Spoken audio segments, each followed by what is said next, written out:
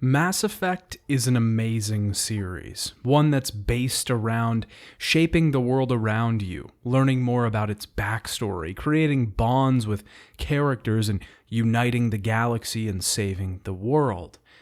Until it's not.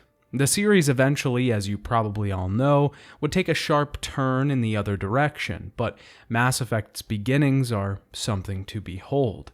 It's an amazing fictional world, and the promise of impact is always there. We're going to be delving deep into Mass Effect today. We'll talk about all 4 mainline games today to try and see where this series' bright beginnings started and how it ended up in the pit that it's in today. After that, we'll go on to talk about the Mass Effect books, comics, and even an animated film. At the end of the video, we'll talk to some other creators that have been involved in the Mass Effect community to try and get their perspective on where the series started and where it's at now. I want to give huge thanks to Gingy, Private Sessions, and the Salt Factory for chatting with me for this video. I also quickly want to point out that the section of me talking about Mass Effect's animated film will not be in the YouTube version of this video. This is obviously because of YouTube's copyright system, and I just can't get the animated film past it. You can see the slightly longer version of this video on my Patreon, which has the animated film section. I also have longer versions of my Dead Space retrospective, Silent Hill, and Devil May Cry. It's also just a great way to support the channel. You can also follow me on Twitch, where I stream games that I'm not currently reviewing. Spoiler alert for anything and everything Mass Effect. Hey Dad, it's me, your favorite son, and today I want to talk about Mass Effect. Mass Effect was developed by BioWare and published by Microsoft Game Studios for the Xbox 360. The PC version of the game was published by EA and was released a few months after the 360 version. The PlayStation 3 version was also published by EA, but wasn't released on the system until 5 years later via the Mass Effect Trilogy bundle. The game was directed by Casey Hudson, who had only directed one other game at this point, Star Wars Knights of the Old Republic. He had done level design and art for games like MDK2, Neverwinter Nights, and provided additional programming to Baldur's Gate 2. Hudson already had some experience working on some very large RPG games previous to Mass Effect. The team for Mass Effect was already experienced in developing games for the Xbox, so they decided to develop the game for the 360. 130 people were involved in making the game, and they took the first 6 months just to figure out how the game was going to look. Mass Effect was built on Unreal Engine 3 as a framework. They added additional components for squad combat and space travel, adjusting it to their needs. The team really wanted to hammer in on the tech from the beginning because Mass Effect was conceived as a trilogy from the beginning. Because they knew they wanted to make 3 games from the get-go, they knew they had to have the fundamentals down so that they could repeat them. Hudson wanted to focus on giving the player the ability to control a central character in the narrative and have the ability to impact important decisions. This would provide them the ability to give players an intense and cinematic power, while also retaining the uniqueness and customization of a classic BioWare game. Unlike traditional BioWare games at the time, though, they wanted to evolve the turn-based system into a hybrid. Tactics and customization would still be there, but delivered through an intuitive interface. One of the largest teams was tasked with creating a massive galaxy that players could explore. Drew Karpyshyn was the main writer for Mass Effect, but each planet in the overall world of Mass Effect had its own assigned writer. This gave each planet its own distinct style and also created a better workflow for the large amount of writing that needed to be done. Even though each planet had its own writer, it was up to the team to come together, give suggestions, and keep a consistent style throughout the universe. The art of Mass Effect was inspired heavily by films like Star Wars, Alien, Blade Runner, and Final Fantasy: The Spirits Within, oddly enough. Jack Wall was the composer for Mass Effect, who had previously worked on Jade Empire. Hudson knew what he wanted the game to sound like, but let Wall run wild and express himself. Hudson wanted to marry the electronic instrument palette of the late 70s/early 80s with more organic elements. Mass Effect was originally announced at the X05 trade show on October 4th, 2005. It was later shown off at E3 and the X06 show in 2006, and at GDC and E3 again in 2007. Mass Effect was released for the Xbox 360 on November 20th, 2007 in North America. A few notes need to be made before we get into things. The first is on the structure of this review. If you've ever seen my videos before, you'll know that I like to tailor the structure of each review to the game that I'm playing. I've done this for most every series that I've covered, and I'll be doing it for Mass Effect. Because Mass Effect places such a high emphasis on making decisions, I will be presenting both sides of those decisions. I will first go through my normal playthrough of the game, talking about the story, gameplay, mechanics, and characters. This playthrough will mostly be Paragon, Mass Effect's term for good or heroic on their morality scale. This is because these are the choices that I normally pick. After that, I'll quickly cover my other playthrough, where I mostly chose Renegade options, so that I can show the contrast between both playthroughs and determine whether the choices you make actually affect the game that we're playing. This decision is also in the interest of being as comprehensive as possible. The second note is about the version of Mass Effect that I played for this review. Many versions of the original game have been released over the years. The first was released on the Xbox 360, and then later it was ported to PC. It was also released on the PS3 as a part of the Mass Effect trilogy, and finally a remastered version was released on the PS4, Xbox One, and PC. This was a remaster of all three original games in the series and made some slight changes. The Legendary Edition was originally conceived as a remake, but once the amount of work was calculated to switch the games from their original Unreal Engine 3 and 4 based frameworks, they realized it wasn't worth it. This edition makes a ton of changes to the original game, mostly in the form of visual upgrades. The first game in the series is the most changed visually, seeing huge upgrades to character models and environments. The HUD was notably changed to look more like the recent games in the series. Some notable changes are the hacking decryption minigame and the Mako having no XP penalty for killing enemies when inside of it. Most of the changes relate to quality of life and are generally good. They also create a much more cohesive experience between the three games. For example, a large decision that you have to make at the end of the game was again decided at the beginning of the second game, because the first game didn't save after you made this decision. This is now changed, and that decision carries over directly into the first game. Since the Mass Effect series carries your saves over to the next entry, this is a pretty big change in the service of making the three games blend better. Also, upgrading the visuals and keeping a similar HUD style for the three games makes them flow better overall. My only real problem with this entry is how fucked up the base Shepard's eyes look, but I can overlook that. Mass Effect begins with a character creator. We have a few choices here, and the first is our gender. I decided to go with a male Shepard for my playthroughs because that's just what I always pick. I also decided to leave Shepard's name as John Shepard, mainly because I wanted to keep the character as close to the canon design for it that I could. I left his appearance similar too, so I could keep that iconic look to the main character. I wouldn't keep the same restraints for my Renegade playthrough though. We're allowed to choose a pre-service history here, basically one of three generic backstories. These have some slight effects in the game, but nothing major. Colonist sees your character being raised on Minidwar, a border colony. Your friends and family were slaughtered by slavers, and you become an Alliance military member after being saved by them. Earthborn sees your character raised on the streets of Earth and leaving a life of petty crime to join the Alliance military. Spacer is the one I chose for this playthrough, which sees you coming from an Alliance military family and following in their footsteps. We're then allowed to choose a psych profile. This is the second part of our background, basically what happened during the beginning parts of serving in the Alliance military. Ruthless sets your background as someone who is cold, calculating, and brutal. In another word, ruthless.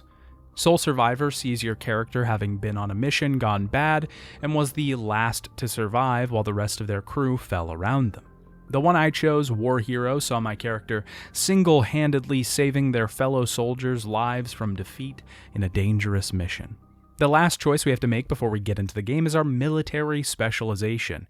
This is basically our RPG class. It determines the talents that you'll be able to use and what powers you have access to.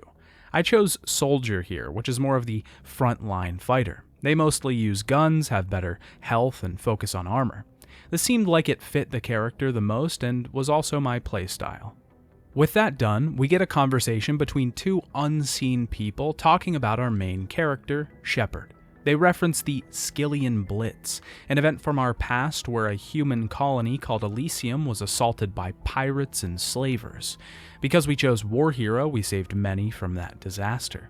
The speakers are determining that Shepard is the man for the mission they need to go on. We get a text scroll with some brief backstory on this new universe we're about to enter. In 2148, artifacts were discovered on Mars that propelled humanity forward in technological development. It allowed them to travel space, and it was called Mass Effect. Joker, the pilot of the Normandy, the ship we're currently serving on, is navigating through space. Shepard comes into the cockpit, and we have our first dialogue choice. Joker believes there's a reason that the Council wanted a Spectre on their ship. Spectres are a special class of agents with high authority given by the Citadel Council, the ruling government over Citadel space. We choose all of our dialogue in Mass Effect through this small wheel at the bottom of the screen. If you've ever played one of these games, you'll know that the options are pretty formulaic. The top right option is generally the Paragon option, or morally good choice. The bottom right is the Renegade, or morally bad choice. The middle is usually some neutral ground between both. Choosing a Paragon option or a Renegade option will give us morality points on that specific scale. This works differently than most RPG systems that usually have a scale that slides from one side to the other. Because there are two separate scales, doing something good will not technically make up for a horrific action. That stain will still be on your record. Gaining more points in these scales will give us the ability to level up the charm or intimidate talents slightly higher. Certain levels also give us higher health or lower cooldowns depending on which side. The higher our charm or intimidate, the more dialogue options we'll get. Paragon options that require charm will be colored blue, and Renegade will be colored red. These are usually pretty drastic actions that can affect the mission itself or determine the outcome of the overall story. Because of the formula and the way the choices are laid out, if you're going for a Paragon playthrough, then you're kind of stuck just always picking the top right option. There's not a lot of sitting and deciding what choice you actually want to make. You're just defaulting to the top right option. This is one of the downsides to the system that has been heavily criticized in the past. One of the other criticisms of this system is that the choices we are shown don't always accurately represent what Shepard is about to say. There's just always a slightly different implication to what Shepard says and what we think we're saying. It's not always bad, but there's some egregious examples across these games. We can also use this wheel to ask more in-depth questions, investigating into someone's past or asking them more about the history of a people, for example. Overall, the system is alright, and I certainly think it's a product of its time. It's a little formulaic and doesn't provide a lot of variety outside of black and white options, or rather, red and blue. The captain of the Normandy wants to speak with Shepard. I made my way to the back of the ship, talking to Navigator Presley on the way. He had a problem with the other aliens on our ship, one that I had to talk him out of. I met Nihilus in the comm room, who was also waiting for Captain Anderson. Nihilus was a Turian, one of the many races present in Mass Effect's universe. On top of that, he was a Spectre, and his presence on the ship was making people uncertain. We were headed to Eden Prime, a colony world that the humans have established. It's a symbol of their ability to spread out across the galaxy. See, the backstory that we got in the beginning of the game was important. The humans discovered artifacts on Mars that propelled their society forward and allowed them to travel the universe, allowing them to become a part of many different civilizations. But that was in 2148, and our story takes place in 2183. Humans' first contact with another race, the Turians, was in 2157, and it hasn't even been 30 years since they've begun to discover that there's other species or intelligent life. They aren't exactly integrated just yet. Eden Prime exists as an example that humans are capable of establishing other worlds. It's important. Captain Anderson briefs Shepard on the mission. They're heading to Eden Prime for 3 reasons. The first is that they're utilizing this new ship, the Normandy, which is a marvel of technology. It was developed with assistance from Turians, a collaborative project between the race of humans and Turians. The second is that they found traces that an artifact is on Eden Prime, a Prothean artifact. This is of a large importance because the artifact found on Mars was Prothean in origin and could provide similarly important advances to technology and society. The third reason is that Shepard is being considered for the Spectres. The Council is watching him to see if he's qualified to join their ranks. This is also incredibly important because Shepard would be the first human Spectre, further solidifying their presence in the galaxy. As this conversation happens, we receive a communication from the planet, showing that the Geth have arrived and begun to attack the planet, as well as some massive ship with tendril-like appendages. We head down to the planet and begin to investigate. We quickly see some flying robots gun down a soldier and take them out.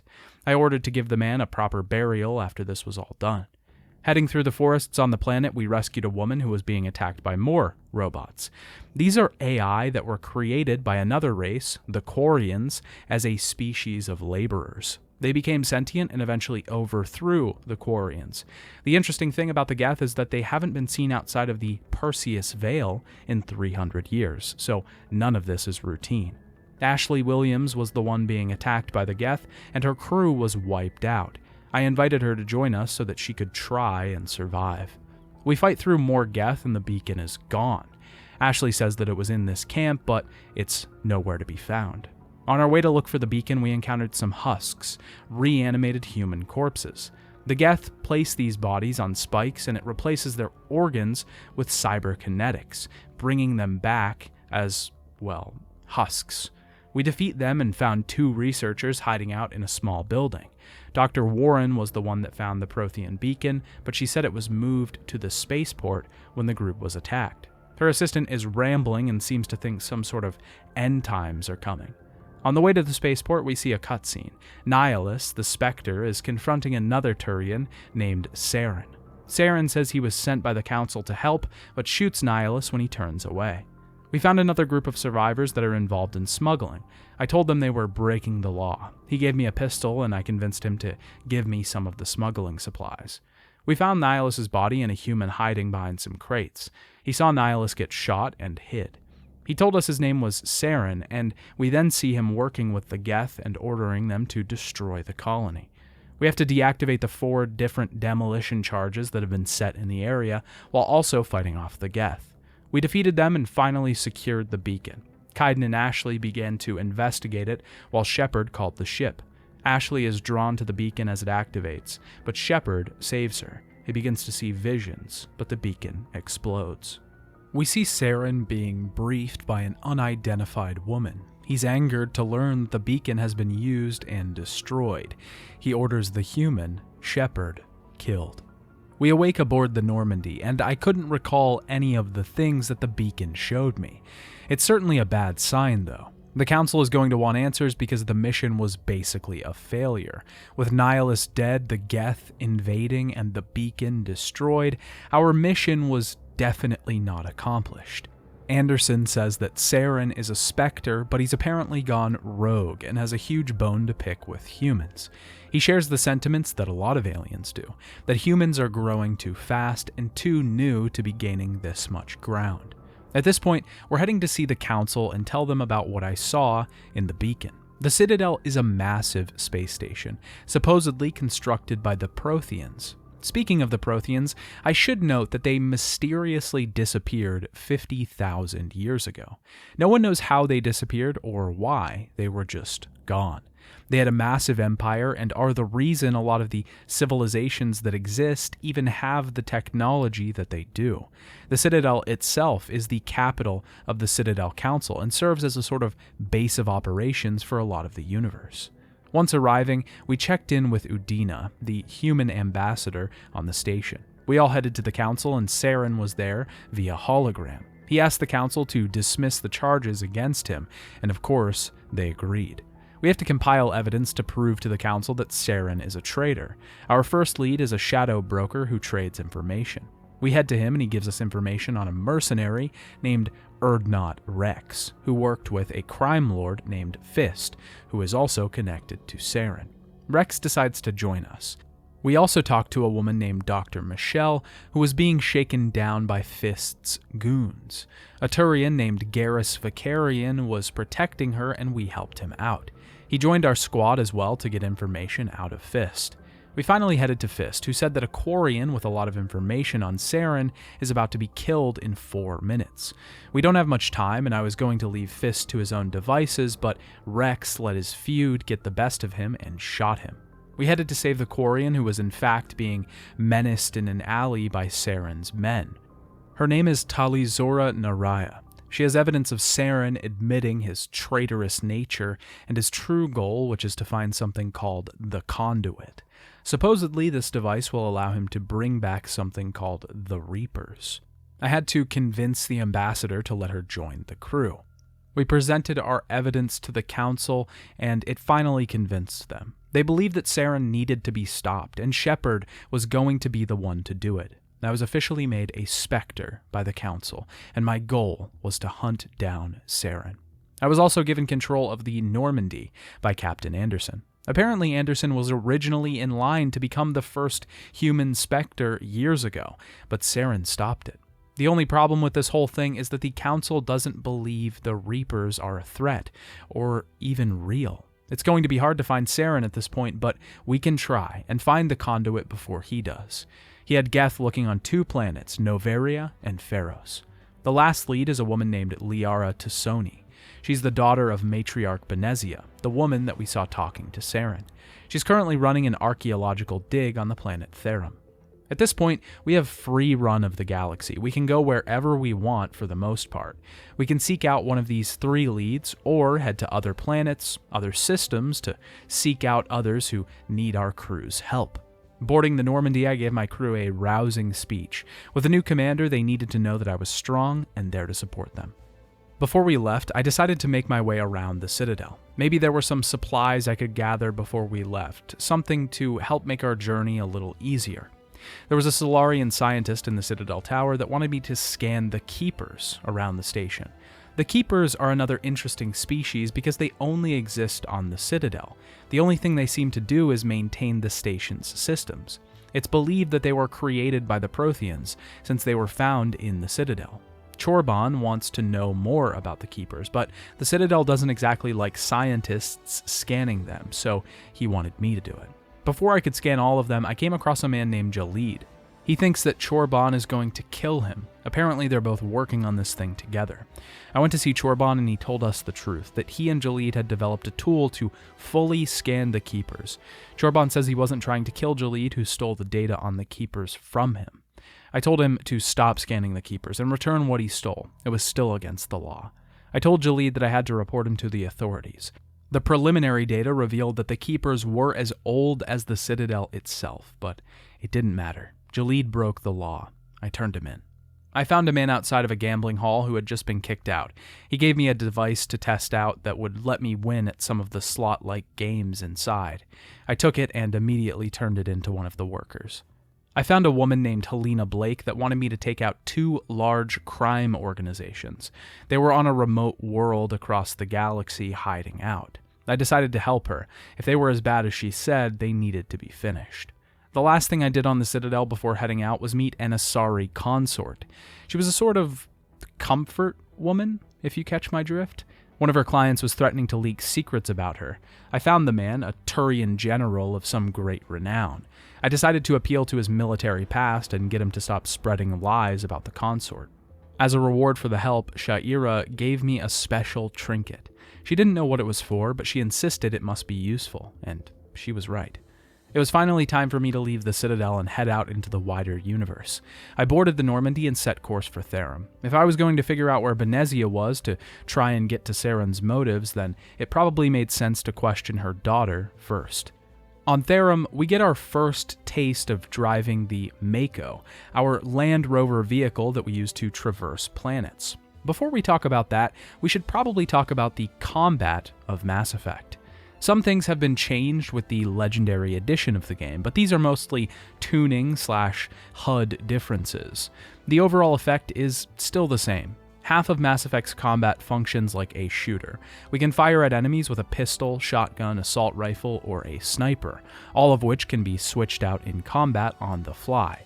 In addition to this, we can use a set of talents.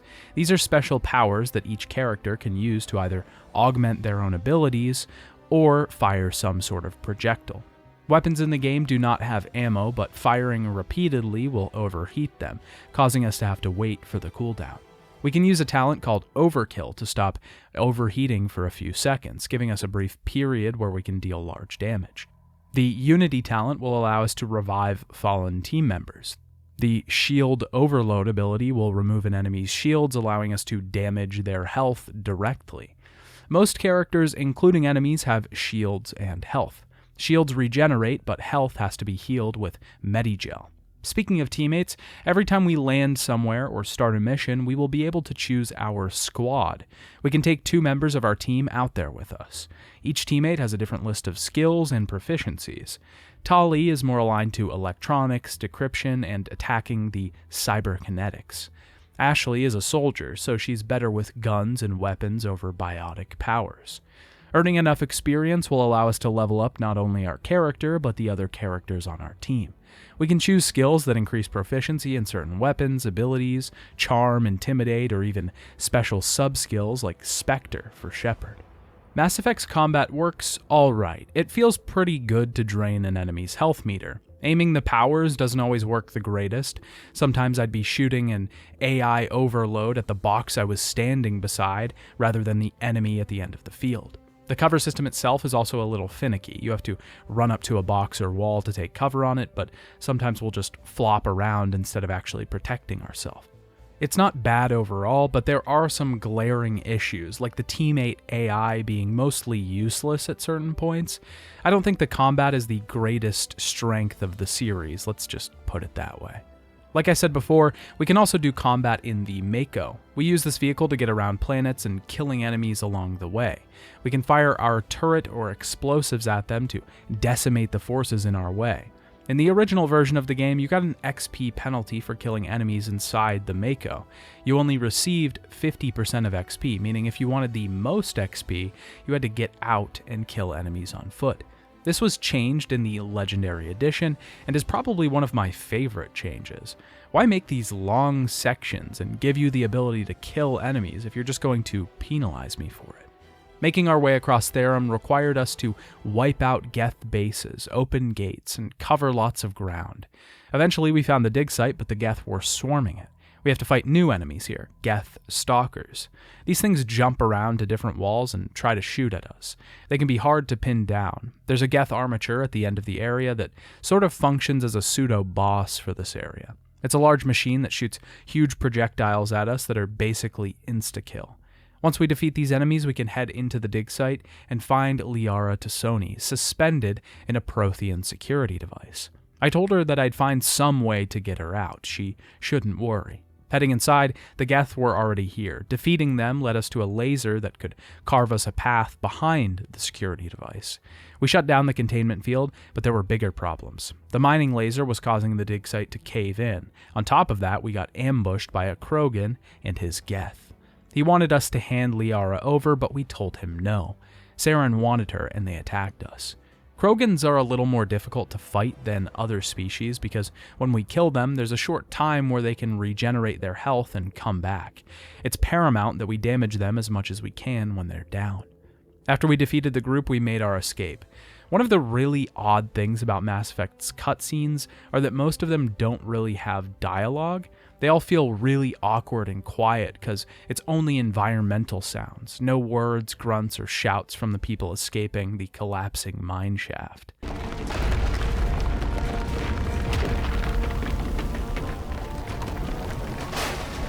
Back on the Normandy, Liara says she spent 50 years researching the Protheans. She thinks the conduit may have had something to do with their extinction. Liara seems to think that someone came along and cleansed the galaxy of information regarding the Protheans' disappearance, but the Protheans weren't the first that this has happened to. Liara has never heard of the Reapers, but wants to help the journey, and she joins our crew officially as our final member. The Council contacts us to debrief after the mission on Therum. Sparatus, the Turian council member, is of course critical of the fact that we destroyed the dig site. I got a call about a hostage situation on a nearby ship in another system. I boarded the ships and defeated the terrorists.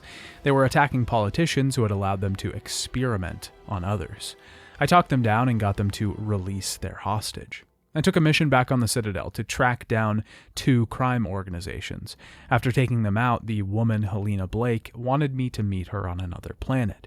She reveals that the people we destroyed were her partners. She was a part of the crime syndicate, and she's now the leader. I put her under arrest. I had to take down her and her entire crew.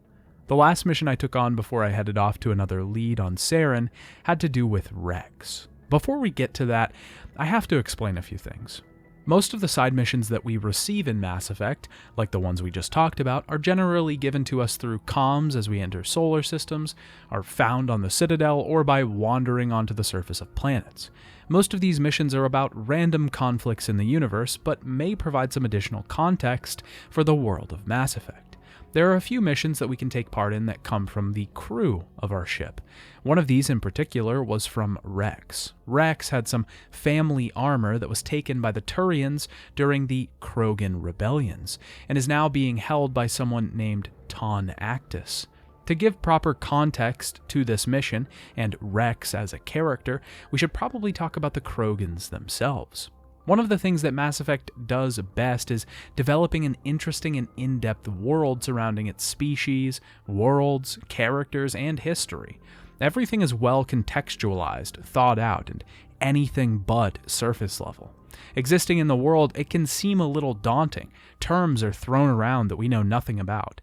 These terms, though, are usually further explained in the Codex menu, but this feels normal. It even feels in-world because the human race hasn't existed in these external conflicts for very long, so the player is out of the loop, learning as we go, and so are the humans themselves. I'm sure most humans know much more than we, the player, do when starting the game, but it's still a good parallel.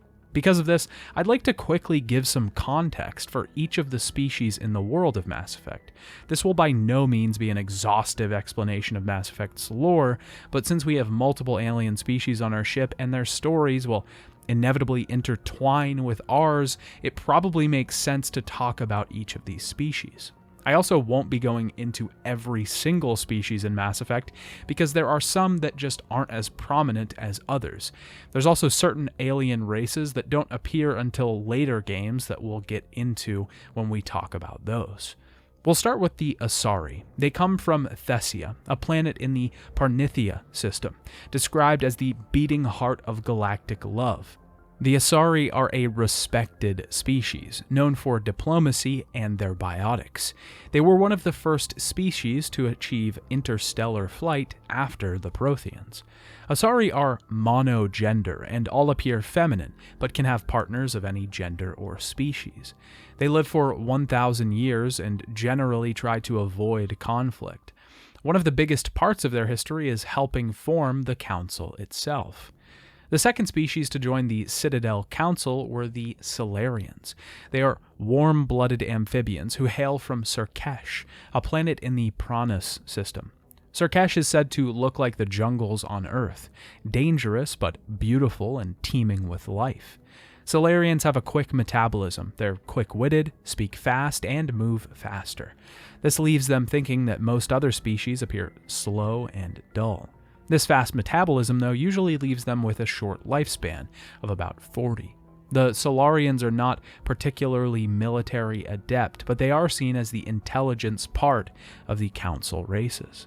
Before we talk about the third race to join the Council, the Turians, we need to talk about the Krogans. The Krogans are a non-Citadel race, which means they don't have an embassy on the Citadel. They come from Tuchanka, a planet in the Aralak system. Tuchanka was a harsh world, but the Krogans survived in these extreme conditions and were probably tempered by it. As they grew, so did their technology, and they destroyed their own homeworld with nuclear war.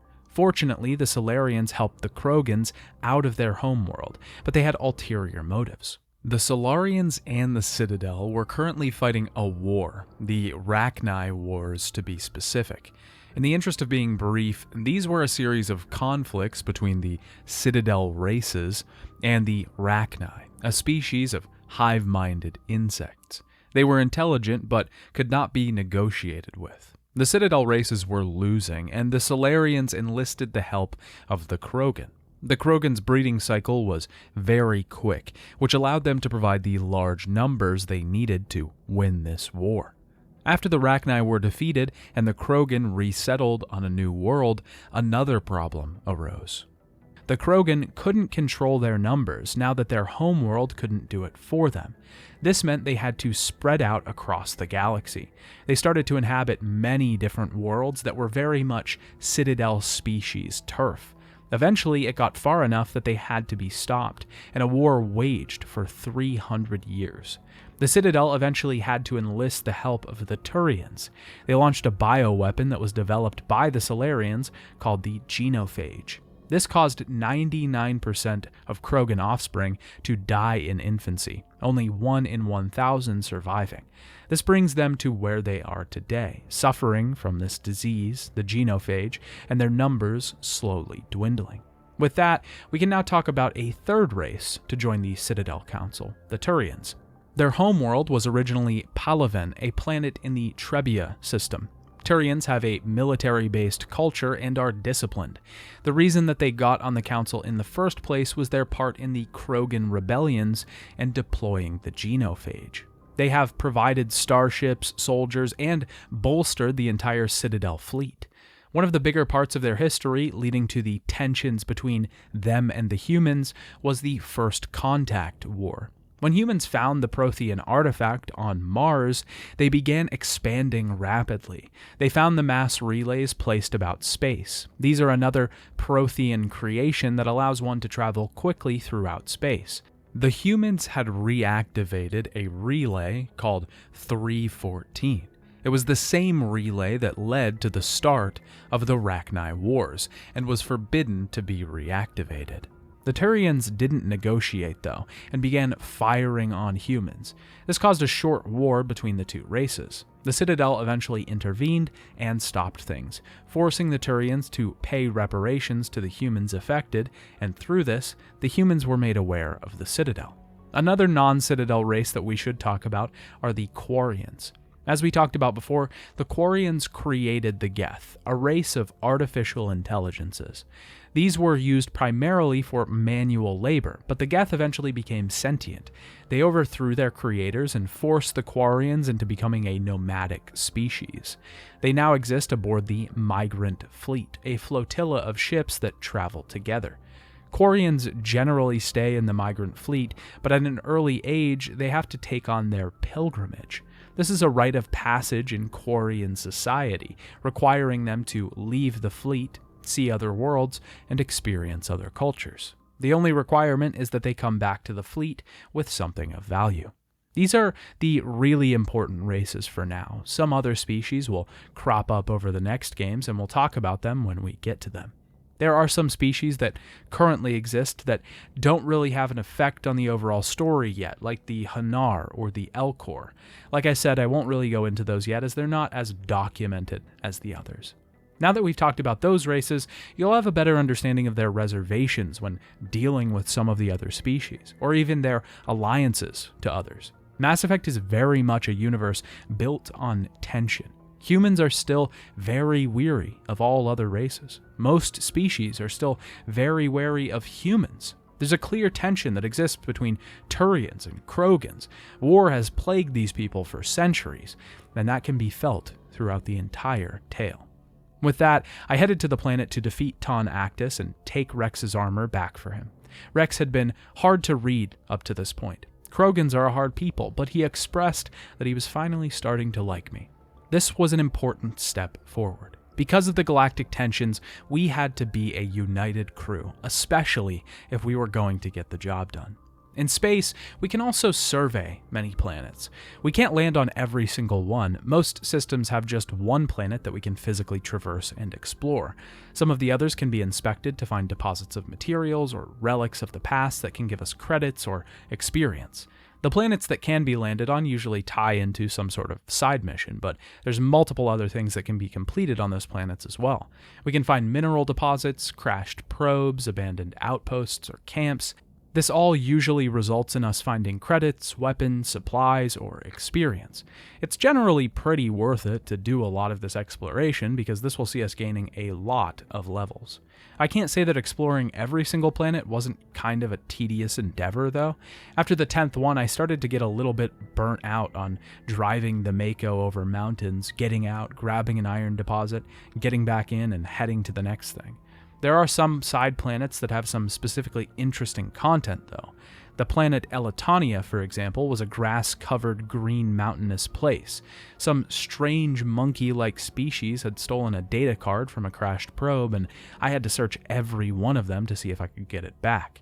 Not only that, but there was some strange artifact on this planet as well. It just so happened to react to that trinket that Shiara gave me back on the Citadel. This gave me some type of strange vision, one of a primitive human species being monitored by the Protheans. Were the Protheans observing humans long ago? How long had they been watching us? The final line of this is telling. "I'm fine," you finally reply, realizing this is a mystery you will probably never solve. I talked to Tali on board the ship, who told me about her current pilgrimage away from the fleet. At the same time, we got a request to stop some Geth in the Armstrong Nebula. After taking out many clusters on different planets, we located the main base and defeated them as well. Tali requested that I give her a copy of the Geth data cache that we found on the planet. It would be the perfect item of value for her pilgrimage since it documented the Geth's evolution since they left the Quarians. I gave it to her, knowing that it could mean she would leave the mission. She didn't, though. She said her pledge was to stop Saren, and would not return to the fleet until that was completed. Garrus was a member of CSEC, or Citadel Security Services. They were responsible for upholding the law on the Citadel and protecting it. During that time, CSEC let a criminal, a Solarian doctor, escape, named Dr. Salion. Garrus knew that he would use the hostages that he took as test subjects, and now Garrus wants to track him down. We found him on a ship with his test subjects, just like Garrus said. Garrus wanted to kill him, but I told Garrus to calm down. We should arrest him and give him to the authorities. He ran away anyways and had to be killed. Garrus questioned my methods, but I told him that you can only do the right thing. You can't predict how people will react, but you can control how you respond. Garrus was thankful for the lesson in temperance. This whole thing was a huge detour from our main mission, but it proved that there were other people in the galaxy that could use our help, even the ones on our own ship. I headed back to the Citadel before we made our way to Novaria to continue looking for Saren. An inspector, one who didn't particularly like Turians, wanted to look at the Normandy. He didn't like the fact that Turians helped design it, but I shot down every one of his criticisms. I had a TV interview from a woman who wanted to run a profile on the first human Spectre. She was trying to get me to play into her narrative that I was just working for the Council, so I politely stopped the interview before she could get anything out of me. After buying some equipment, we made our way to Novaria, the last known location of Matriarch Benezia. The guards at the front of the landing dock wanted me to give up my arms. My crew didn't want to comply, but I knew they were just doing their jobs. Inside the colony, we find out that Matriarch Benezia has been seen in the area, but she went up to a research station called Peak 15. Unfortunately, the planet is experiencing some terrible snow, so we have to get permission to leave. Anale, the one in charge, won't let us leave and is protecting Benezia. We talk to a man named Lorik Keen, who has a garage pass for us. We have to get into his office, though, which is currently being ransacked by Ananias' people. We need to retrieve the data there and bring it back to him. When we head there, we're attacked and have to wipe out the guards to get Lorik's data. Parasini works for Anale and is actually a part of internal affairs, investigating him for corruption. She needs Lorik to testify to nail the man down. I told Lorik what happened and convinced him to testify. Parasini arrested Anale, and I got my garage pass so I could leave this place. Geth attacked us on the way out, and we made our way through the snowy landscape. One thing the team really excels at in Mass Effect is making each world feel its own. This probably had something to do with giving each writer a specific planet to be responsible for. Each world feels like they have a past, have stories there. The characters feel like they have a history. There's a lineage, and this is very well served by the fact that the lore of Mass Effect is so deep. The goal of good world building, in my opinion, is to get the audience to ask questions. This is true for everything: movies, books, TV shows, comics, video games. If you can reel the audience member in with an interesting hook, just something small, you don't want to tell them everything, but just enough to have them saying, "I want to know more about that," then you're in. Creating small threads, events in history, wars, catastrophic events, species that exist as a mystery, personal vendettas. Mass Effect has many of these, and some of them we've already talked about. But that hasn't even scratched the surface. Every planet feels like it has 10 more threads we could run down and find out more. It's certainly not the most expansive or in-depth lore ever, but it's good enough to get us interested. This invests us in the story. It gets the player to buy into the narrative, to want to know more about Saren, about the Protheans, or even what came before them. We finally arrived at Peak 15, a research facility that's been locked down. To gain entry, we have to repair the systems that have been damaged. We can solve a puzzle to manually reactivate the VI on the colony, a virtual intelligence system. We then have to repair the landlines and the main reactor. We quickly find out that the station has been researching the Rachni, the insectoid creatures that sparked a massive war. They found an egg on a 2,000-year-old spaceship, and Saren ordered them to investigate. Matriarch Benezia was sent to personally oversee the project. We have to find a way to Benezia, though, since most of the area is locked down. I had to help a doctor retrieve his notes and equipment to stop a bioweapon from killing his patients.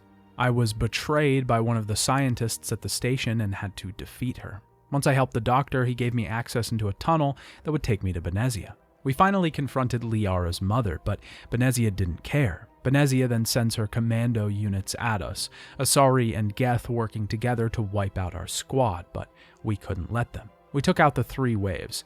Benezia seemed like some sort of religious zealot to Saren, not wanting to betray him. Just then she became lucid. She'd been indoctrinated, mind-controlled, seemingly an effect of his ship. She doesn't know what the origins of the ship are. It's not Geth technology, but it's advanced. She says that she couldn't stop fighting even if she wanted to, so we're forced to take her out. In the middle of a lab is the massive Rachni Queen that begins to communicate with us through a dead Asari commando. The Rachni Queen implies that they were not fully responsible for the Rachni Wars, but just trying to repopulate peacefully. She begs us not to kill her, and we have a choice: wipe out this species or let it live. I chose to let the Queen go, and she promised that she would pass on this lesson to her ancestors, trying to change the Rachni ways. Back on the ship, the Turian Council member Sparitus again chastised me for letting the Queen go, never liking the decisions I made. I kept my cool when dealing with them, though. I couldn't disrespect them or it might affect the mission. Next, it was time to head to Pharos, the other lead on Geth attacks, possibly connected to Saren. Arriving at the colony, the place is war-torn. It's a city built up high, mostly on Prothean buildings. They are constantly suffering under attacks from the Geth, and I decided to help them. First, I took a couple side quests to help the people get food, water, and power cores. Afterwards, the leader of the colony, Phi Dan, wanted me to head to Exogeny headquarters because that seems like the Geth's target. A woman wanted me to rescue her daughter inside, so we headed to Exogeny. There, we found the woman's daughter, who said that Geth were there for something called the Thorian. It was a life form that Exogeny had been researching. She needed us to deal with the Geth first. After defeating them, the woman told us that the Thorian was mind-controlling the colony. Saren must have wanted to use it to control others. We headed back to the encampment, and one of the colonists was trying to kill the rest. I talked him down and prevented him from committing murder. Next, my job was to head back into the colony and stop the Geth and the Thorian. The only problem was that the colonists would try to kill me since they were under the Thorian's control. One of the researchers gave me a gas grenade I could use to subdue the colonists, and also taking them out with a melee attack would knock them out but not kill them. I saved every one of them and descended beneath the colony to find the Thorian. Downstairs, the Thorian spits out an Asari, assumingly mind-controlled, and attacks us. We have to fight our way through a mass of enemies and make our way through this building, blowing up the pods connected to the beast on our way. Once it's done, an Asari named Shiala is freed. She tells us that Saren wanted the Thorian because it had a cipher that would lead to understanding the Prothean message in the beacons. Because she was trapped by the Thorian, she had this gift and gives it to me. I was able to understand a bit more about the message in the beacon, robots warring, but still no context. Because of my efforts, the colony of Pharos was saved. Back on the Normandy, Liara tried to help me understand the messages in my head. She said that the Eden Prime beacon was damaged, and I didn't get the full message from it.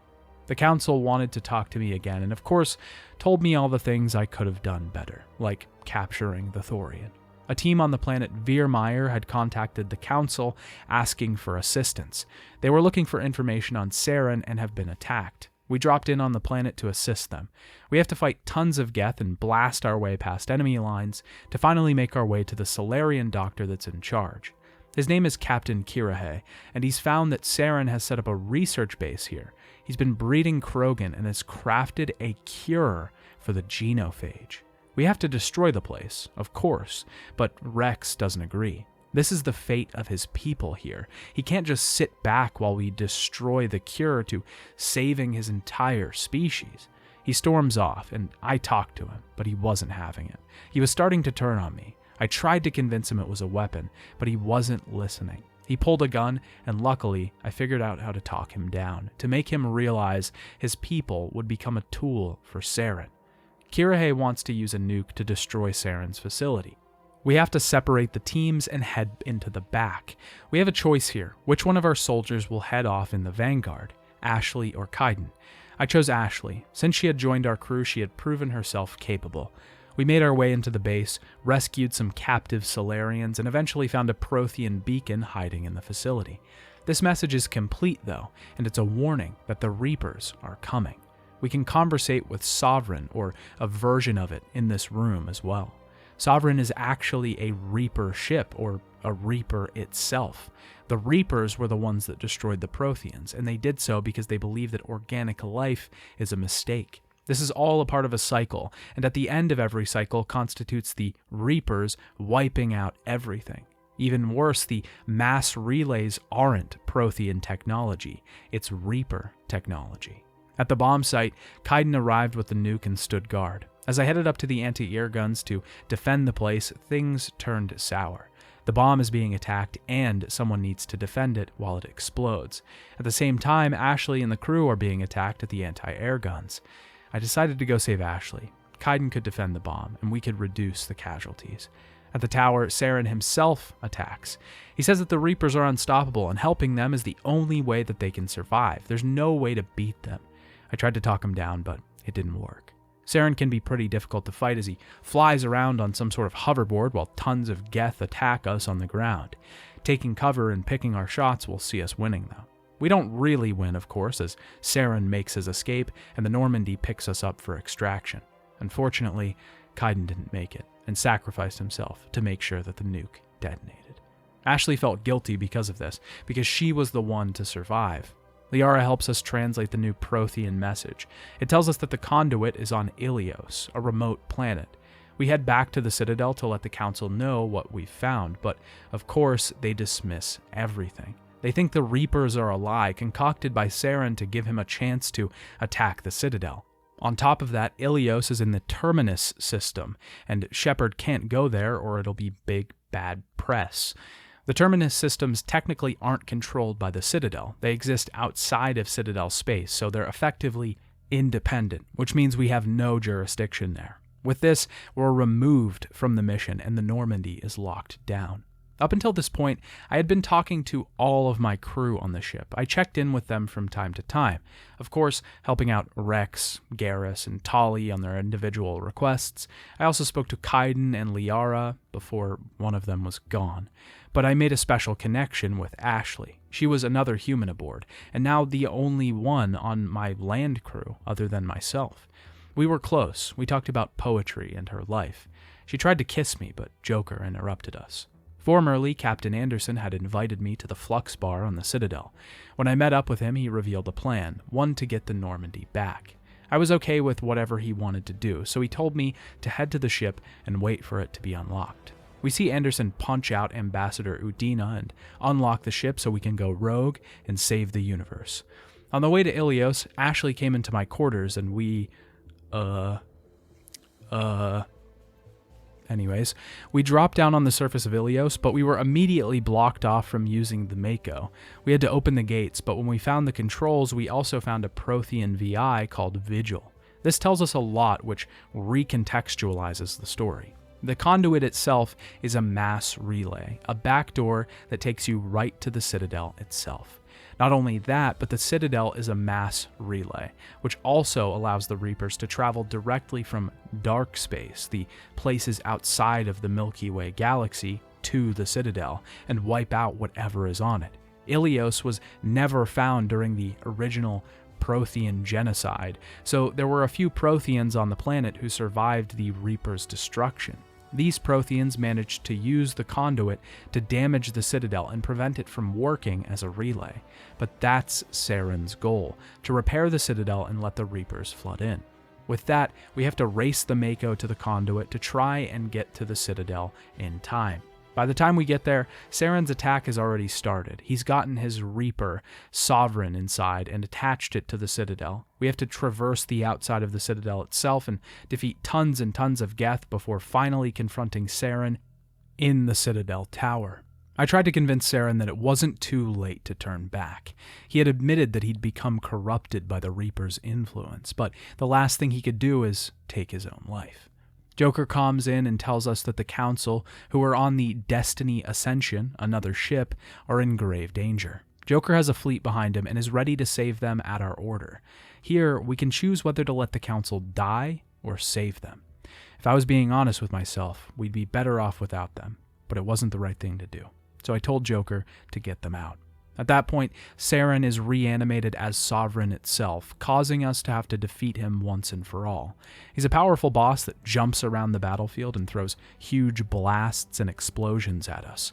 We take him out and Joker pilots the Normandy to success, destroying the Reaper Sovereign and stopping the potential Reaper invasion.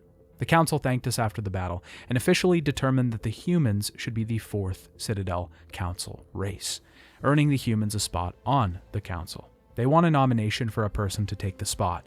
I could choose Anderson or Udina, but I chose Anderson. He was a good man and an even better soldier. The Council needed to know that this wasn't the end, though, only the beginning. The Reapers were coming, and we had to make moves to stop them. Before we get into my final thoughts on Mass Effect, I'd like to briefly talk about my Renegade playthrough. In this, I tried to pick the opposite options that I chose in my first playthrough, to really try and see as much as I could of the game. I think this will also showcase the difference between a lot of the choices, and see what a different story you could have when playing Mass Effect. The first playthrough was really a tale of triumph, a diverse crew brought together by one mission, one purpose, a ship that was run well under a compassionate and strong commander, a successful attempt to save the galaxy and come closer together as friends. This story isn't that. This is one of a tyrant, trying desperately to complete his mission, a scrambling to make the right decision, and barely getting by in the face of evil, ruling with an iron fist. This time, I decided to create a new name and look for my character. I wanted him to be distinct from the John Shepard that we'll be spending 3 games with, so I named him Jacoby. I made him an Earthborn, his roots beginning in underworld gangs. He was ruthless in the Alliance military. He gets the job done. And he was a Vanguard, a combination of specialties in biotic powers and ranged weapons. I had to make him look menacing, terrifying, so I gave him a mustache. Joker was trying to screw around. He didn't realize we were on an important ship, and he pissed off the captain. Nihilus was trying to threaten me, scare me because I'm human. How very Turian of him. The captain was keeping information from me. He told me why we were really on Eden Prime. Nihilus offered to help on the mission, but this was a human problem. I didn't want him around. He joined anyways. We went down to the planet and found the Geth, found Ashley fighting with them. Kaiden said I should bring her with us, but she wasn't strong enough to save her crew. Why should she join us? She came along anyways. We found some smugglers keeping pistols from us. I forced him to give us his supplies. Nihilus was shot and some coward watched from behind crates. We disarmed the bombs and found the Prothean beacon. We failed the mission, and it was Ashley's fault. She was reckless, couldn't be trusted, couldn't save them, and she wouldn't help us. Why was she even here? Anderson said the council would be mad because the mission was a failure, but the council can kiss my ass. I went back to the council, and they sided with Saren, of course. On the Citadel, I had some business to take care of. A woman wanted to interview me, but I told her no. Some fan of mine wanted an autograph, but that's not what my job was. I'm not some celebrity. I'm a hero. I tracked down Rex and Garrus, not entirely trusting them, but figuring I could use them to make my crew stronger. I found Fist, and I let Rex shoot him. Good riddance. I rescued Tali. She was ungrateful, so I made her give us the information on Saren. I let her join my crew as well. This was getting out of hand. One of the best things about being a renegade is getting to pick the option, shut up and I'll tell you. This Quarian can help us bring down Saren. I would have told you that if you hadn't jumped down my throat. When someone asks you a question, it's just so incredibly rude and disrespectful in so many ways. Like someone is asking you something, so you tell them to shut up so that you can answer it. It's so good and such a terrible option to pick. We brought Tali's information back to the council. They finally believed us, but didn't care about the Reapers. They wouldn't listen to me, just a group of stupid politicians in my way of getting the job done. I always get the job done. Regardless, they made me a Spectre. I wasn't honored. I deserved this. I was the best. Am I supposed to be honored to get something I'm already owed? I got control of the Normandy. I'll be honest, I couldn't be too excited about this either. Anderson was mismanaging the ship since the beginning. The crew needed a real leader. I told them as much in a speech after I took control. I took the crew to Therum, taking out the Geth and making my way to the dig site. Liara was there, whining about the Prothean barrier. She must have walked into it like an idiot. Everyone knows you don't walk into Prothean barriers. Duh. I freed her, and as soon as we got ambushed, I attacked. No one was going to get the jump on me. Liara was rambling something about the Protheans. I don't know, wasting my time. Shut up and I'll tell you. She was just another alien. I was starting to feel outnumbered on my own ship. The council called to tell me how to do my job. I hung up on them. We found some biotic terrorists that had taken control of a ship. I shot them down. I helped Helena Blake take down the crime syndicates. She wanted control of the group. I told her to disband. I had to kill her. Garrus wanted me to track down the doctor that C-Sec let get away, and we killed him in cold blood. I headed back to the Citadel to check in. Some reporter wanted to interview me. She was clearly spinning the story, so I knocked her out. I can't believe that the renegade option for this mission is punching her in the fucking face. Insane. I met that stupid fan again, and he wanted a picture with me. I sent him a message. I headed to Novaria to look for Benezia. They wouldn't let me keep my guns, but they didn't know I was a Spectre. Their boss shut them down before they could die by my hand. I smuggled some goods for a Hanar on the station. Lorik Keen wanted my help so I could get a garage pass out of this place. I helped him out, and Parasini wanted me to get him to testify. I did, but I warned Annalay before she could get there. They killed each other in a shootout. Not my problem. Still got the garage pass. What happened here, Commander Shepard? Beats me. I just got here myself. I got to Peak 15 and repaired the systems there. They were on lockdown and wouldn't let me get to Benezia. I just broke in. Had to kill some guards. They were in my way. I got to Benezia and took her down. She tried to plead at the end that she was being mind-controlled by Saren. I didn't care. This was her fault. I killed the Rachni Queen. She needed to die. I'm not stupid enough to let another Rachni war threaten to wipe out the galaxy. The Turian council members started chastising me for killing the Rachni Queen. I hung up on them again. I was above them, and all they did was criticize, making my job harder. I made my way back to the Citadel, and this guy was still bugging me. I had to push him off again. We made our way to Pharos to try and find Saren there. The colony was weak and couldn't protect themselves against the Geth invasions. We'd killed hundreds of them, so I guess we had to hold their hand. I investigated exogeny for them and defeated the Geth there. The Thorian was taking control of the colonists. They wanted me to use gas to disable them. I wasn't going to hold my fire if people were shooting at me. I've never done that, and I wasn't going to start today. I gunned down all of the colonists, wiped them out. The Thorian sent some Asaris to attack me, but I took them down. We saved one Asari, but she wouldn't stop babbling about visions. She showed me something, so I guess that helped, but I didn't understand it. Zhu's hope was wiped out, but that wasn't my problem. They should have been stronger.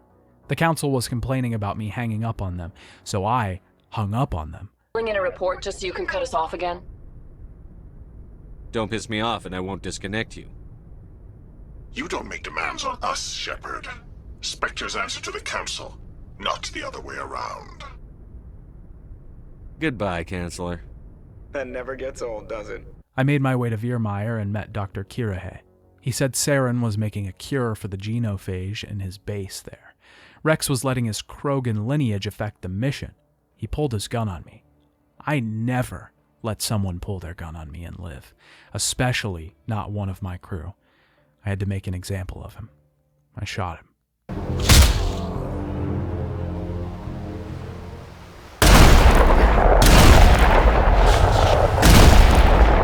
He proved us right about the Krogans. Maybe the cure for the genophage was a bad thing.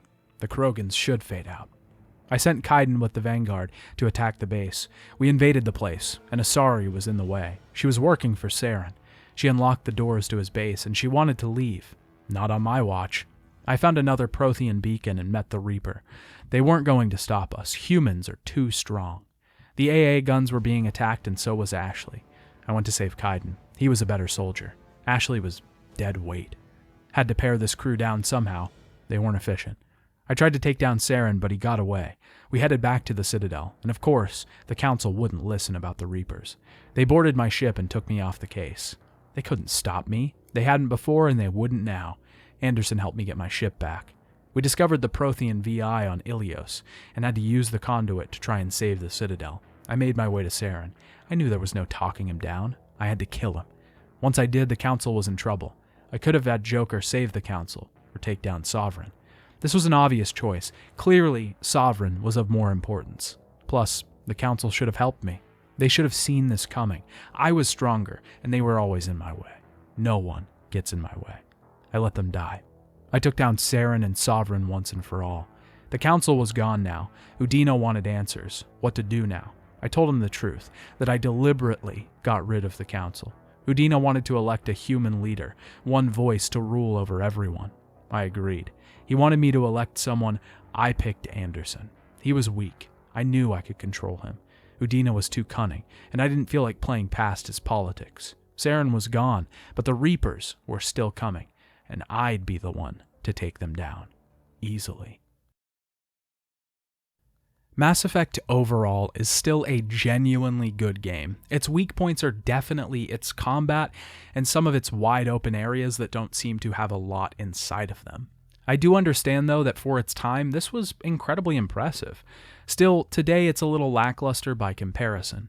That being said, those small hurdles don't take away from the fact that Mass Effect tells a fantastic story. It also does something I think is incredibly unique in its class. Its world does not take a back seat to its story. A lot of times, world building can feel like a background thing.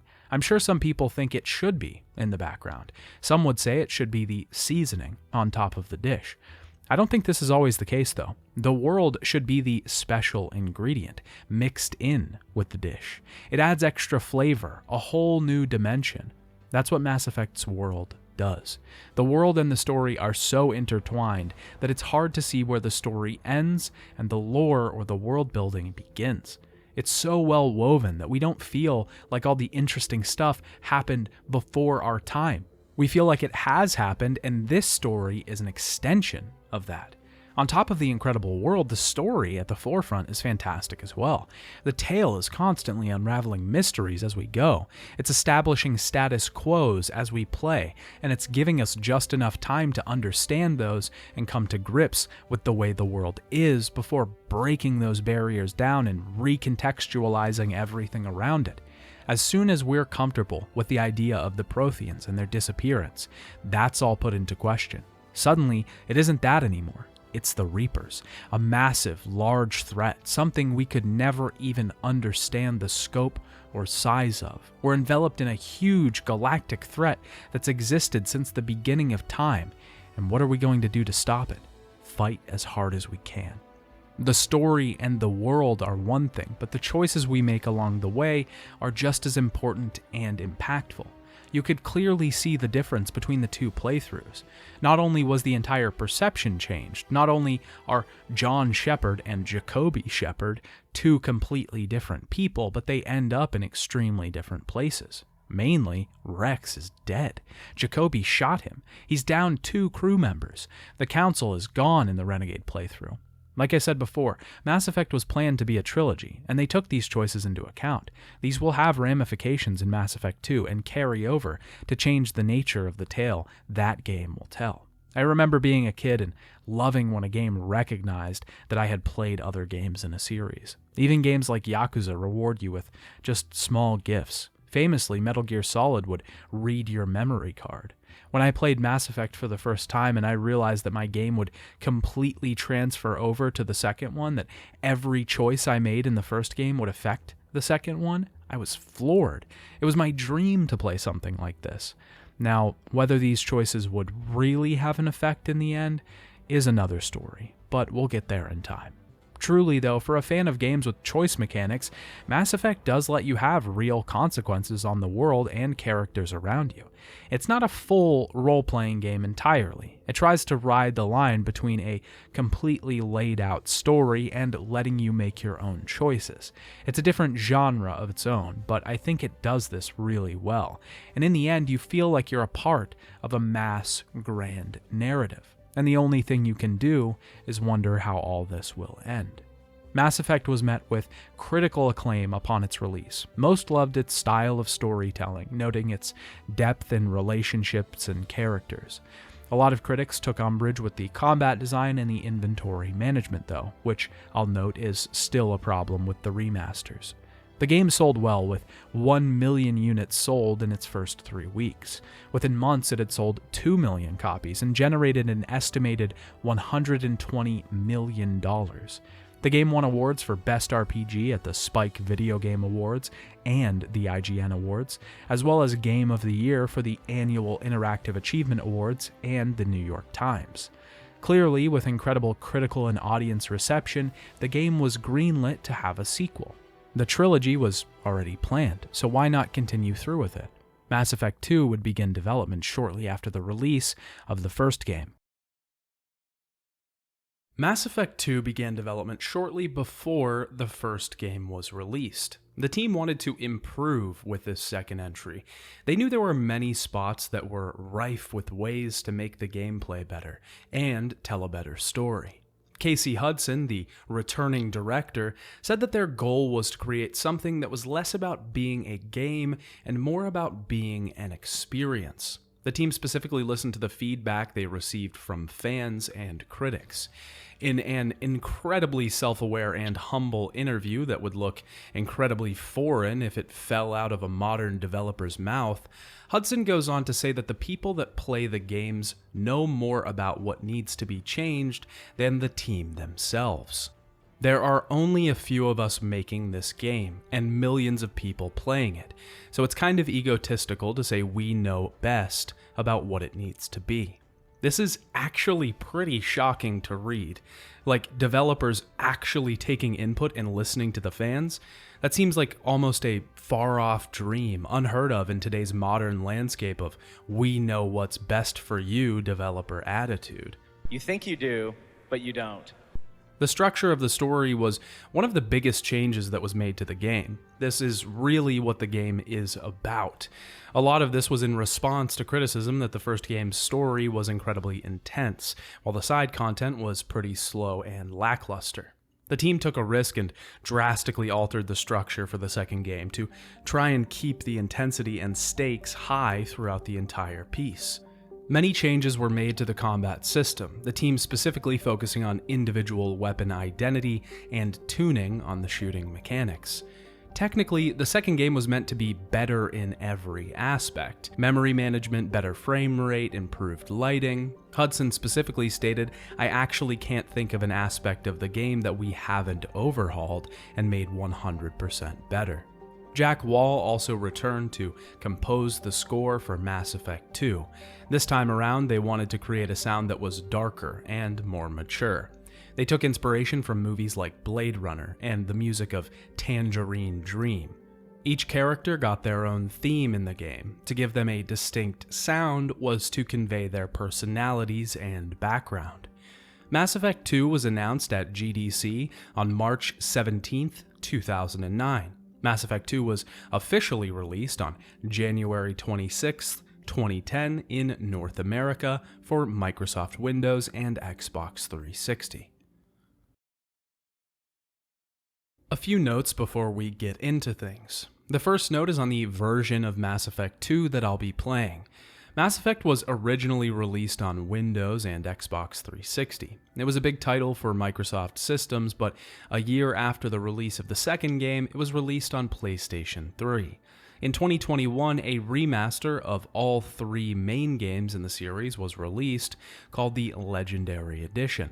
This was mostly a graphical upgrade that made some changes to combat and visual presentation to make the games more cohesive. Since Mass Effect was originally planned to be a trilogy, having all three games look pretty similar and play pretty similar works a lot better for carrying our characters through the whole journey. Because of this, the graphical upgrades and the convenience of being able to play these games on modern consoles, I will be playing the Legendary Edition version of Mass Effect 2. I'm not going to list the changes that this version of the game makes here, but we will be talking about some of the more notable ones throughout the video. It should also be noted that as we progress into the series, each game gets less and less of an upgrade graphically. By the second game, the graphical upgrade is almost barely noticeable for the Legendary Edition. The second note is on the nature of this review. If you've seen my videos before, you'll know that I like to tailor the structure of my videos to the games that I'm playing. Mass Effect 2 is no different. It's first and foremost an experience that puts the story at the forefront. In that same vein, Mass Effect puts choice over everything else. You can make choices in these games that will drastically change the story or your playthrough. These choices then carry over into the next game until you eventually reach the end, hopefully, seeing the climax of every choice you've made from here on out.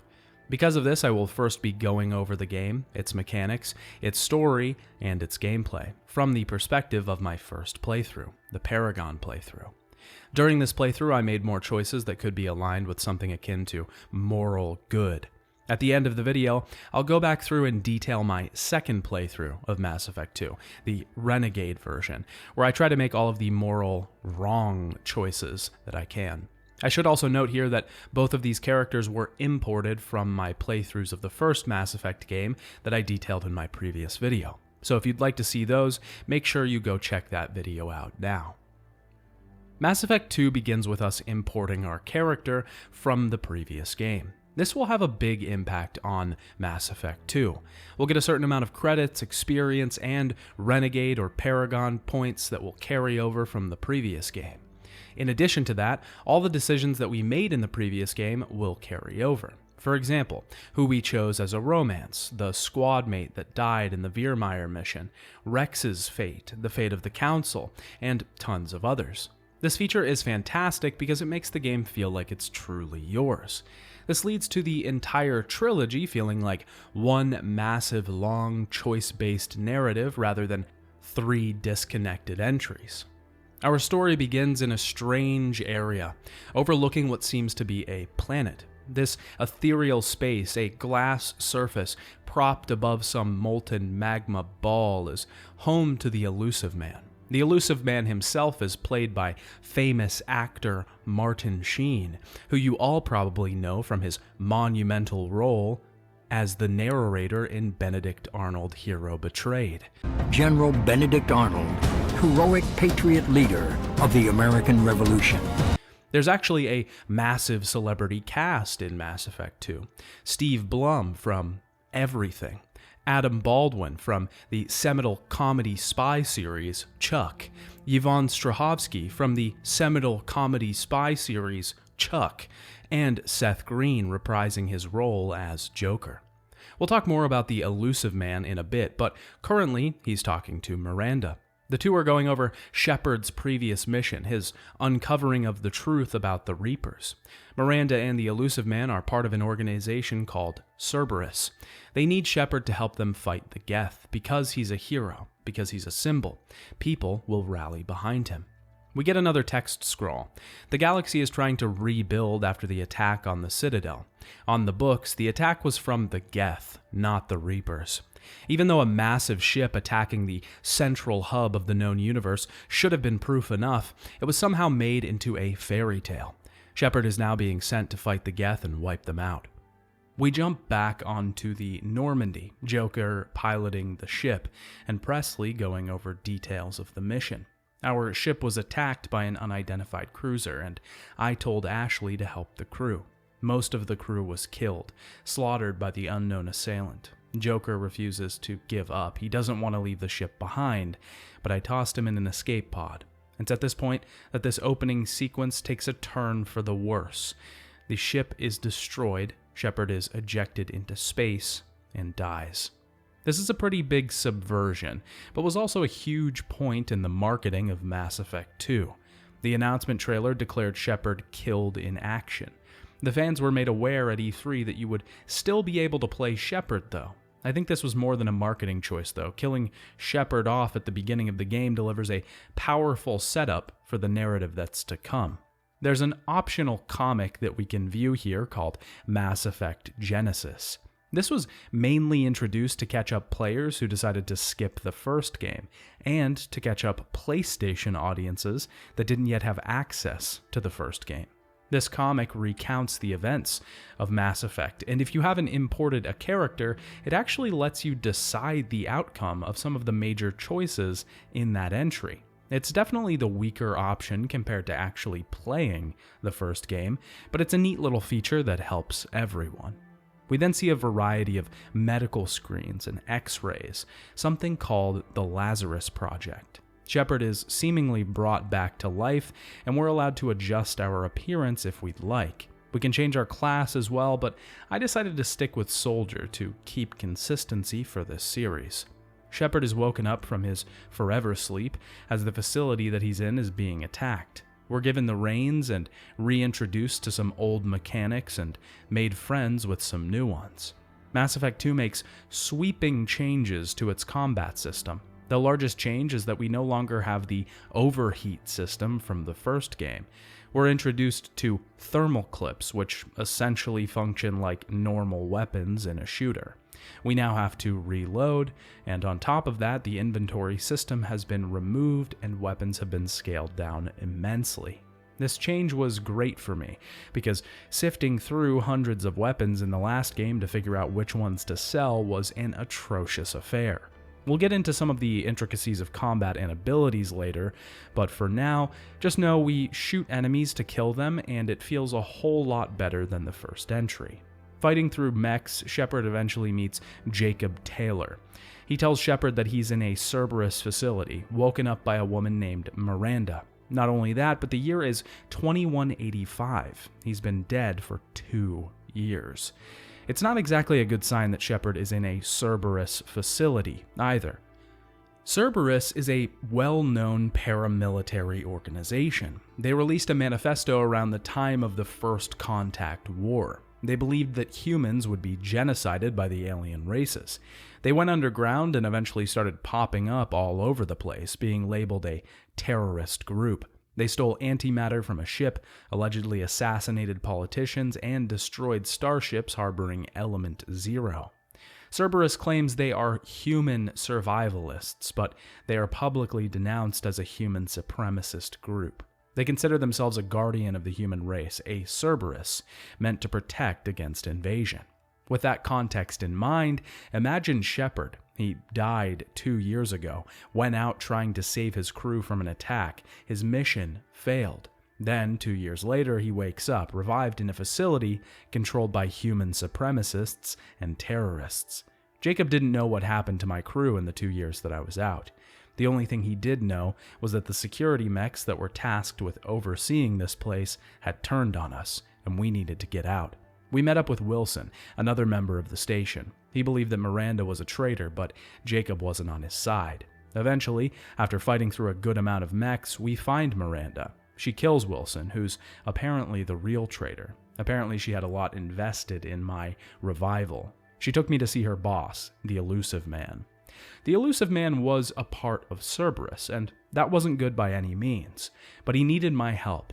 Groups of colonists were being abducted, and he wanted me to investigate them. On top of that, he believed in the Reapers. He knew they were a threat. This was something that the Council didn't have faith in me. They didn't believe that the real enemy was coming. The Elusive Man, even though I didn't agree with his ideals, was much easier to work with because we already agreed on the fundamentals. He was a necessary evil. The Elusive Man himself was something of a mystery. His name told the entire story. No one knew where he came from or who he really was. He penned the manifesto that plunged Cerberus into the spotlight. I couldn't even penetrate the entrance to the ethereal horizon room that he called home. I had to contact him through hologram. The first colony that we're tasked with investigating is Freedom's Progress. All of the colonists have disappeared, and when we arrive, we only find more mechs that are programmed to shoot at us. We have to fight our way through these machines, being introduced to multiple new types as we move forward. We now have small dog-like bots that will explode upon death, small junk mechs, and the massive Emir mech that will become pretty familiar with fighting throughout Mass Effect 2. Mass Effect 2 has made many changes to its combat system, but one of the largest is the tightening up of its cover system. We can now run up to a barrier and press a button to take cover. No more awkwardly flopping around on pillars to try and protect ourselves from a barrage of enemy fire. This is integral though, because Mass Effect 2's entire flow of combat has changed. We now have to use cover. It was entirely possible in the first game to sort of walk slowly around the battlefield with sights aimed down and just pummel everything in our sights. Now that's not really possible. We have to take cover because everything hits so hard. Our shields can be drained in a matter of moments, and our health even quicker. We also no longer have the ability to heal with Medigel. Medigel is still in the game, but it's used to revive teammates. There are skills that we can gain later that will allow us to use the Unity ability to heal the entire team and revive downed mates. For the most part though, Mass Effect 2 is a lot more unforgiving. That doesn't mean it's harder, it just plays a lot more like a cover shooter than whatever its predecessor was. This is a good thing, an improvement, just like everything in this series. The team took the time to listen to the audience and tuned the combat in very well. This is a common pattern that we're going to have to get used to over the course of this video though, talking about improvements made to the formula that was introduced in the first game, because I'm serious when I say just about everything Mass Effect did, Mass Effect 2 does much better. Journeying through the colony, I eventually stumbled upon an old friend. It was Tali. She's here with a group of Quarians, and they're looking for one of their own named Vitor. Vitor was here on pilgrimage, and they're trying to rescue him. I asked her to team up. If we could find Vitor, he might know what happened to the colonists here. Fighting the mech that was guarding his small building proved dangerous, though, as Tali's squad was wiped out in the process. We're here introduced to a revamped version of the bypass mechanic. This is a much better puzzle than pressing buttons in time with lights, but it also has its own problem. The frequency which you have to complete this puzzle is insane. If you try to do all the content in Mass Effect 2, you'll end up completing this puzzle dozens and dozens of times over and over. This is the same for the hack puzzle, which sees us matching up lines of scrolling code. Both are fine puzzles, but we have to do this puzzle so many times. These are usually guarding locked caches of credits, and by the end of the game I had just elected to not open them anymore. I already had tons of credits, so I didn't really need them, and I would rather not have them than have to do those puzzles for the 105th time. We find Vitor, who barely notices our presence, focused on the screens in front of him. In Mass Effect 2, we don't just get Paragon or Renegade points by saying specific lines to people. We can also interrupt conversations. A prompt will come on screen allowing us to press a button to either make a Renegade or Paragon interrupt. These will usually be drastic options one way or the other. This is a great addition, mostly because of the fleeting nature of them. They can be missed pretty easily, and by not pressing the interrupt, you can miss extra lines of dialogue, exchanges, or even big actions. There is a bit of mystery here, though. You rarely ever know exactly what Shepard will do when you press that button. Will it be as simple as shutting off Vitor's screens so we can talk to him, or as large as throwing a soldier out of a building? Talking to Vitor, who was incredibly nervous, shaken up by his revelations, he showed us what took the colonists. Apparently, seeker swarms immobilized them, large groups of insects, and they were then taken away by the Collectors. The Collectors are a race of aliens no one knows much about. They live through the Omega-4 relay, a mass relay that no one dares enter because no one has ever returned from it. They could be working with the Reapers now as well, which is only the worse because we don't know how much power they actually have. Tali wanted to take Vitor with her, and in return, she offered up the readings on his Omni tool for us to study. I accepted, of course. I could have taken him in, and he might have given us more information, but Tali was an old friend. I tried to get her to come with us, but she had bigger things to be worrying about right now. I reported back to the Elusive Man. He said the work was good. Until now, they've never had direct evidence of the Collector's aggression against anyone. Now, we have a new mission, though, to stop the Collectors, and hopefully find the Reapers they're working with. I didn't want to work with Cerberus, of course, but like I said before, necessary evil. They were the only ones equipped to deal with this threat, or even willing to deal with the threat in the first place. And boy, does Cerberus have resources. They provide us with our first task, creating a team capable of taking down the Collectors. To start off this massive crew, the Elusive Man already provided me with an old friend, Joker. Apparently, Joker hadn't flown since the Normandy was destroyed, and he was eager to get back in space. But we needed a ship, and Cerberus provided one. The Normandy SR-2, massive and enormous compared to that of the original. We're introduced to our first official squad members, who we've already met, Miranda Lawson and Jacob Taylor, both Cerberus agents. We also get to talk to the new Normandy's AI system, called EDI, or EDI. The system is a true AI, but has certain blocks in case she decides to go rogue. One of my absolute favorite changes in Mass Effect 2 is the new ship. Compared to the first game, this thing is massive, and it's not just empty space. A lot of the last game felt like the ship didn't have very much to do. It didn't really feel like home. We could go talk to some of our crewmates every once in a while, but it wasn't anything huge. The new Normandy has a ton to do and a lot to see. First up, we have our galaxy map, which we can use to traverse the systems of the Milky Way and head to new planets to take on new missions. Close by, we have our own personal assistant, Kelly, who will let us know when someone wants to talk to us or when we have new messages at our terminal. We can view said messages from our terminal and look over our squad or upgrades as well. A lot of people will contact us from the previous game, depending on if we encountered them or took their side quests. A good example is the journalist from the first game that we gave insider information to, or even the doctor that we saved when we met Garrus. In the beginning, people are mostly shocked that Shepard is alive again. A lot of the rooms in the ship are still locked, like the medical research bay or some of the lower decks, but don't worry, we'll talk about those as we unlock them. We can help some of the crew, like the returning Dr. Chakwas, who wants a bottle of alcohol that she was saving and lost when the first Normandy was destroyed. We can also help the ship's cook get better ingredients to make better dishes for the crew. The most important thing we can do on the ship is talk to our squad mates. We can have conversations with them, deepening our relationship, which will affect the game in a massive way. We'll get really deep into how this works and why it's so genius later. Shepard also has his own room, the Captain's Quarters. Here we can buy or earn model ships to display, change our appearance, play music, and even look at our achievements. It's also worth noting that whoever we romanced in the previous game will be pictured on our desk.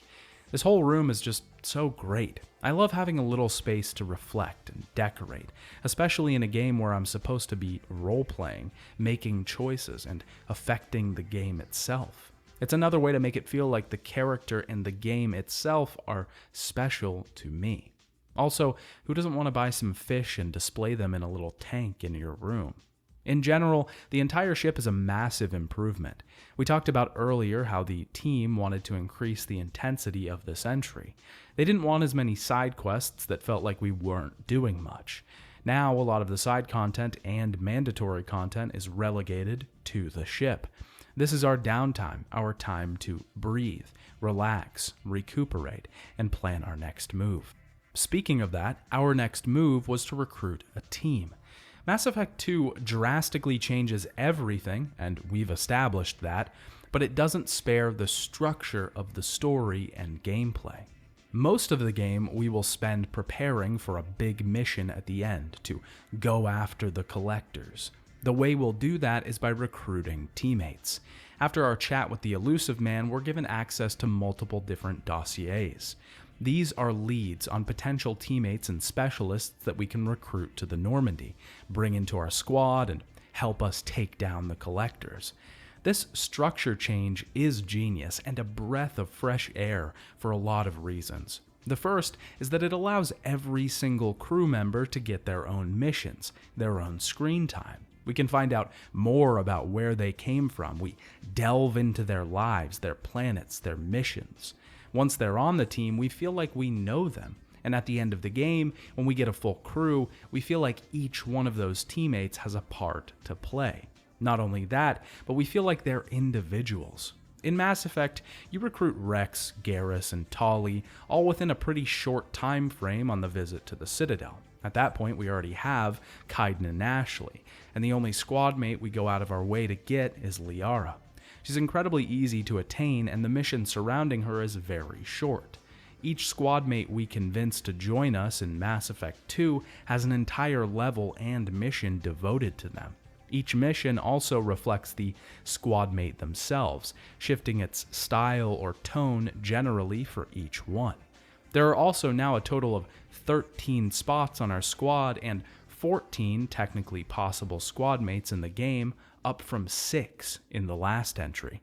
Focusing the entire game on the team also brings everyone together and changes the theme of this entry to working together, overcoming adversity and boundaries to develop a powerhouse of fortitude that can be used to bring down the collectors. There's a lot of other reasons why the structure works so well, but we'll talk about those as we arrive at them. One of them is the last mission of the game, and trust me, I don't want to get started zealously raving about the suicide mission until we're ready to take it on. After getting comfortable with our new home, it was now time to head to the Citadel. I had a message from Anderson. He wanted to see me after I appointed him as the Human Council member. Before I got to that, I had a squad mate that I could easily recruit. This mission was about Kasumi Goto. Kasumi is actually a DLC squad mate.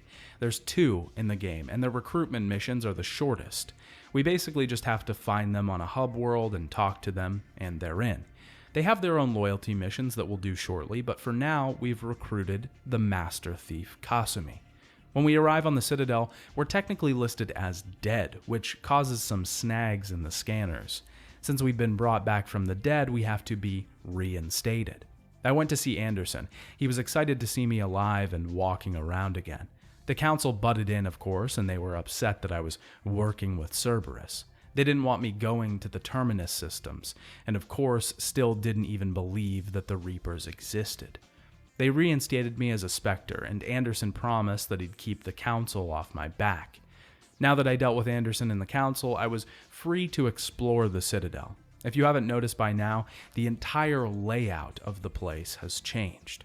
Because of the destruction during the Sovereign attack, the Citadel had to be rebuilt, and they're still not done with the project just yet.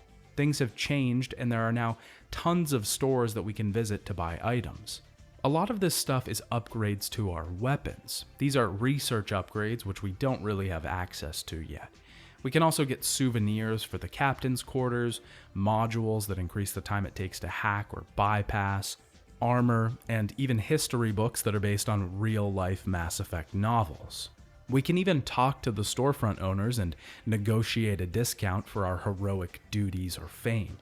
The new Citadel is great. It's much easier to traverse. There's a lot more to do, and it looks better overall. There's now actually a reason to go to different stores and buy things, which it didn't really feel like the previous game had. Because we were being thrown so many weapons in the first game, actually buying more never really felt necessary. Here, getting upgrades to our damage or health is actually really important. I completed a lot of side quests. I had another interview with the reporter from the first game, disputed a rumor about fish on the Citadel, and helped out a Quarian who was being accused of stealing from a shopkeeper. I headed to Omega next, and quickly ran into my next squad mate that I could recruit, Zaid. This is the second of the 2 DLC characters that come included with the Legendary Edition. Zaid was called the Veteran, and we'll learn more about him through his loyalty mission.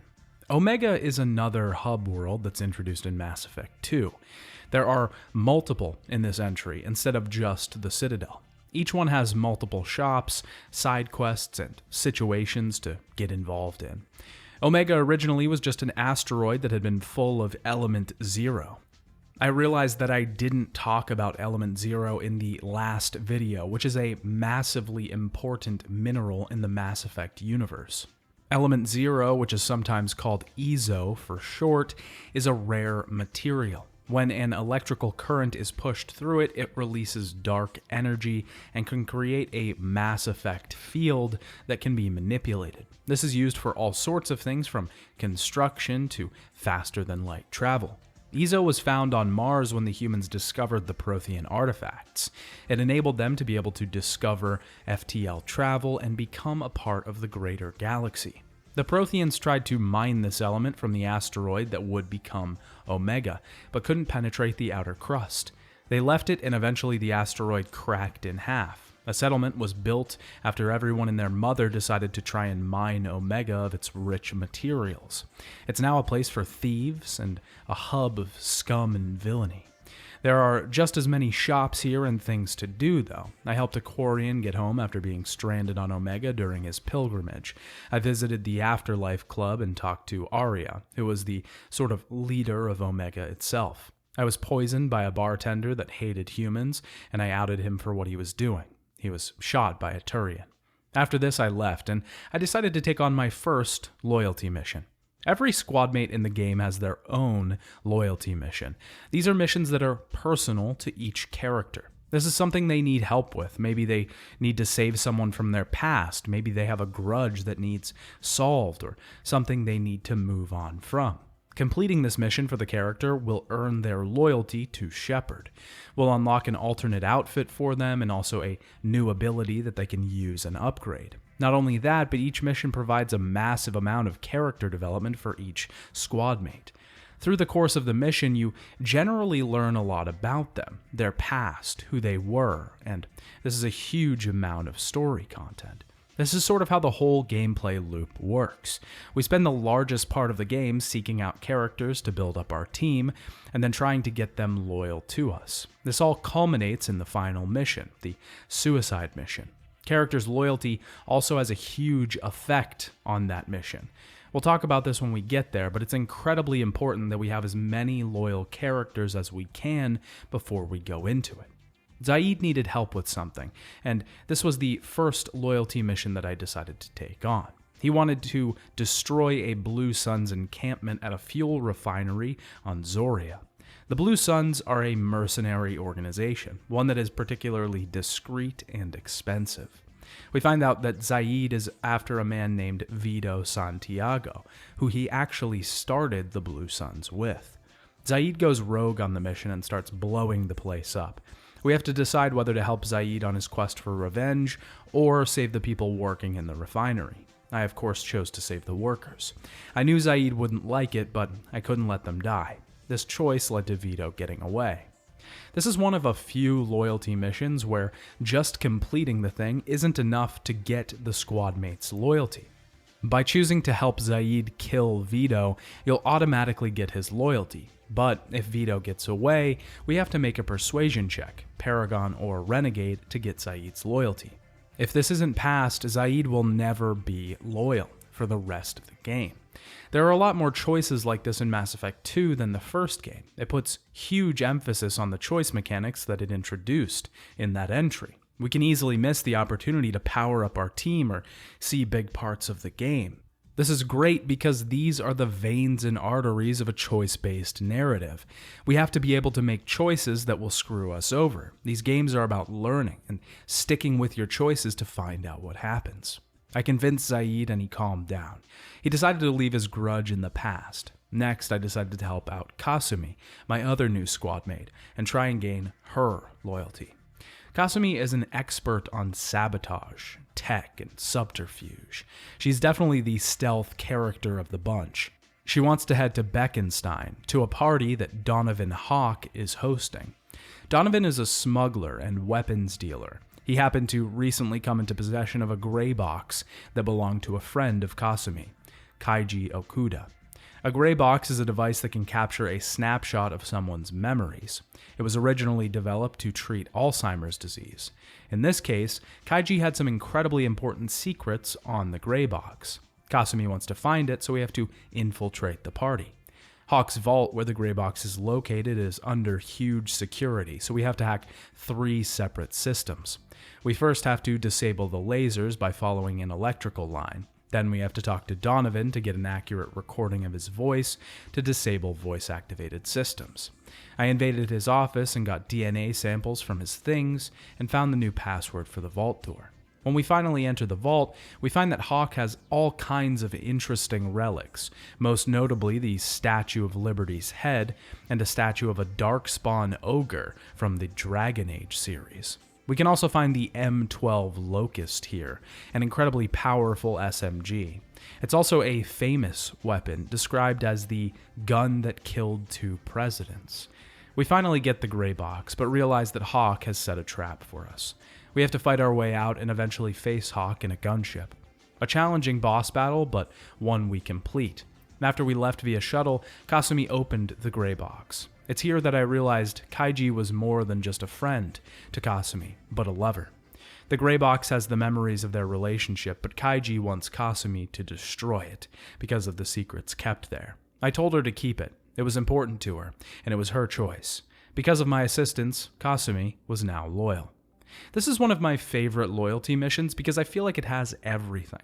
The mission structure itself is that of a heist and reflects Kasumi herself, the master thief. Not only that, but the story is incredibly interesting as well. The revelations made about Kaiji and Kasumi along the way are kind of heartbreaking. It's a terrible decision to have to make, to get rid of the only memories left of your beloved to do the right thing. But if you want to keep them, you run the risk of exposing huge secrets. I still needed to build my team though, get more members recruited and bring them aboard the Normandy because we weren't even close to done. The first I took on was the Warlord. The man listed in the dossier was named Dr. Okeer. He was a Krogan who fought in the Krogan rebellions. He's been working on a cure for the genophage and is rumored to have contacted the Collectors to help him with that. We headed to Corliss, to a Blue Suns camp. Here, we quickly find out that Okeer has been creating new types of Krogan, one that are genetically modified to be stronger. We find one of them, who's only a few days old.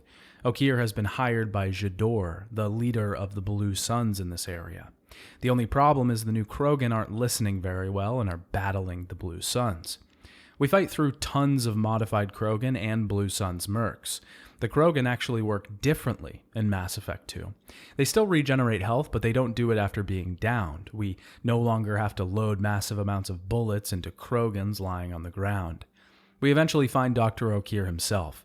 He says he contacted the collectors to help him with the genetic engineering. He wants us to kill J'dor to get him to work with us.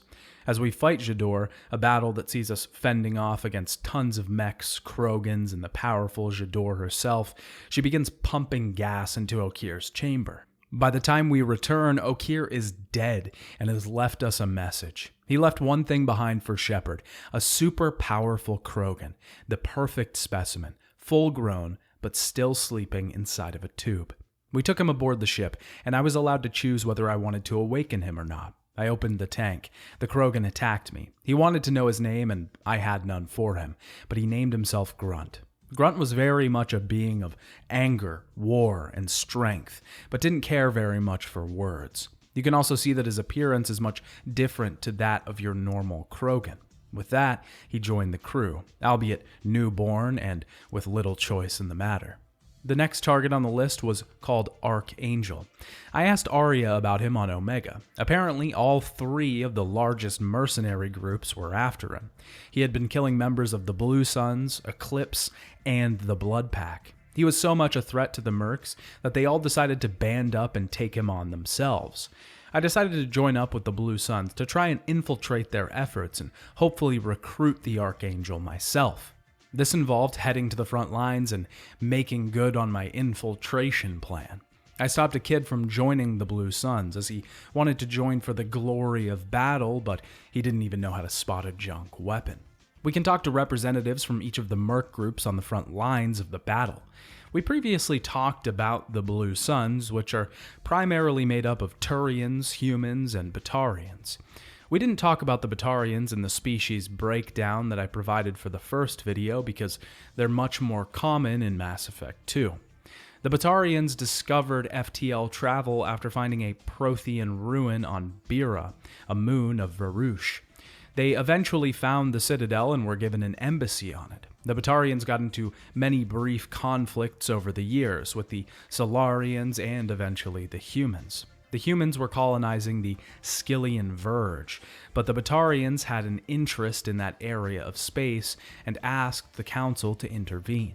They decided the humans were allowed to colonize there as well, and the Batarians closed their embassy on the Citadel and are no longer a diplomatic species. This led to the Batarians being openly hostile towards humans, and eventually resulted in the Skyllian Blitz, an attack on a human colony in the Skyllian Verge.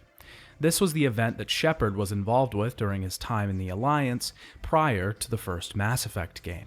As for the other mercenary groups on Omega, we can also talk to Eclipse. Eclipse are a more biotic and stealth-focused merc group. Their tactics are a bit more rogue, as they don't really care who they take work from as long as the money is good. They're mostly made up of Asari, Solarians, and humans. The last merc group, the Blood Pack, are more pirates than mercenaries. The Blood Pack mostly sticks to the Terminus systems, non-Citadel space, if you will. They are actually banned from Citadel space, but use money and bribes to make their way around.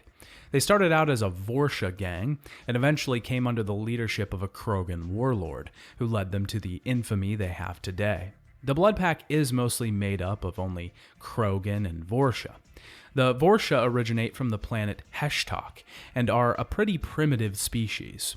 Their biology allows them limited regenerative abilities, though, as their cells will quickly travel to an affected area of the body and heal it. Heshtok is a planet that is short of resources, causing the Vorsha to be brutal and mostly still exist in clan society, fighting over what they need. Because of this, they haven't really evolved outside of the abilities they have now. As we journey through the battlements, we can sabotage a Ymir mech, changing its targeting parameters to help us in the battle later. Eventually, we bring the assault to the Archangel's place. We turn on the mercenary soldiers and make our way to the Archangel's sniper perch. He takes his helmet off after sniping a merc and reveals that it's another old friend, Garrus. Garrus and Shepard are incredibly happy to see each other, to rekindle this old friendship. Bringing older characters back in this fashion is also fantastic. It's a big reveal, and getting to see a familiar face in this sea of new unknowns is great. We already have a history with Garrus. We know his past and his story, so extending that into the second game makes everything from the first worth it. Garrus reveals that he has a past with each of the leaders of the mercenary groups, and we have to take all of them down while protecting Garrus himself. We have to defend attacks from the bridge, lock down doors underground to keep the Blood Pack from coming in, defeat every leader, and eventually take down a gunship. Before we take it out, Garrus is wounded. A rocket blasts him in the face and scars him, but with that, our old pal has joined the team. The next dossier I took on was the Professor. He was a biological weapons expert, a Solarian who may have the ability to counter the attacks by the Collector. He was currently on Omega, running a medical clinic. The slums were locked off because a plague was running rampant right now. Luckily, the plague only affected species that weren't humans and Vorsha. Unfortunately, I had Garrus and Grunt as my squad, but they were willing to go either way. Inside, we can find what the plague has been doing to people. The Blue Suns have been killing everyone that's sick, locking them in their homes and not providing them any resources. We have to fight our way through Blue Suns and Blood Pack to eventually reach the clinic and meet Dr. Morden Solus. Morden is quick talking. He barely takes time to let us speak while he deconstructs everything in front of him. We have to Paragon interrupt him just to get a word in. Morden is willing to join us, but first, he wants us to deploy the cure for the plague that is killing the people in the slums. I rescued his apprentice and defused the situation with the Batarians that had captured him. We have to fight down into the ventilation systems and defeat waves and waves of enemies before deploying the actual cure and saving the slums. Morden finally joins us on the Normandy. Morden is a pretty special get for us because he opens up the medical bay, which gives us access to the research module. Here we can upgrade weapon damage, penetration, armor, health, biotic or tech powers for the squad, mining enhancements to the ship, and even defense systems for the Normandy. There are a lot of upgrades that we can get just from talking to the crew around the ship. There's even 3 very important ones that we can get access to that upgrade the ship's cannons and shields that will really help us in the final mission against the Collectors. All of these upgrades have to be funded though, and this is where the planet mining comes into play. In Mass Effect, we could jump down to the surface of a planet, cruise around in the Mako for an hour, and possibly find a deposit or 2 of gold. Now, we don't even need to get in the Mako. The Normandy 2.0 can scan planets and find deposits of 4 different minerals, all of varying rarity, with element 0 being the most rare. Planets will be graded as rich or poor in minerals, notating how many of these resources we can actually find. We have to launch probes to the surface to grab the minerals. Probes can be bought at fuel depots where we can also buy, you guessed it, fuel. We need fuel because Mass Effect 2 has changed the space travel system greatly as well. We can actually physically move the Normandy around space rather than just selecting a planet to travel to. Traveling between systems costs fuel though, which is where the fuel stations come in. I do think this whole overall galaxy map system upgrade is pretty great. Physically traversing the system has a much better feel than just selecting a planet. It feels like we're actually in control of the Normandy, which lends further to the concept of putting you in the driver's seat of Mass Effect 2, rather than just an on-the-rails adventure that lets you choose different tracks. The one downside to this, though, is the mining. A lot of fans had an issue with this system upon release of the game, so much so that the Making of Mass Effect 2, a large article that Michael Gapper did with Games Radar a few months after the game's release, begins with this line: "The mining? Everyone hates the mining." Now, I wouldn't go so far as to say that I hate the mining. The concept overall is interesting, and the system itself isn't that bad, but by God, there are tons of planets in this game. There are so many that can be mined, and it takes a good few minutes to scour each planet for minerals to make sure you don't miss something. There are 196 planets overall in Mass Effect 2. Not all of those are scannable, mind you, but most of them are. There are a few things that resources are important for, but mainly they're used for upgrades. To get every upgrade in the game, you have to mine quite a bit. I spent multiple hours across both of my playthroughs just mining for resources. On top of that, the amount of resources that you have in Mass Effect 2 will actually affect certain things in Mass Effect 3, so it's important to stockpile a lot. It's very tedious, it takes quite a bit of time, but the system and concept aren't that bad in my opinion. It was a good idea and was a much better alternative to scouring planets in the first Mass Effect game. They just needed to tone it down with how much actual mining you needed to do, because after the 100th planet, it starts to get a little boring. Now it was time to head for another dossier, the Convict. The Convict's name is Jack, and is particularly known for their biotic ability, possibly the strongest human biotic ever. Jack is being held on the Purgatory ship. When we arrive, we find out that prisoners are bought and sold here. They're tortured to a ridiculous extent, and they aren't treated the best. The guards led us to Jack, but they stabbed us in the back, wanting to take me in as a prisoner. I fought my way through and eventually freed Jack, but she went rogue and blasted through multiple mechs before we could get to her. I had to fight through tons of Blue Suns and eventually take down the Warden by disabling his shields. Jack agreed to join us, but she wasn't happy about having to deal with Cerberus, as they apparently wronged her in the past. Regardless, she decides to join the mission and heads aboard the Normandy. So, I know I talked a lot about the structure of Mass Effect 2, and I was mostly right. We spend most of our time in the game seeking out new crewmates to join us on our mission to stop the Collectors. Every few crewmates we gather, though, will be interrupted with a story mission. Our freedom will be stopped for a brief moment while we go off and handle something. In the beginning of the game, the requirements to start this mission are pretty simple. We just have to complete all 4 of our dossiers that we have available, and this mission will pop up. This gets a little more complicated as the game progresses, but for now, we've triggered the Horizon mission. A Terminus Systems colony called Horizon is being attacked, and we're tasked with helping them out. They've gone dark, and to make things even more complicated, Ashley Williams is there. She's been doing outreach as a part of the Alliance program to make good with people of the Terminus Systems. We quickly see what's happened to the colony. They were attacked by Seeker swarms that immobilized them, and now the Collectors are moving in. Fighting through the Collectors, which unfortunately don't drop thermal clips, because they're aliens and all, we meet Harbinger. This is the big bad of the Collectors, the one that controls them all. He will take control of enemies that we face and become a super-powered version of a basic enemy. We can take him down, but we have to make sure that we take out the other grunts, otherwise his consciousness will just transfer over to them. We also encounter husks on Horizon, but a powered-up version of them. This proves something important, though, that the Reapers and the Collectors are working together. We eventually get the ability to activate the AA systems on Horizon and fend off against a massive enemy called a Praetorian. Stopping the Collectors frees the colonists that were frozen. We're congratulated by Ashley, the one we saved on Veermeyer. I tried to get her to join the crew, but she refused. She hated the fact that I was working with Cerberus. It didn't matter that we were trying to do good and continue the mission that we started years ago. She couldn't see past the organization. We left on bad terms. After completing the mission on Horizon, we get access to a bunch of new dossiers. The most interesting one to me was Tali. She was on a mission to the planet Haestrom. It used to be a Quarian colony, but was attacked by the Geth. To make matters worse, the sun has burned through the planet's atmosphere.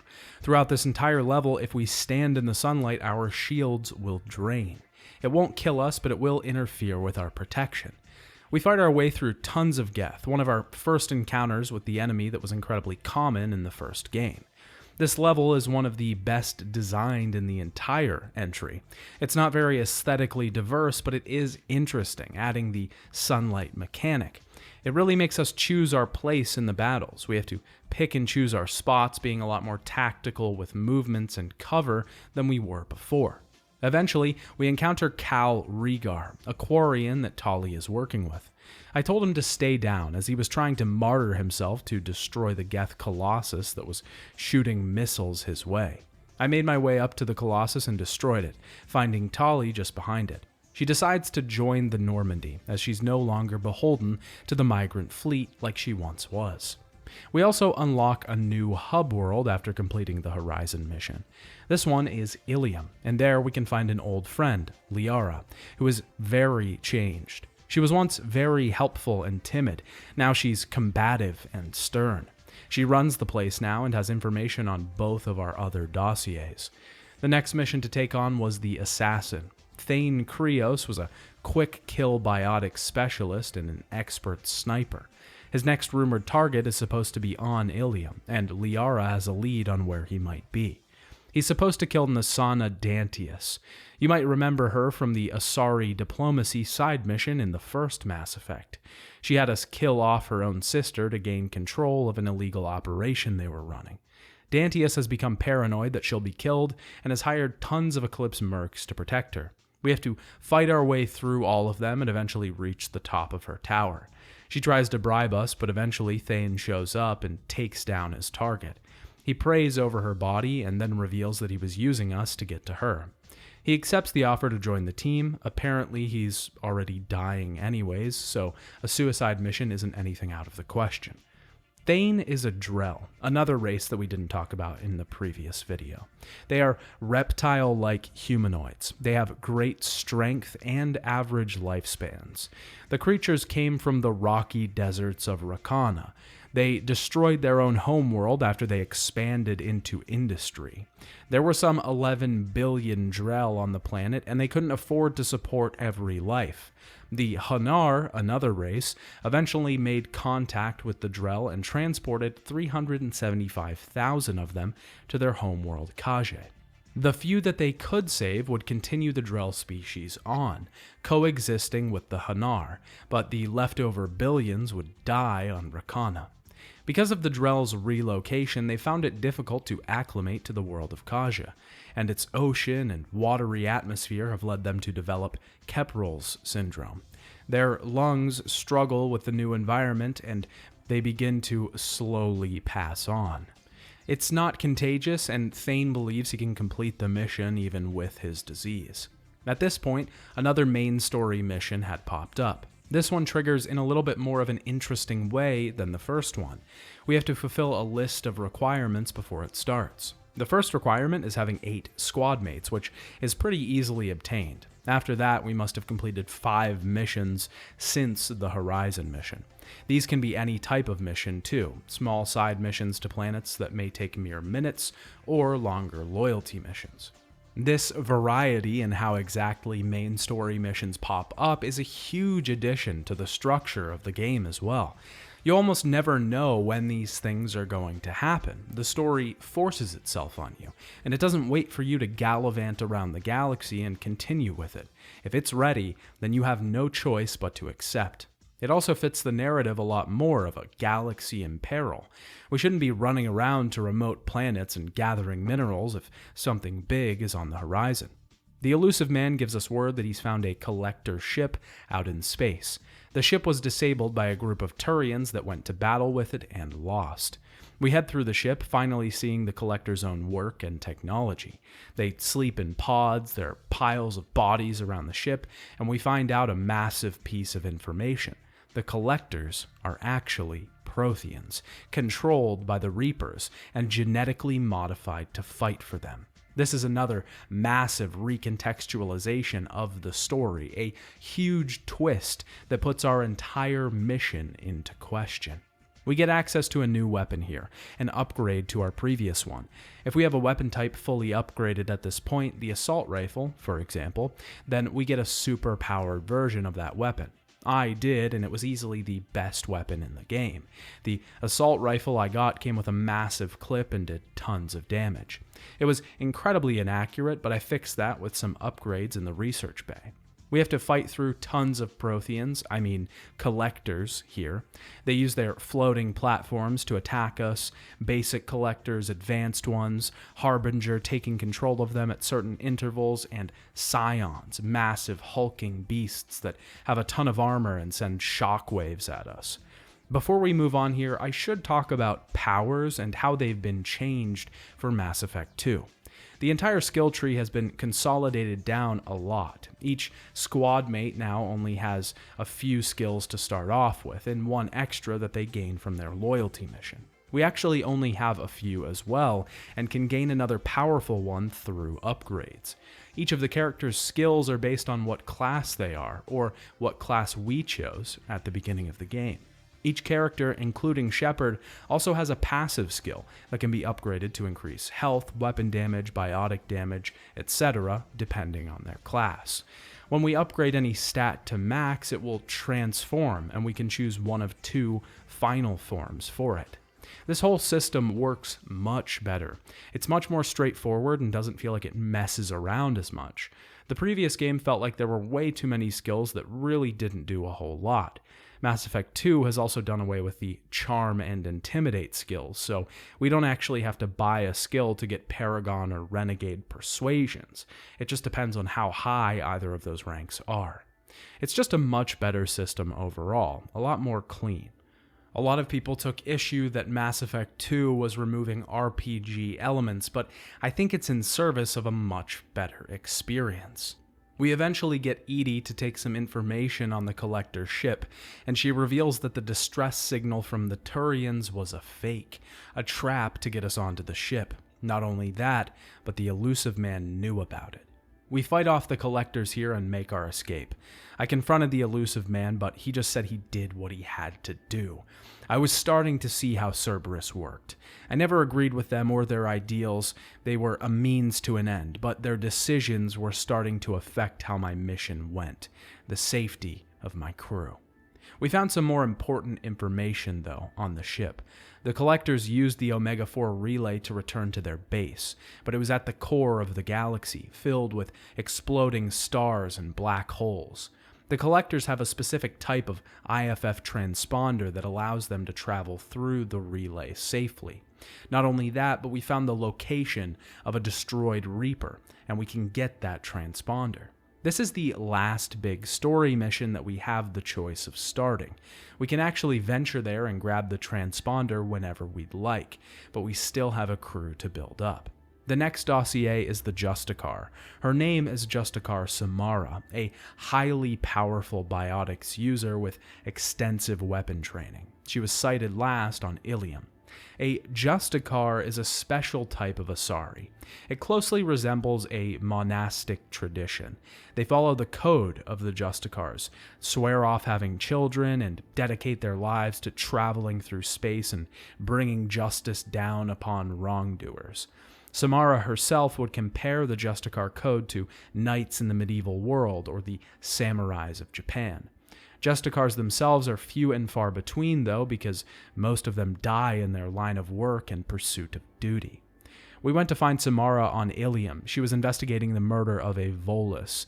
The police let us through, and we find Samara rather quickly, interrogating a soldier. She's been looking for someone for quite some time, and she'll only join our crew if we help her find them. The Asari police take her in, and according to the code of the Justicar, she'll have to kill them all in a day if she isn't let go. We have to find the name of the ship that her target left on, and we have to fight through many mercs, a gunship, and eventually Captain Wasea. We find the name of the ship, and Samara decides to join our crew. There is one more squad mate that we can get before the end of the game, but this actually happens during the mission to get the IFF. There's also some weird hidden requirements that we have to make before the final mission starts, so we want to get every crew member loyal before we do that, otherwise we'll be running into problems.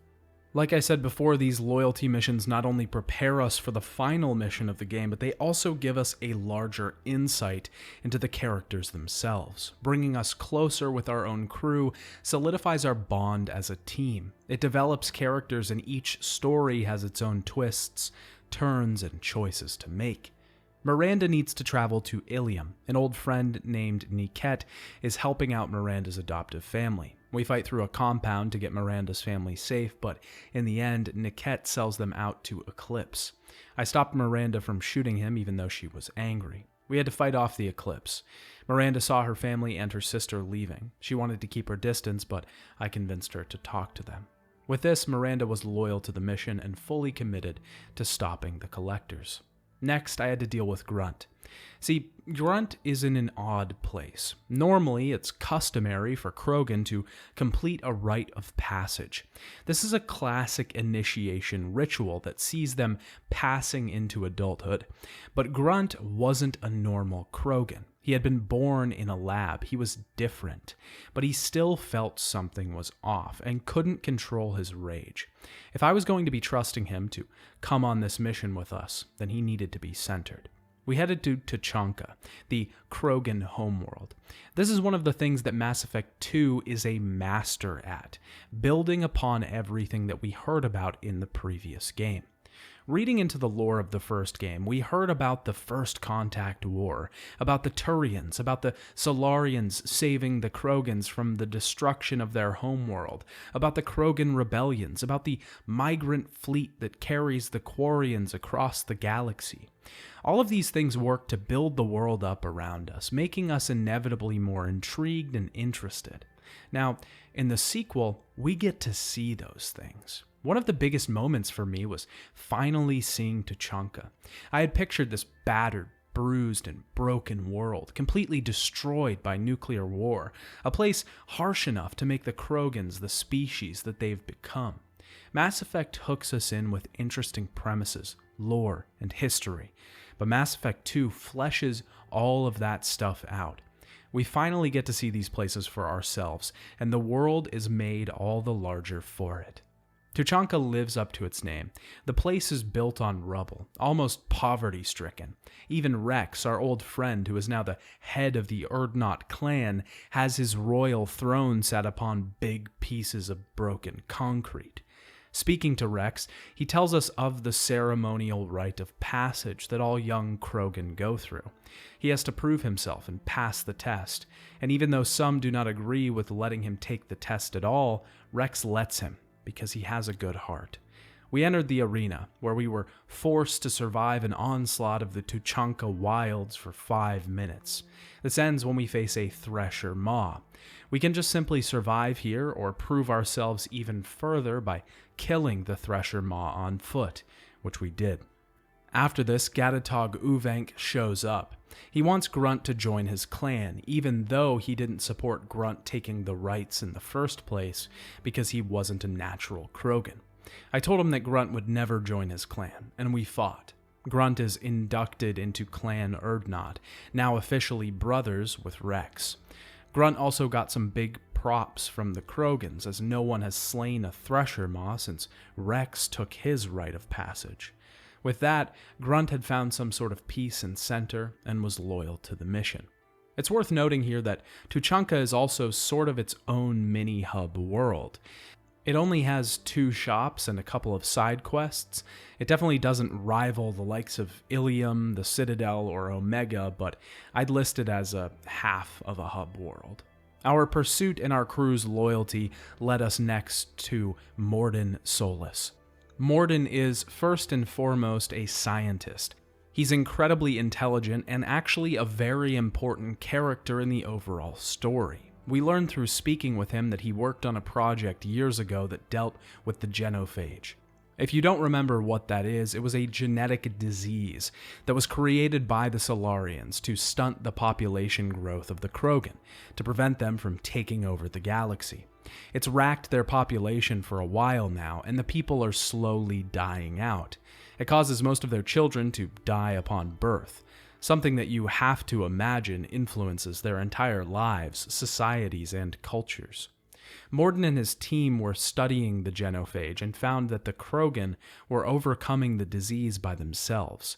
Mordin and the team wanted to develop a new genophage that would limit the reproductive capabilities of Krogan to keep them at sustainable levels.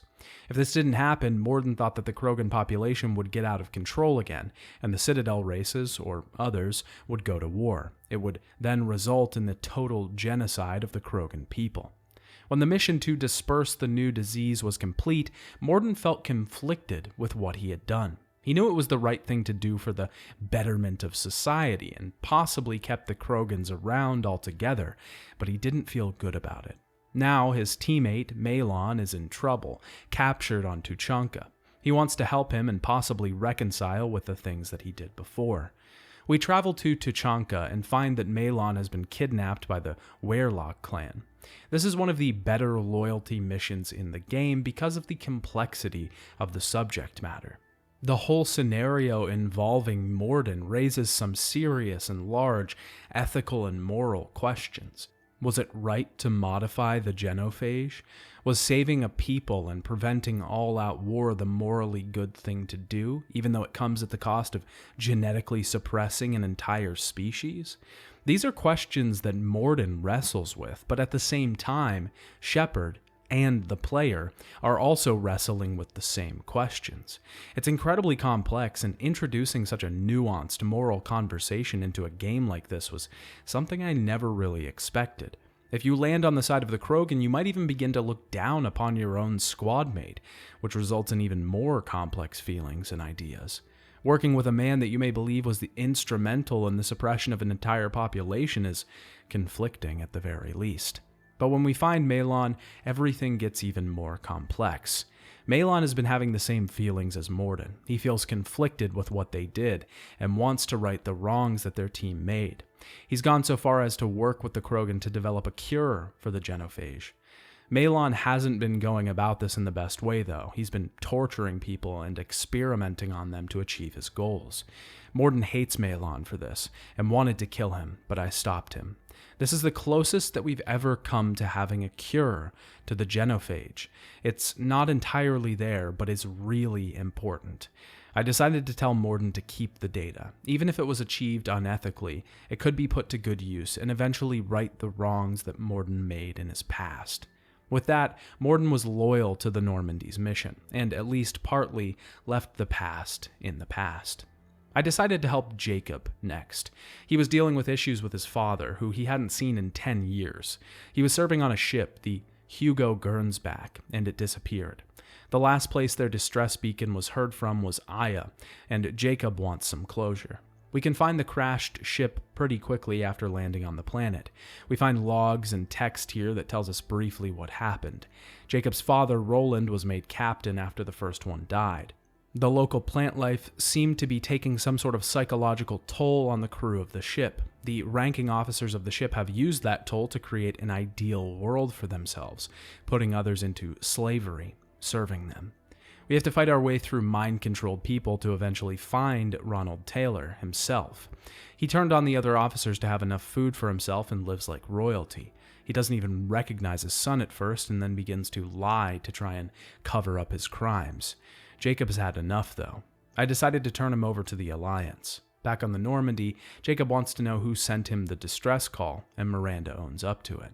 With that, Jacob is officially loyal to the mission to stop the Collectors, an official part of the crew.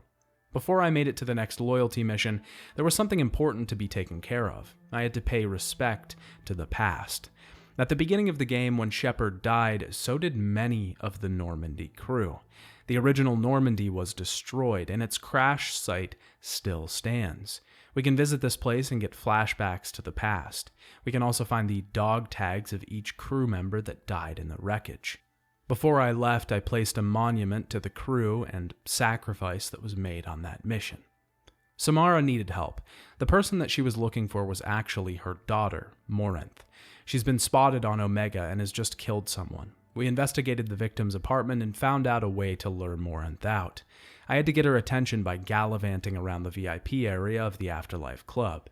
Here, there's 6 tasks that we can complete. Certain ones are only available to Renegade and others to Paragon. These can involve protecting a girl who's being harassed or dancing with someone on the dance floor. Eventually, Morinth took an interest in me and I wooed her with my knowledge of art and music. Eventually, she invited me up to her apartment. Here, we have to pass a ton of persuasion checks to not be mind-controlled by Morinth. Eventually, Samara breaks in and the two enter a magic wizard biotic wand duel. We choose who the winner is, either Samara or Morinth. I chose Samara. She was already a part of my crew and wasn't the one running around killing people. Morinth was killed and Samara got the closure that she needed. She was now fully loyal to the mission. The next crew member that needed help was Jack. Jack was originally abducted as a child on Eden Prime. She was eventually taken to the Telton facility on Praja. Jack was the core of a project to create biotic freaks, superhuman, incredibly powerful children. She wants to return to the facility to destroy it, getting the closure for the trauma and abuse that she suffered in the past. Throughout the facility, Jack slowly reveals everything about her childhood. We find bloodstains on the walls, logs from the facility, and eventually fight some Blood Pack members. The facility itself was actually an outfit of Cerberus, which was why Jack was so mistrusting of them in the first place. Inside the facility, we find Aresh, another child that was experimented on. He wants to rebuild the facility and do it right this time. I told Jack to let him go, even though she wanted to channel her rage and kill him. I walked around the room with her as she relived her childhood memories of being in this room, trying to escape, and eventually getting away. She plants the bomb and blows the place sky high as we fly away, leaving it in the past. She's now officially loyal to the crew and the mission. There's a little bit of a complication here, though. Jack and Miranda don't exactly get along, and after we've completed their loyalty missions, we find them fighting on board the ship. This is a super important moment because we have to pick which one to side with. If we side with Jack, we potentially lose Miranda's loyalty and vice versa. I did lie a little bit because we don't exactly have to choose a side. If we have enough Paragon or Renegade points, we can actually convince both of them to calm down and settle their differences, which keeps both of their loyalties.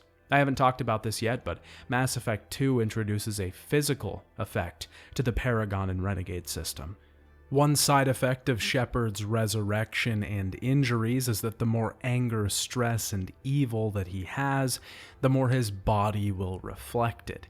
Cracks will begin to form on his face, showing his rage. In-game, this translates to more Renegade points, more cracks on the face.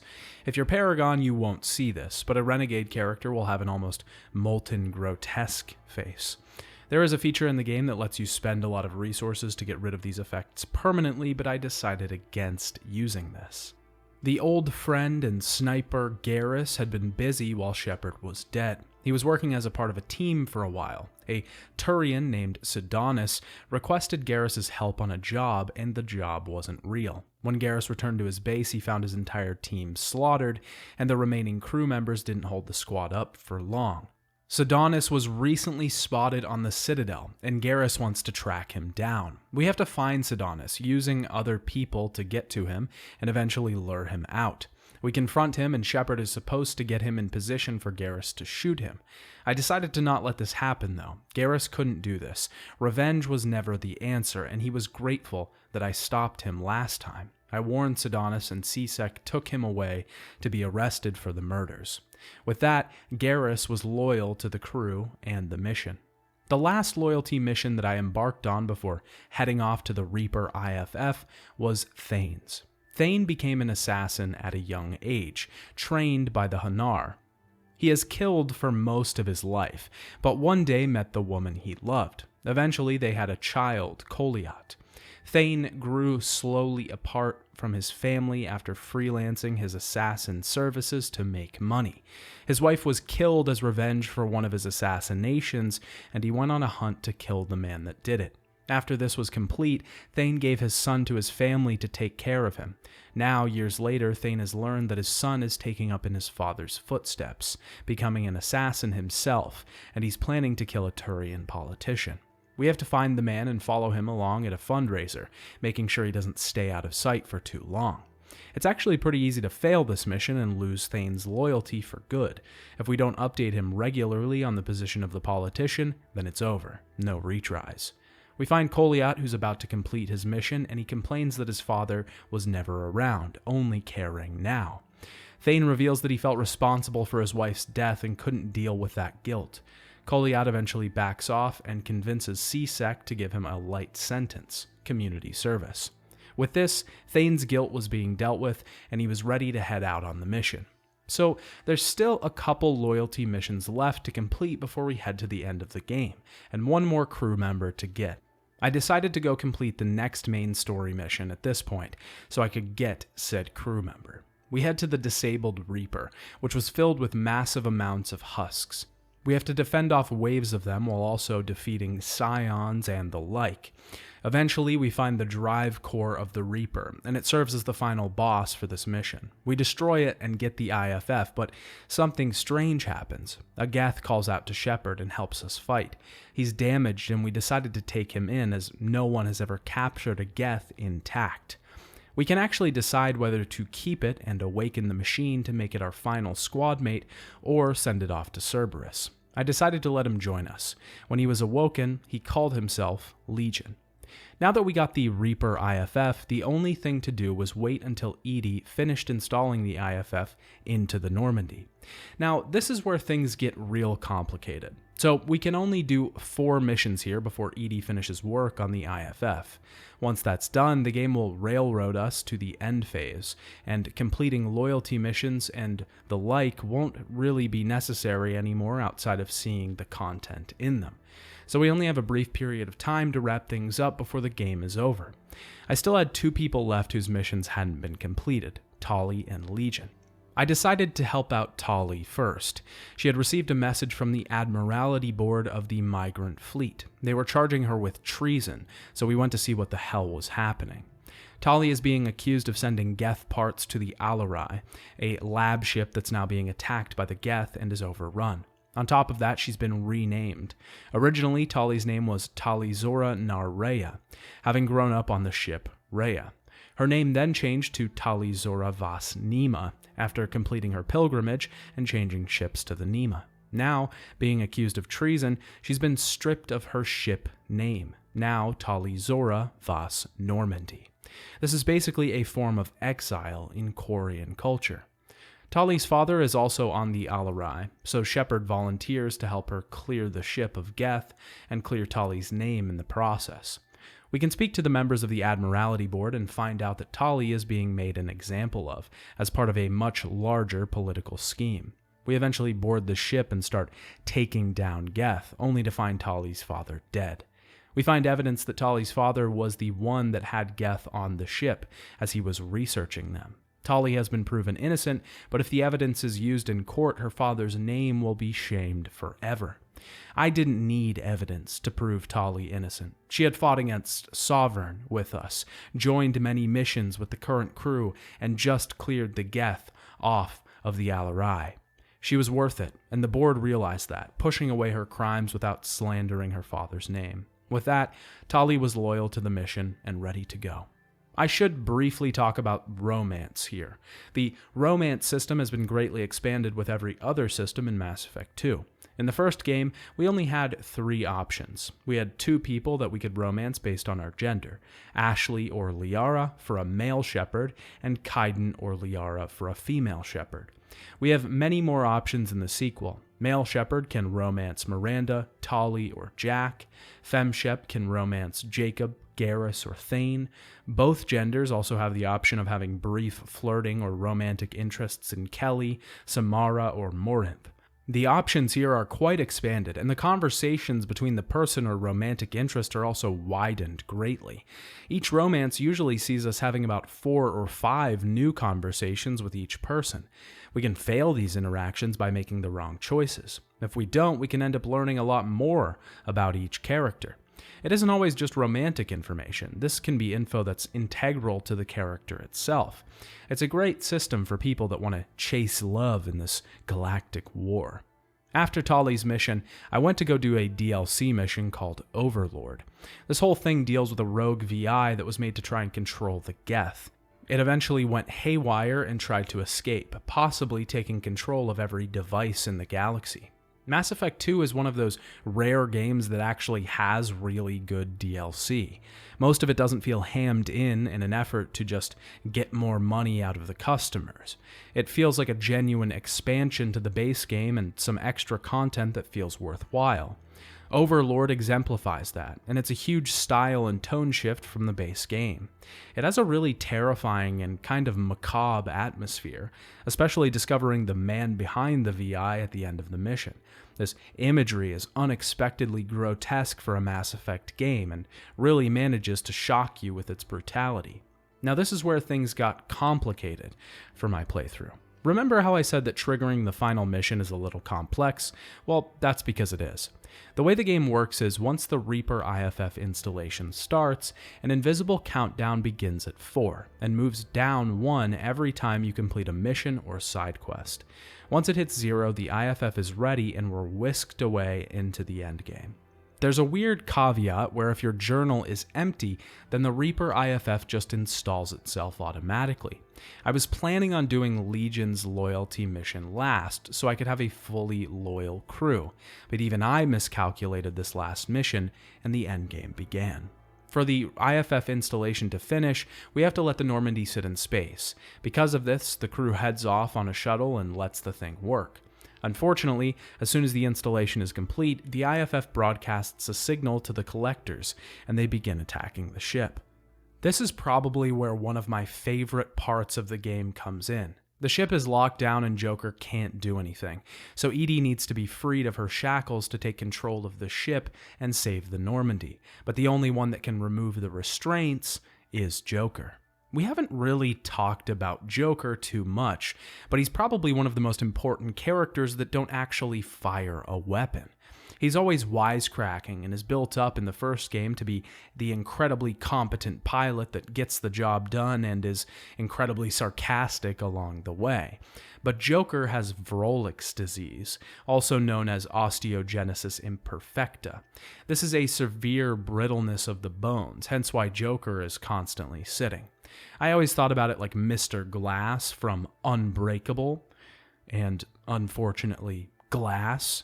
Joker has saved the galaxy before, sure.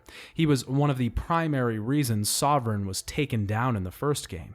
You're always free to talk to him in either game, but he still exists in kind of the background. He doesn't actually travel planetside, he doesn't fight, he doesn't shoot, but this short mission makes him the star of the show. We actually get to play Joker as he limps around the ship, watching the collectors kill or drag off the rest of the crew. He makes his way through the decks to eventually unshackle Edie and give her control. It's an incredible moment and completely cements Joker's character as a pivotal part of this series.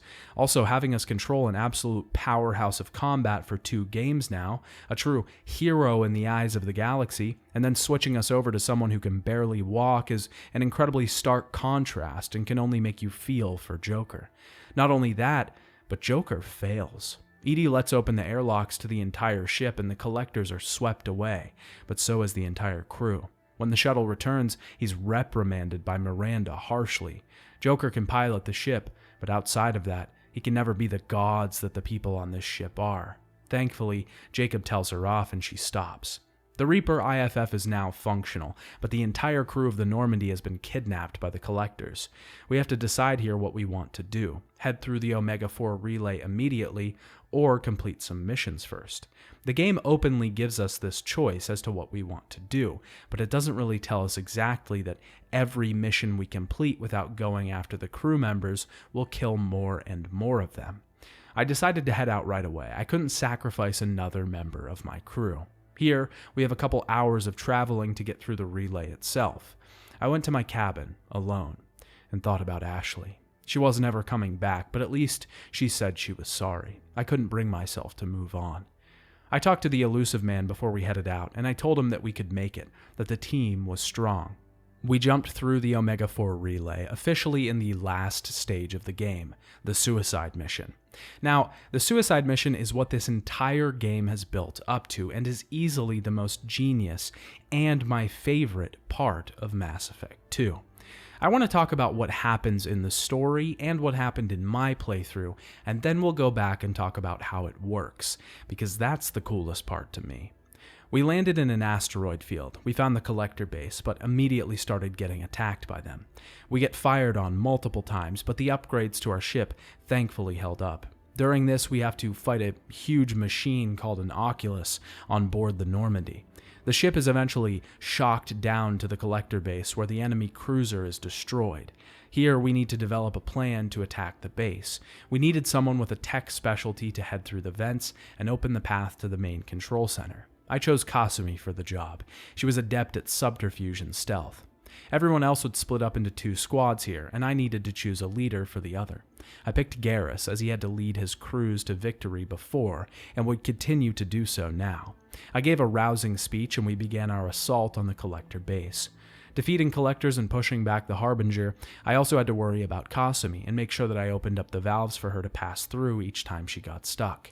We made our way through successfully, and Garrus's team and Kasumi herself survived. We found the rest of the crew that was captured. Dr. Chakwa said that the captured humans were being churned up and the resulting sludge was being piped through the base. We decided to follow the pipes, but there were swarms of seekers along the way, too many for us to fend off against. We needed someone with strong biotics to make sure they didn't touch us. That was Jack.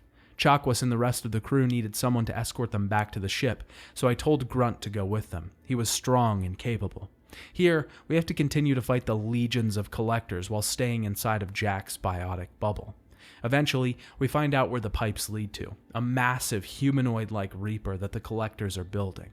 We have to decide here whether we want to destroy the entire base, the human Reaper with it, or set a bomb that will kill all life forms aboard and let Cerberus take the technology. I decided to blow the place up. This tech could not end up in the wrong hands, or it would be a disaster, and the wrong hands may have been Cerberus themselves. The Reaper ended up awakening, and I had to fight it. There's 2 phases to the battle with this thing. In the first, we just fend off Collectors while we shoot at pods holding the Reaper in place.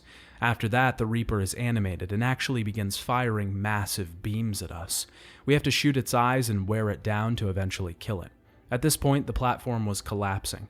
I had Zaid and Garrus with me, and all of us tumbled off. When I woke up, they were both alive and we made a run for it, heading back to the Normandy. Unfortunately, the defense crew on the ground had some casualties, Legion and Morden.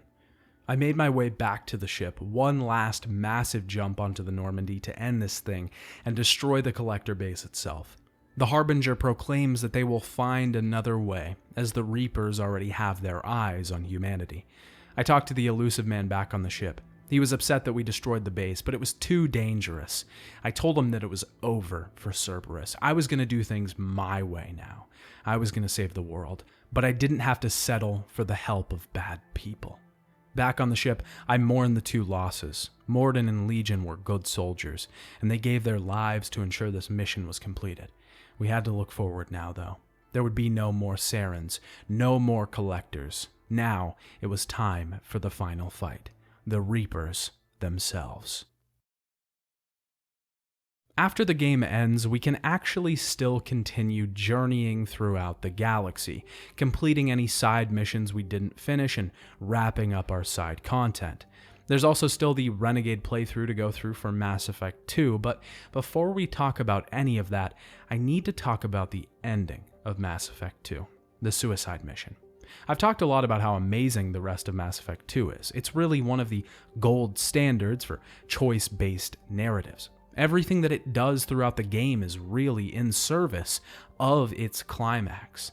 Its best upgrade is the structure itself. We talked about this before with the building a team narrative and focusing on characters a lot more, but the genius of that structure can really only be seen once you inspect the final mission itself. We need to know what we're building up to, and what the consequences are to see how this all shakes out. At the beginning of the mission, the Normandy passes through a debris field. And there are 3 things that the game checks for here. There are 3 separate ship upgrades that we talked about earlier. If we didn't upgrade the ship's armor, the Collector beam will just kill Jack inside the ship. If we didn't upgrade the shields, the drive core is overloaded and 1 person on the ship is killed in a specific order. Kasumi, then Legion, Tali, Thane, Garrus, Zaid, Grunt, or Samara, whoever is alive and on our crew first. The final check is whether we upgraded the Normandy's cannons. If we didn't, then another crew member will be taken out in a similar pecking order. Luckily, in our playthrough, we purchased all of these upgrades and no one had to die, but you can potentially lose 3 crewmates by neglecting these right off the bat. During the vent part of the mission, the choices come into play. We have to choose a vent specialist and a squad leader. Either of these choices have to be loyal crew members. If they aren't, they die during the mission and we lose them forever. The vent specialist, in our case, Kasumi, can also die if we don't open the vents in time. During the Seeker Swarm part of the mission, similar rules apply.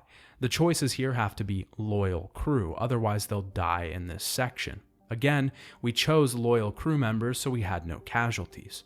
The final part of the mission is the most important. We have to pick our squad to fight the last battle. This is where things get hairy, because we have to make sure that we pick 2 loyal squad mates, otherwise they'll die after the fight with the Human Reaper. The only issue with this is there's a calculation done on the remaining crew that are holding the advance on another part of the base. If this crew isn't strong enough physically to pass the check, the game will kill off a certain number of them, which is what happened in my playthrough. I sent Grunt back to the ship with the escort, so he wasn't available, and I took Zaid and Garrus to fight the Human Reaper with me. Therefore, the rest of the crew weren't as strong and had 1 crew member that wasn't loyal, Legion. Therefore, 2 of them were killed. The variables to this mission are actually kind of insane if you think about it. The outcomes depend on how many people you actually recruit throughout the game. Certain characters like Grunt and Legion you can decide not to recruit at all. Even the DLC characters don't have to be recruited. The loyalty is also a huge factor, which can mostly be skipped entirely. It wouldn't be very difficult to breeze through the game and end up with an entire dead team. This is where we get to our last variable: Shepard's jump into the Normandy. If Shepard ends up with 2 or less crew, he dies from this jump. And this isn't a game over screen type of death or a beginning of Mass Effect 2 type of death. This is a permanent death, the definitive bad ending. In this case, you won't even be able to import your save into the next game, because Shepard is canonically dead in that file, leaving you no one to play in the 3rd entry. The sheer amount of outcomes and variables in this mission exemplify prime narrative-based storytelling. This is how it should be. Most of the outcomes in Mass Effect 2 rely not necessarily on actual choices made throughout the game. They aren't the words that you say to other people, they're the things you do or neglect to do. An unsuspecting player could begin this game and journey through its story, entirely neglecting most of the loyalty missions because they might just think that they give you extra powers or story content. But when they get to the end of the game, they're hit with a massive wave of regret as all of their characters begin dying off in spectacular fashion. These characters don't come back either. They will not be around to see Mass Effect 3. Their deaths are permanent, and that effect that this has on the world and the story of the mission is huge. It's a drastic difference when comparing a successful mission to an unsuccessful one. It's comparing a massive triumph to an utter failure, attempting and barely succeeding to save the galaxy. The genius of this final mission is only furthered by all of the things we talked about before, especially when taking into account the loyalty missions. I was invested in Mordin. I spent special time talking about his story because he felt like a special character. He was complex, troubled, and his issues were nuanced and incredibly deep.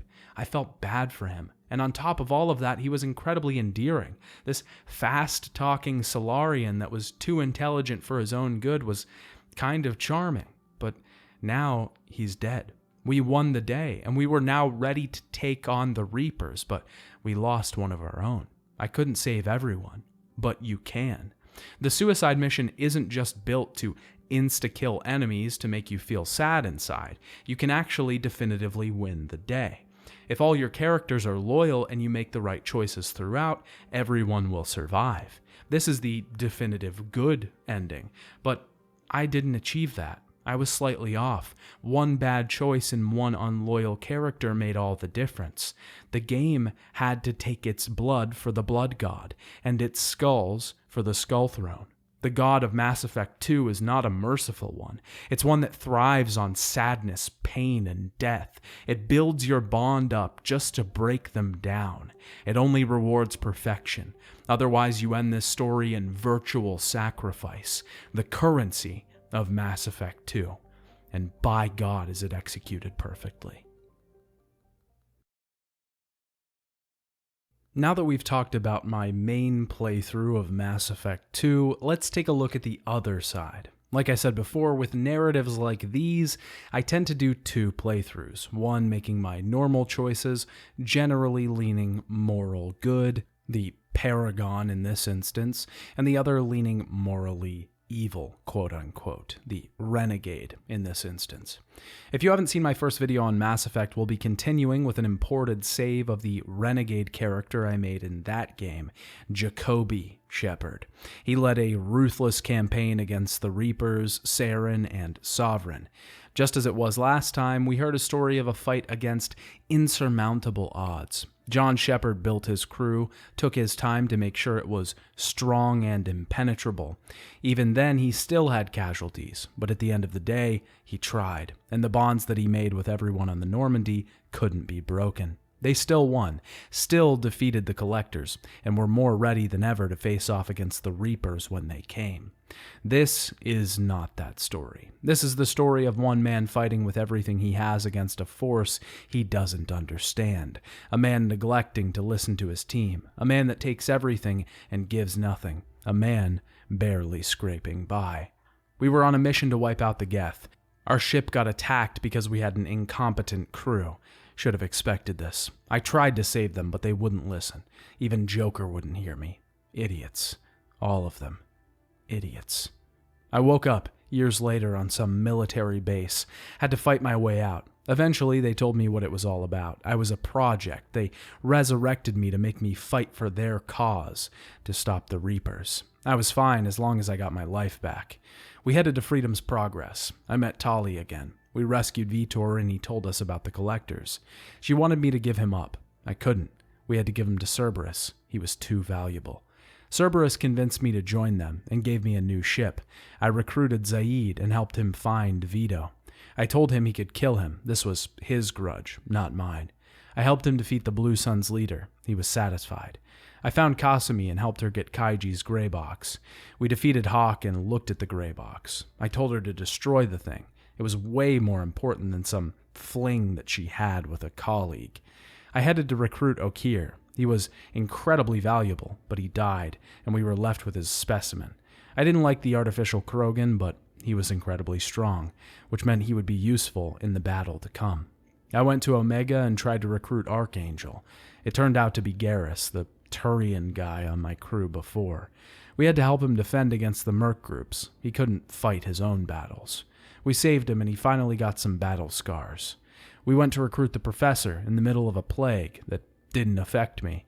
Some Batarian was whining about humans and I let him die. The Professor wanted me to do his dirty work, so I did. I rescued his friend and killed the men that captured him. He didn't like that. I rescued Jack from her prison. She was ungrateful, but there was something there. I couldn't see it yet. I went to Horizon and fended off the Collector attack. Kaiden was there. He hated the fact that I was working with Cerberus. He didn't understand. He didn't get the amount of power that they had, or how hard it was to get things done in this world. I found Tali again on a planet that was being destroyed. I rescued her with the help of Valerie Gar, a soldier that couldn't do his job properly. I had to convince her to come aboard, but I told her the Quarians owed me, because they did. I talked to Anderson and Udina. They wouldn't stop worrying about Cerberus. I thought they would be better than the Council, but they were just as inquisitive, just as roadblocky. I went off to find the assassin. Some soldier got in my way and I pushed him out of a window. Thane was using me. I needed him for my crew because he was powerful, but this wasn't something I would soon forget. I started talking to Jack. She was interesting, but guarded. She felt like the only person I could be myself around, if only for a brief moment. She would quickly close, but for that period, before she did, I felt whole. I helped Jack get rid of her past. I told her to kill her childhood friend. He wasn't worth it. She wanted to look around the complex, but I knew it wouldn't be good for her, and we didn't have time. I met Samara and got her to join my crew. I continued talking to Jack, but she wasn't ready to be honest just yet. I helped Miranda reconcile with her family, but I told her to keep her distance. We found the Collector ship and got the information on the IFF. I continued talking to Jack, and I made my feelings clear to her, but she needed time to think. She didn't want to talk to me anymore. I helped Samara draw out her daughter. We cornered her in her apartment, but when the two went to battle, I saved Morinth. She was the stronger, biotic. This mission wasn't about retrieving the companions that I liked the most. It was about getting soldiers that were strong and capable of defending against the Collectors. We collected the IFF from the disabled Reaper. I helped Grunt with his rite of passage. He was a strong warrior, and those deserved to be prioritized on this mission. We needed the strongest of people if we were going to succeed. I killed Rex before, though, and the Krogans weren't too happy about that. They let Grunt go through with the rite regardless. Our crew was captured, and we made our way to the Collector base. Jack made her feelings clear to me before we went on our final mission. Finally, someone I could feel open with, someone I didn't have to be stern about, someone I didn't have to control or order. This was right. We headed through the relay and the Collectors attacked our ship. Jack was dead. That feeling was gone immediately. I remembered quickly why I didn't try at these things. We headed out to get our crew back. Kasumi headed the ventilation squad and Miranda headed the alternate squad. We found the crew and rescued them. Morinth protected us from the Seekers with her strong biotics, and Miranda led the alternative squad. I had Kasumi escort the crew back to the ship. They couldn't protect themselves, they were just engineers. I chose Grunt and Zaid to come with me on my final assault against the Collectors. I let Cerberus take the tech. They could do something with it, and we needed every advantage in this battle against the Reapers. After the battle, Grunt and Zaid survived the fall. We had many casualties in the battle on the ground, though. Morden, Tolly, Thane, and Jack all died. I survived, though, so the mission was a success. I was too valuable. Everyone knew it, but I was the only one to say it. I was a hero, a symbol. I couldn't be killed or the galaxy would never be able to take down the Reapers. It just wasn't possible without me. The Elusive Man had used us the entire time. They needed to know their place, though. If they didn't use that tech right, I would be there. We had many casualties in the war against the Collectors, but they were gone. Unfortunately, we now had to worry about the Reapers, and I would be the one to take them down. Mass Effect 2 is an incredible game, and is a powerhouse of choice-based storytelling. On top of that, it's a huge upgrade in literally every single regard. Everything here works much better. The dialogue options, the morality system, the story structure, the final mission, side missions, characters, combat, skill systems, the Normandy, the galaxy traversal, the story itself, the lore. Every single thing here has been made better. This game is a masterclass in how to do a sequel better than the first. The morality system works much better in this entry because the choices that you make directly affect what options you can pick in dialogue. We can generally pass higher persuasion checks if we act closer to our morality. The combat is greatly improved and presents much more of a challenge than the first game. Mass Effect 2 isn't exactly difficult by any means, but it definitely feels more like a battle than the first. It also feels like each character has their own specialty, rather than being able to build any character however we want. More freedom might feel better in a traditional RPG, but a game with a pretty rigid world and story structure is served much better with characters that are more in line with that world. This makes each character also reflect their past, upbringing, or species. This creates another level of immersion that keeps us grounded in the world of Mass Effect, which is one of the most important tasks that the developers have. The DLC is also fantastic in this entry, and rather than just being a cash grab, it ends up being an expansion of the base narrative. It adds interest, context, lore, and new stories to tell. The Shadow Broker DLC adds information to every one of the characters in the game. After a very interesting boss fight with the Shadow Broker himself, we can actually look at his dossiers on all of our party members. Each mission pack feels like it adds a whole new story rather than just one extra mission for $10. This isn't even mentioning the 2 extra characters that the game adds. Zaid himself was one of my most picked squad members throughout both playthroughs because he was just that good. Their stories alone are also fantastic, and Kasumi's heist mission was one of my favorite loyalty missions in the game. The drastic change in story structure is one of the best things that this game does. Putting the focus on the team itself is integral. Each character gets the spotlight in this game. Every person has their moment. They each get a recruitment mission, which establishes their character and who they are. They're allowed a moment to board the ship and settle in. We can have conversations with them and eventually uncover who they really are, what their fears are, their regrets, their guilt, and then we realize how we can help them. Doing this not only gains their loyalty, which helps us in the game, but it lets us learn more about the character themselves.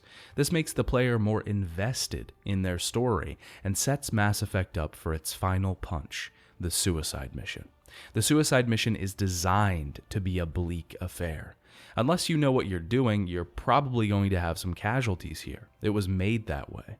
Of course, you can have a perfect playthrough, but the fans playing this game fresh in 2010 weren't aware of what was to come. I'm sure some of you are saying that completionists would have just done every mission and inevitably gotten a perfect game, but that's not necessarily true. There are multiple ways that you can lose loyalty in the middle of certain missions. Failing Thane's tailing section, siding against Zaid and missing the persuasion check. Just because you do the mission doesn't mean you're guaranteed loyalty. This whole mission ends up being a trap for first-time players to be forced to suffer a loss. This is why I say that Mass Effect 2 takes its virtual sacrifices seriously. This game wants you to fail upon first playthrough. Not only because it wants you to learn its systems and try again, but because it wants to have an effect. Mass Effect 2 wants you to realize what's at stake. If everyone lives on your first playthrough, you're doing it wrong. You've felt no consequences and you've suffered no losses. You haven't realized what a harsh world you're existing in. All of this isn't to say that it's impossible to get everyone to live in Mass Effect 2. It's very easy to do if you follow a thorough guide, but with a natural playthrough, if you're trying to find a good feel for the world, sacrifices must be made. Mass Effect 2 is a vicious god that wants its blood. It wants to elicit emotion. That's integral to telling its story.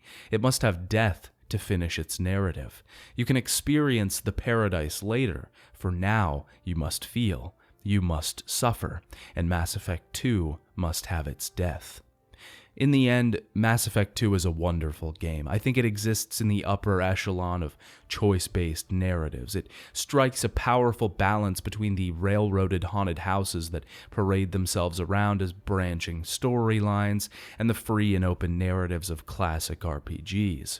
It's a wonderful experience that doesn't even really hinge itself on the previous game or require you to play it. You'll be doing yourself a disservice by not visiting that entry, but it's not required reading. The game is must-play on my list and really shakes up storytelling and narrative like a lot of games weren't at the time.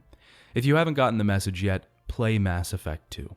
It's a fantastic adventure, and the game requires your sacrifice to live. Mass Effect 2 was received to massive critical acclaim. Most reviewers praised the change in tone and the actual pressure that Mass Effect put on you to make choices. The Xbox 360 version still holds a 96 on Metacritic. Mass Effect won numerous Game of the Year awards from multiple different shows. The game has been listed in many different rankings as one of the greatest video games of all time. In 2011, it was placed in the Smithsonian Museum Art of Video Games exhibit. Mass Effect 2 sold 2 million copies in the first 2 weeks of release. Most projections put it outselling the first game by quite a lot. With the insane reception and the great financial success of the second game in the series, it looked like BioWare was finally going to be able to finish the trilogy that they had planned all along. All that was left was to release the third game in the series. Just like the second entry in the series, Mass Effect 3 began development before the previous game was released. Because the consoles that the third game was being developed for were at the end of their generations, the team didn't focus much on the tech this time. They spent more time trying to optimize the gameplay and tell a story. They once again took feedback from fans to develop the game, using this information to adjust the gameplay and design. Since fans weren't happy with the role-playing systems being removed for Mass Effect 2, the team tried to add more customization options for Mass Effect 3. Casey Hudson, the returning director of the Mass Effect series, wanted to make large improvements to the combat. The team focused on enemy animations and shaking up the battles to make them less telegraphed. Mass Effect 3 had over 40,000 lines of dialogue compared to the first game's 20,000. The lead writer on the third game was changed from Drew Karpyshyn to Mac Walters. Walters had co-led the writing on Mass Effect 2, so he was familiar with the series. Karpyshyn left Mass Effect to work on Star Wars: The Old Republic. Oops. The game's narrative was collaboratively worked on by a team, with each writer focusing on a particular character or story arc. The ending of the story was something that the team worked on for quite a while. It took them time to settle on an ending for the series. They had many original plans that were cut, including endings that saw Shepard modified by Reaper tech and confronted by the Viermeyer survivor, the Elusive Man being transformed by Reaper tech and becoming the final boss of the game, and the Reapers trying to stop organics from using dark energy as it was bringing about the end of the universe. The game itself was supposed to take under 2 years to complete. The original release date was set for the fourth quarter of 2011, but eventually had to be moved to the first quarter of 2012. Mass Effect 3 released on Windows, PlayStation 3, and Xbox 360 on March 6, 2012. A few notes before we get into things. As I've said in my previous 2 Mass Effect videos, I decided to play the Legendary Edition of all the Mass Effect games for these reviews. This was a remastering of the entire trilogy that mostly upgraded the games visually and tried to make them more cohesive. As a trilogy, and a series that puts choices at the forefront, having all 3 games feel pretty similar works a little bit better. The first game had quite a few changes, but by the time we get to the end of the series, that isn't the case. The visual updates for the third game are minimal and barely noticeable. The gameplay changes are mostly focused around removing the multiplayer components so that it doesn't have an effect on the single-player part of the game. The other note that I have is about the structure of this review. If you've seen any of my other videos, you'll know that I structure my reviews around the games themselves. I try to tailor each review to the game that I'm talking about. Mass Effect is a choice-based narrative. Your choices are supposed to affect the game around you and the story that it tells. Because of that, I'll first talk about Mass Effect 3, its story, its gameplay, viewing all these things through the lens of my main playthrough, the Paragon one. This is the playthrough where I generally try to choose the Paragon options or the morally good ones. At the end of the video, we'll go back and talk about my Renegade playthrough, where I try to make the morally bad options and make a stark contrast to see if the game is really that different. When we start Mass Effect 3, we are, for one final time, allowed to import our character. I imported my character from Mass Effect 2. This time we're given a nifty little list of choices that we made in the previous games. One that sort of spoils what choices we've made that are going to have an effect on this game. It's kind of like watching a previously on section of a new episode of TV, and you see a scene with a character from like 2 seasons ago, and all of a sudden you realize exactly what's going to happen. I kept the same appearance from the previous entries, and I stayed a soldier class. Now, before we actually get into the story of Mass Effect 3, we actually need to talk about a Mass Effect 2 DLC really quick. I didn't talk about this DLC in my last video because the story kind of leads right into Mass Effect 3. I figured I would just quickly talk about it at the beginning of this one. This DLC is called Arrival, and sees Shepard getting a message from Admiral Hackett. I played this DLC after my playthrough of Mass Effect 2, mostly because I see it as sort of an epilogue to the main story. Hackett's friend, Dr. Kenson, has been captured by some Batarians while researching Reaper artifacts. We save her and she tells us she's part of a team called The Project. They found a Reaper artifact called Object Rho. It behaved similarly to the artifact we found in the first game, giving them visions of a Reaper invasion. We find out that the Alpha Relay is critical to that invasion, because they can travel to the relay from any point in the galaxy. Kenson reveals their plan to place thrusters on the base and crash it into the Alpha Relay, destroying it and delaying the Reaper invasion for a bit. The only problem is, the destruction of the relay would cause the 300,000 Batarian colonists in the system to be killed. We found out that the researchers have been indoctrinated by the Reaper artifact. They are now trying to stop the destruction of the relay, and Shepard is captured with only a short period of time before the Reapers arrive. At the end, before Shepard leaves the asteroid to let it destroy the relay, he's confronted with Harbinger, a Reaper itself. He tells Shepard that humans fighting back is futile, that they will still arrive. Shepard gets off the asteroid and it destroys the Alpha relay. Hackett calls and demands an explanation as 300,000 Batarians are now dead and the species are now ready for war. Shepard explains that there was no other way, and Hackett tells him he'll be investigated back on Earth. When we start Mass Effect 3, the Reaper invasion is happening. Hackett and Anderson are picking up signals that they're here, that Shepard was right. We're finally on Earth, and Shepard is no longer commander of the Normandy. James Vega, an Alliance lieutenant, is taking Shepard before the committee to talk about what happened with the Alpha relay. To put this into perspective, Shepard, who to the Council and most of the public seems like a crazy person, a hero, but someone that believes the Reapers are coming to destroy the galaxy. He's been crying wolf for a while and nobody believes him. Then, in service of stopping that invasion, he killed 300,000 people. At this point, Shepard would seem to be some sort of crazed fanatic, and of course he'd be stripped of his title.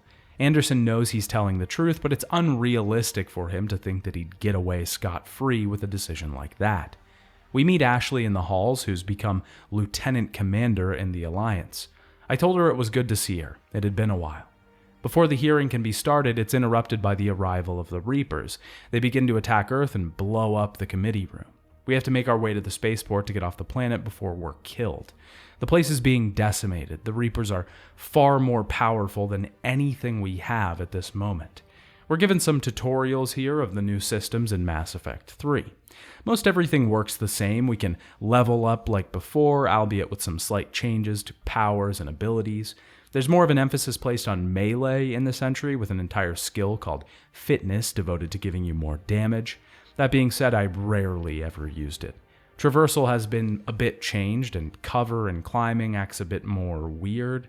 Mass Effect 3 was definitely going for a more traversal-based movement system, except that they kept the old system they had and just kind of added on to it. When we run at a piece of cover, we'll duck behind it. This makes running through any hallway really annoying because often we'll get stuck on walls along the way. The whole movement system just feels really awkward and janky, how the camera snaps as you start to run.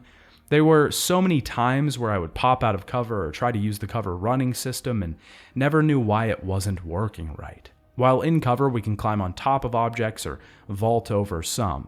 We can actually vault straight from a run, but you have to have a certain amount of running distance between the objects. So if you just run at it when you're close, you'll just go into cover and then have another button press to get over it.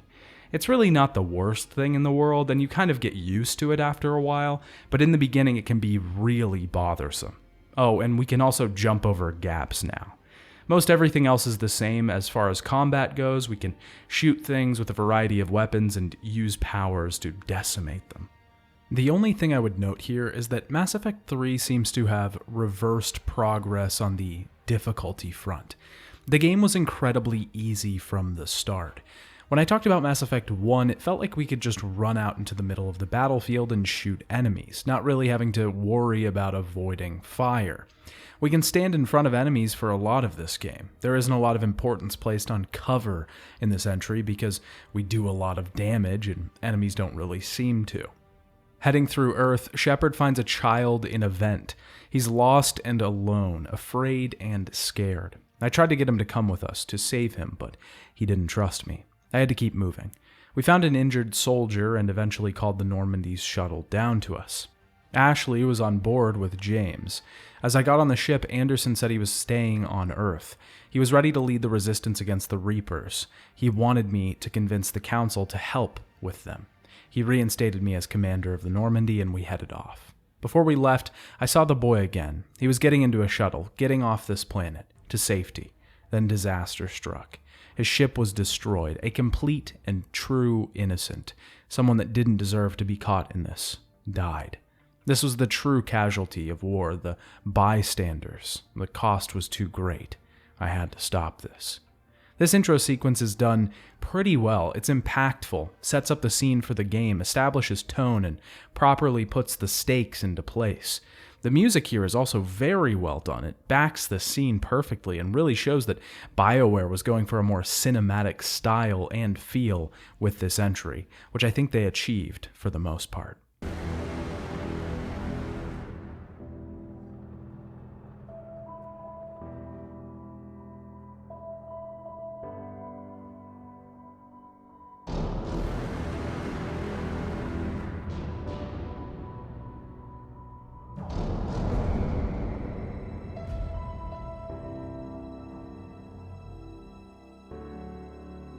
On the ship, we're contacted by Admiral Hackett and ordered to head to Mars.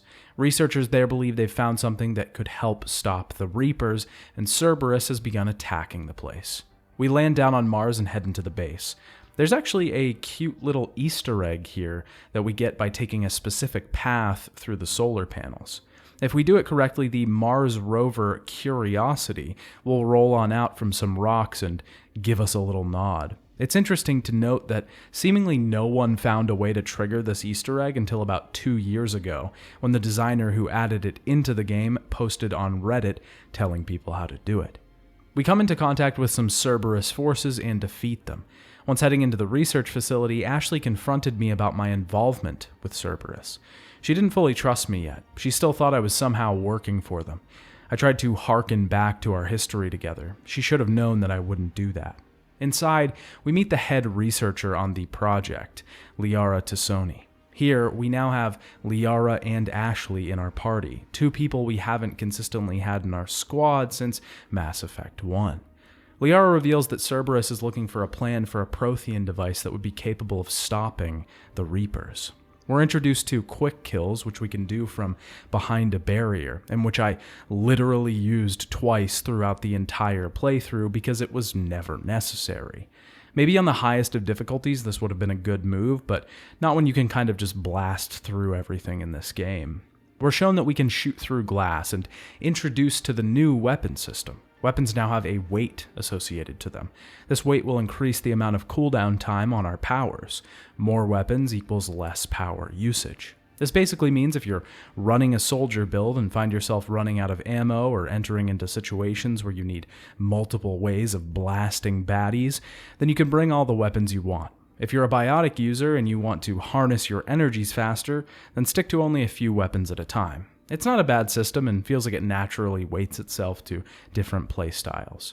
We get another tutorial on how to run to different pieces of cover while staying protected. This is the system that I was talking about before, or at least part of it. It's not something that I ever used like the game showed me to use it, because it always just seemed more reliable to literally run around and find cover when I needed it. Eventually, we find out Cerberus has made it to the archives. We have to take the tram to get there. Ashley finds out that the Cerberus agents have been modified somehow, and Ashley accused me of being the same, of being controlled by the Reapers. People have talked about this plot point a lot, the fact that the Viermeyer survivor mistrusts Shepard so much in this entry. Actually, seemingly everyone does. I don't love it that much, and at this point in the series, it really seems like this is the moment that everyone should have flipped and been saying sorry to Shepard. Like, oh my god, the Reapers are real. Now everything you did makes sense, dude. But they don't. They just treat every situation with trepidation, like the galaxy isn't about to be nuked or something.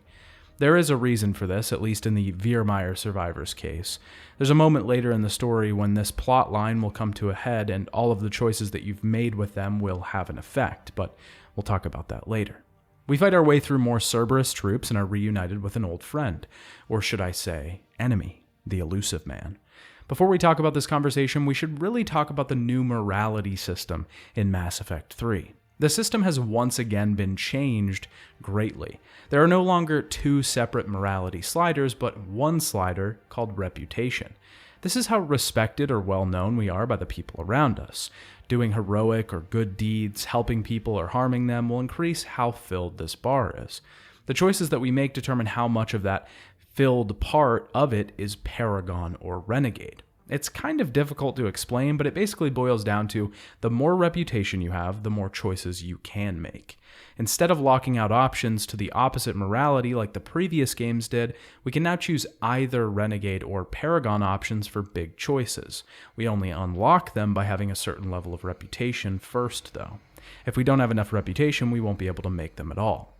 When we meet the Elusive Man, he tells us that he doesn't want the Reapers destroyed. He wants us to use them. He wants to harvest their tech and bring humanity past where its evolution has brought it.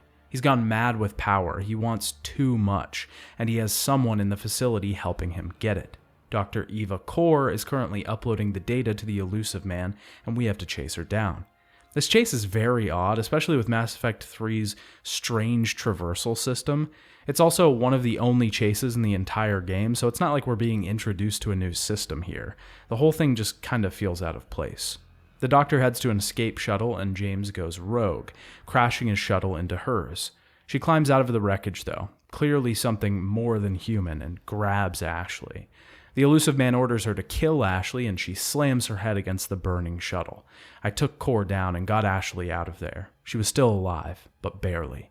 With this, we head to the Citadel to get Ashley treated. We recovered most of the data from Mars, but not all of it. Plans for a massive weapon that would be able to destroy the Reapers. We send the data to Admiral Hackett so that he can begin to analyze and possibly work on the project. We have to talk to the Council first to get support for the project. When we arrive at the Citadel, we run into Bailey, the C-Sec officer from last game who's been promoted to Commander. I talked to Diana Allers in the docking area. She was a reporter that wanted to board the Normandy and report on her mission. I invited her onto the ship. I met Dr. Chakwas again and invited her back aboard the Normandy as well. We needed medical crew and she had served on the ship before. I went to see Ashley. She was bruised up but stable. I told her that I was thinking about her, even if she wasn't awake yet. I finally decided to see the Council and tell them about the data we found. Shepard requests that the Council gather war efforts and send them to Earth, but they all have their own problems to worry about. The Turian Counselor suggests that we head to Palaven's moon, Menai, which is currently being attacked by the Reapers. Primarch Fedorian is there, and he's going to have a heavy hand in deciding the military response against the Reapers. Once again, we are caught up in a political game. I should point out, since Anderson decided to stay on Earth, Udina is now the human counselor. Even though I picked Anderson as the counselor back in Mass Effect 1, a massive decision at the end of the game, the last decision at the end of the game, it didn't really matter in the end. He showed up in Mass Effect 2 for one scene and talked about politics and then was gone. I don't really mind the choice being overthrown, but at least make it have some sort of impact on the game itself. Why was that choice so important if it was only going to result in one extra scene of dialogue? The Council is skeptical of the Prothean weapon, which is called the Crucible. They never used the weapon because they needed one more piece, the Catalyst, but construction begins regardless with the Alliance heading the project. Now, we can fully explore the Citadel in all its glory. Well, it's not really glory, because the Citadel has been changed greatly, and I don't really like this change over Mass Effect 2. Most of the areas we can visit are pretty small and linear. There are a ton of side quests in Mass Effect 3, a huge number upgrade from the previous game, but most all of them are fetch quests. A large number of them see us overhearing someone that needs an item and finding it through a mission or through one of the search and rescue missions, which we'll talk about in a moment. There is the nice addition of being able to see and talk to your crew on the Citadel, which is great and adds some more realism to the game. We'll find different members doing their own thing, just living normally as they would without Shepard around. A very common thread, though, is speaking to crew members in the embassy, who always seem to be standing at these windows and looking out of them, like it's some gorgeous view, but actually it's just traffic. That would be like the equivalent of standing inside of a gas station and watching cars go by. We now have access to a special room on the Citadel, the super secret Spectre Club room. Here we can check our Spectre terminal to make decisions about specific events, buy Spectre-specific equipment, and use the firing range. I talked to Commander Bailey, who was currently being berated by the intrusive reporter from the previous games. I convinced the disheartened Bailey to stick it out, that being commander wasn't all just politics. The reporter wanted to talk to me again, of course, and this time I finally won her over. She realized the error of her ways, and we settled our differences. I headed back to the Normandy, and suddenly I was somewhere else. A forest. I couldn't move. There was that kid again. I had to save him. I had to find him. I couldn't. I would fail. I would always fail. Not everyone could be saved. This dream sequence is pretty well done and is a testament to the cinematic finale that BioWare wanted to give the Mass Effect series. We'll have a few moments like this throughout the game. The theme here is apparent. Shepard's guilt is haunting him, and it's taking the form of a child, one that he couldn't save, an innocent one. It might have been different before. Shepard may have lost people and failed to save many, but seeing the specific face of this child, it changed things for him. Liara checked on me when I woke up, tried to make me feel better. I was introduced to Trainer, my new assistant aboard the Normandy. Hackett talks to us and tells us our main goal for this final entry, to make a strong and massive army that can fight off the Reapers. This is a huge and massive task, but something we'll have to do if we want to win. This leads us into the big new mechanic for Mass Effect 3, war assets. War assets are anything that contributes to the Reaper War. This could be people, armadas, armies, or items. We mostly get these from story missions or side quests. Large decisions will determine which war asset we get, usually deciding between two. When we check our war table, we can see how much each asset is contributing to the war. We need to get as much of this as we can to fight the Reaper War efficiently. The other place that we can get these assets is through the search and rescue system. This is basically the replacement for the mining in Mass Effect 2. We can scan different systems to search for war assets, quest items, and new locations. A lot of these systems are occupied by the Reapers, though, and more are taken over as the story progresses. When Reapers occupy a system, we can only scan it so many times before their awareness increases and we're chased out. Now, the entire war asset system is a representation of how much something contributes to the overall war. Effectively, in my eyes, it's a ranking system for how much something matters. Now, getting our total war assets up to a certain point will unlock an extra ending at the end of the game. Whether this ending is worth it or not is something debatable, and a topic we'll discuss later in the video. But ultimately, it unlocks what BioWare thinks or presents as the best ending. The big problem with all this is that a lot of characters from past games will be presented as war assets. Decisions we made in previous games will lead to us getting war assets. Most of these assets are really small. Saving Jack or Jacob in the suicide mission in Mass Effect 2 will leave them alive in Mass Effect 3. Because of this, we'll get an extra mission with them in this game and they'll become a war asset. I think BioWare really screwed up here because they're basically saying this number is how much your decision was worth. This effectively reduces saving characters in the suicide mission to a slight time save when playing through Mass Effect 3. It's just a really weird way to implement choices in the final entry. I think it would have worked better if BioWare evolved the formula they had for the last game, if each person played a part in the final assault, and that if they weren't there, the mission would be harder or would go worse, leading to a worse ending. Something a little more intricate rather than just numbers that lead up to a check. We'll talk about all that more when we talk about the endings, but this is our main goal for the game, to gather forces, troops, people, and items to be able to face the Reapers efficiently. I should also note that this system was greatly changed for the Legendary Edition version of Mass Effect 3.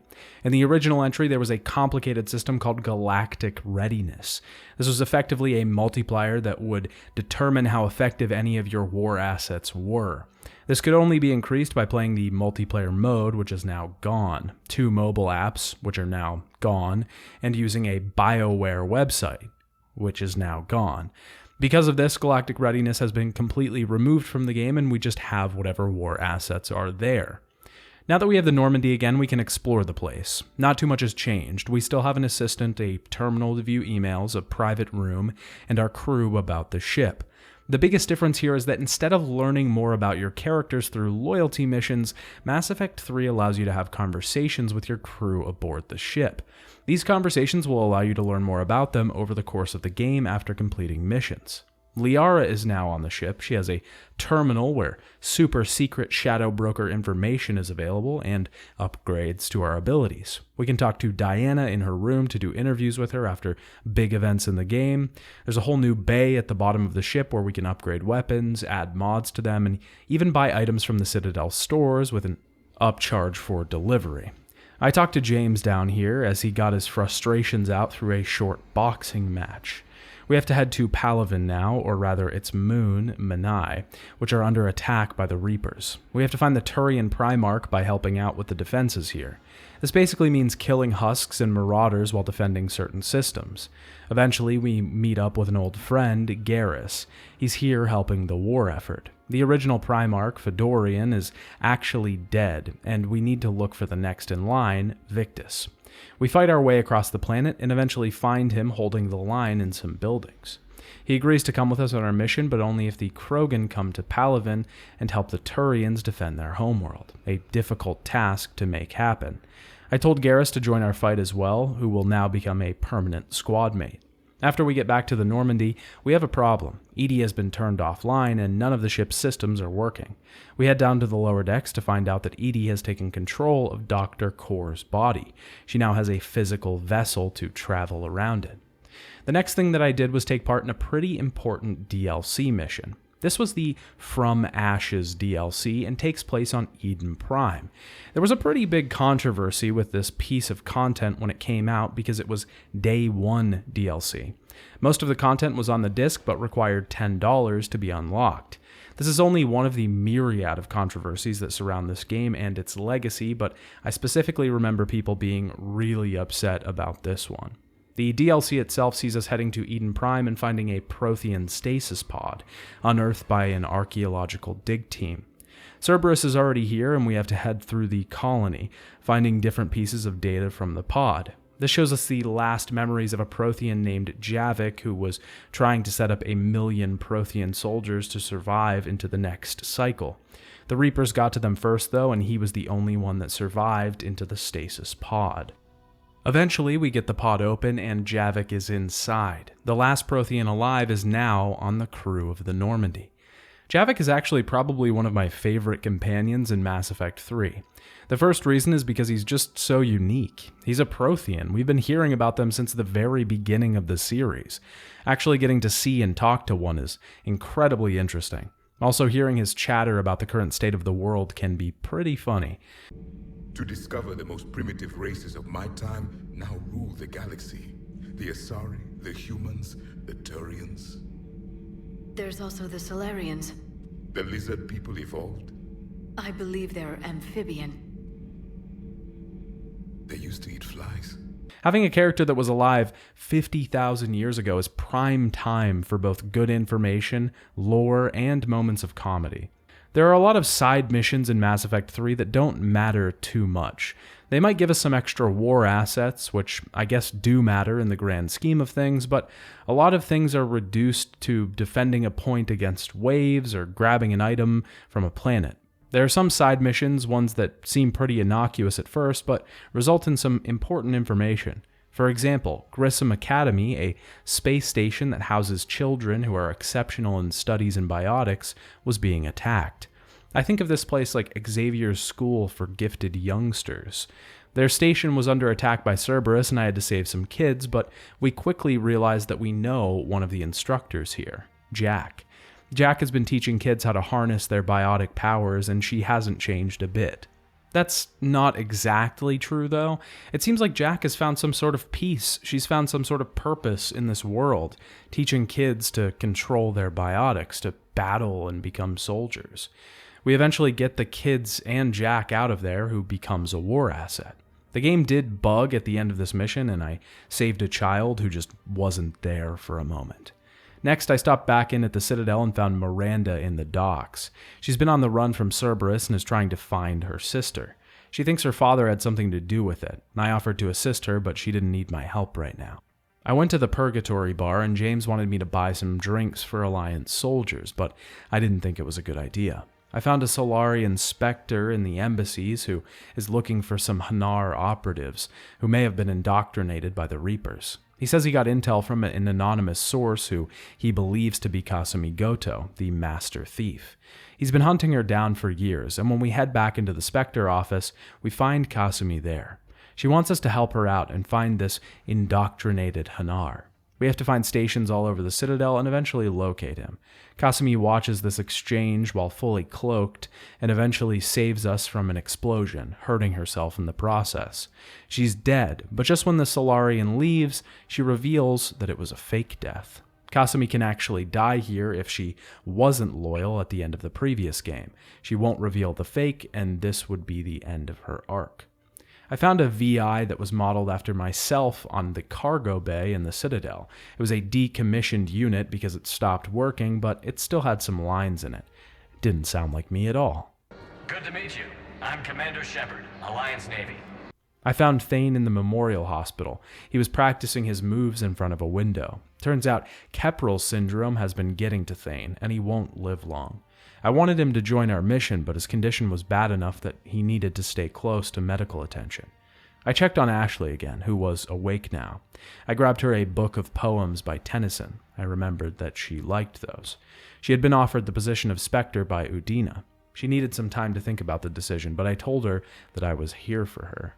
I headed back to the ship, and it was time to deal with the next priority, Surkesh.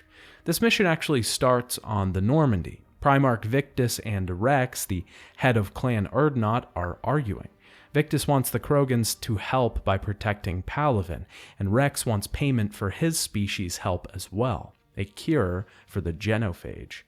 Someone has been working on a cure, a Solarian on Surkesh. They have the only surviving female Krogan who has been cured of the genophage. Of course, the Solarian leader doesn't want this to happen, and neither do the Turians, but it has to happen. This chain of events needs to occur if everyone is going to work together to defeat the Reapers. The Krogan need to be cured. They would be a massive fighting force for our armies. It must be pretty strange to be a Krogan and see so many instances of a cure pop up and see everyone around you say, "No, your people must stay suppressed. We don't trust you." It's such a strange dynamic that Mass Effect has concocted, but one that's so interesting and is really close to the heart of the story it tells. We head down to Surkesh and Rex tries to go rogue, being restrained by the Solarians eventually. We meet Paddock Wicks, who is the Solarian leading the work for a cure. This would have been Mordin Solus had he not died in my playthrough. This is another big problem with Mass Effect 3, is that, for the most part, if a character died in Mass Effect 2, their part in the story will just be replaced with someone else, a similar character with similar capabilities. This isn't true for everyone. If Garrus didn't survive, then we just wouldn't meet him on Palaven, but it almost exhibits a strange lack of free will in the world of Mass Effect. It's as if we're seeing into two timelines, and no matter what we do, destiny would take control and make these events happen anyways. While we see the last surviving female Krogan, Cerberus begins to attack, and we have to escort an elevator with Paddock and the Krogan on it while we fend off waves of Cerberus. Once saved, the Krogan is released and shows that she doesn't really need protecting. Back on the ship, Hackett says that the Crucible has begun production, all hands on deck to finish the project. Wick says that they've named the female Krogan Eve, and she's on the ship now. Rex and Victus both still have problems to discuss, but don't want to talk about it in front of each other. Victus wants us to find a Turian ship that went down over Tuchanka, and Rex wants us to find some Krogan scouts in the Attican Traverse. If we go to Rex's mission, we find Grunt, who is with the Ara Locke Company, and they find out the Rachni are living there. On top of that, they're being controlled by the Reapers. We find the Rachni Queen that I saved in the first game, and she's the main one being controlled. I decided to destroy her, and Grunt sacrificed himself to get us out of there. Just kidding, he's alive. This is another consequence of the suicide mission. If Grunt was loyal at the end of the game, then he'll live here. This mission alone actually has a lot riding on it from previous entry choices. If we killed the Rachni Queen in the first game, then a new Rachni Queen will be here, and deciding to let her join the war effort will make her mistrust us later. She'll leave the crew, taking her war assets with her and damaging some of our own. If we let her join us and we save the Queen from the first game, then she doesn't do this. Also, Grunt's fate relies on our choices surrounding him from the previous game. It's a pretty good carryover from the first 2 entries, and it's nice to see that some things we did can actually affect fates and characters. I did some extra side missions, helped out Victus's men, and defused a bomb that was left on Tuchanka by the Turians a long time ago. This, of course, increased tensions between Victus and Rex. Before we headed off to Tuchanka, I headed back to the Citadel. I visited Ashley, who was up and moving around now. She had accepted the Spectre status. I did a couple side missions and left the place. With all that done, it's now time to head to the next main story mission, Priority Tuchanka. The goal of this one is to cure the genophage. This mission and storyline is great. This is the finale of everything that we built up to in Mass Effect. What's the largest thing that we could possibly think of outside of the Reaper invasion? The genophage. It has affected the Krogan for so long now, and forcing the other species' hands to make them cure it to be able to win the war is a genius move. Wix has begun refining the cure for the genophage. The cure's stability will depend on whether we saved Malin's data in Mass Effect 2. Since we did, it will be stable. The way the cure will be distributed is through the Shroud, a massive purification plant on Tuchanka. It was used to send out the genophage, and it will be used to send out the cure. A Reaper is already guarding the Shroud, so we have to deal with that first. Before we leave, Dalatras, the head of the Solarian people, contacts us. Apparently, the Shroud was already sabotaged. It would nullify a cure that was put through it. The Solarians want us to leave this intact and let the people think that the cure just didn't work. I told Dalatras that I wouldn't do it. I couldn't do it. The Solarians were worried about what the Krogan would do when they repopulated. They had so many grudges against the other races. They may wage war as soon as the Reaper invasion was over, but that wasn't the problem now. We needed the Krogan, and they deserved a cure. They deserved to prosper for once. On Tuchanka, we move across the planet. We eventually get separated from the team because a road is destroyed. We have to head through some old ruins which show Tuchanka from before the destruction. At the Shroud, Eve thinks we should use the Maw Hammers. These are large devices that will summon Kalros, the mother of the Thresher Maws. We do this and it takes out the Reaper. Inside, Wix is working on the cure. There's quite a few variables here to this mission. If we got Malin's data in Mass Effect 2, then Eve will live through the experiments. If not, she's dead when we get here. We can tell the crew about the sabotage in the Shroud, which will determine how fast Wix or Morden finds it. We can actually convince them to stop the cure as well, and just walk away. Morden or Wix can even be killed here. Of course, I didn't do that. Eve lived through the experiments, and I told Wix about the sabotage, and he decided that he needed to go up there alone to make sure the cure worked, sacrificing his own life for the mission. Now, I will say, this is one of the few times where this mission works much better with the normal companion. If Morden is here, then him sacrificing his life to save the Krogan is a much better character arc than Wix. We don't really know Wix or have much background on him, but Morden we do know. He has fought and struggled with the moral quandary of the genophage and his part in it. Finally realizing his wrongs and being able to make peace with his actions is a perfect end to his character. But Wix also can represent that same sentiment.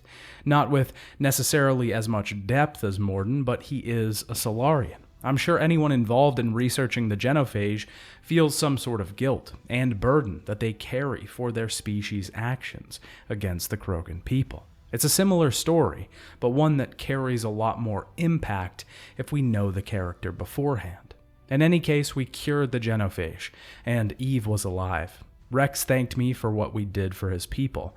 The short speech he gives is a great insight into Krogan culture. He talks about killing his father and the Krogans fighting amongst themselves, showing that the genophage reduced them to this, and now that it's cured, means they don't have to do this anymore. They can try and live, try and thrive, rather than constantly fighting and clawing their way into life. The Turians and Krogan are both a part of the force working against the Reapers now. I went to sleep and had another dream of the child. I would do this again and again every night. I would never save them. I could never save them. Liara stops in to tell me that the Solarian counselor wanted to talk. He was disappointed in me for curing the genophage. He didn't like Udina, and they found some evidence that he was shadily moving money around. He wanted me to come to the Citadel. As we arrive, Thane radios in and tells us that Cerberus is openly attacking the Citadel. We track down and find the Solarian counselor by battling through tons of Cerberus agents. Eventually, we find him and he's attacked by Kai Leng, a Cerberus assassin. Thane jumped in. He'd been following us. He saved the counselor, but was stabbed in the battle. We have to chase Kai Leng up some elevators, and I somehow slipped through the bounds of the game and got to see the Citadel from above. The launch of the Legendary Edition itself was pretty buggy, with a lot of them being fixed by patches, but I encountered the most during Mass Effect 3. It's just still pretty janky. There's not a lot that's game-breaking, but too many to not point it out. At the top of the elevators, we have a huge moment. Ashley is there with the Council. This is the moment when all of the mistrust that she's had comes to fruition. Here, the game checks to see how well the Viermeyer survivor, either Ashley or Kaiden, trusts us. I visited Ashley in the hospital, tried to convince her I wasn't working with Cerberus on Mars, romanced her in the first game, and didn't cheat on her. These all contributed to her trusting me, so she sided with me. If we don't do these things, the Viermeyer survivor will turn on us and they'll be shot. We turned on Udina, though, who was the one behind all this. He pushed the Asari counselor down and Ashley shot him. We see the elusive man talking to Kai Leng. He says he has something up his sleeve, other plans. He vows to not let Shepard get away next time. I made my way around the Citadel once again. A lot of our meandering around the Citadel results in us basically speaking to people, siding with someone in an argument, doing short side quests, etc., all to get war assets. We can also shop at stores and use the Spectre terminal to make decisions that could upgrade or downgrade war assets. One special event that did have impact involved Thane. He wasn't strong enough to recover from his wounds. He was dying in his hospital room, so I went to see him. His son was there, and I got to talk to him a bit before he died. Commander, I'm afraid I won't be joining you again. You've done more than enough, Thane. That assassin should be embarrassed. A terminally ill Drow managed to stop him from reaching his target. I'll pass the word along. Thane using the last days of his life to stop an assassin, when he spent most of his life feeling guilty about his family, about the lives he had taken, is a powerful end to his arc. There are a lot of things you can say about Mass Effect 3. Things it doesn't do right, things it gets wrong. But you can't say that it doesn't respect its characters, and at least try to give them a fitting end. Thane prayed before he died, and Thane's son and I read a passage over his body, sending him into the afterlife. Guide this one to where the traveler never tires, the lover never leaves, the hungry never starve. Guide this one, Galahira, and he will be a companion to you as he was to me. Kolyat? There's something I don't understand. His last moments were those of a hero. Why pray for salvation? The prayer was not for him, Commander. He has already asked forgiveness for the lives he has taken. His wish was for you.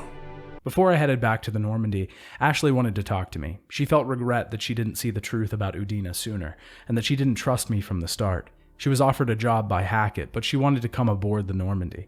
I allowed her. She was finally back on the team, for good. We can invite quite a few people up to our cabin in the Normandy to have different conversations. Some of these get a little saucy, but that isn't the only purpose.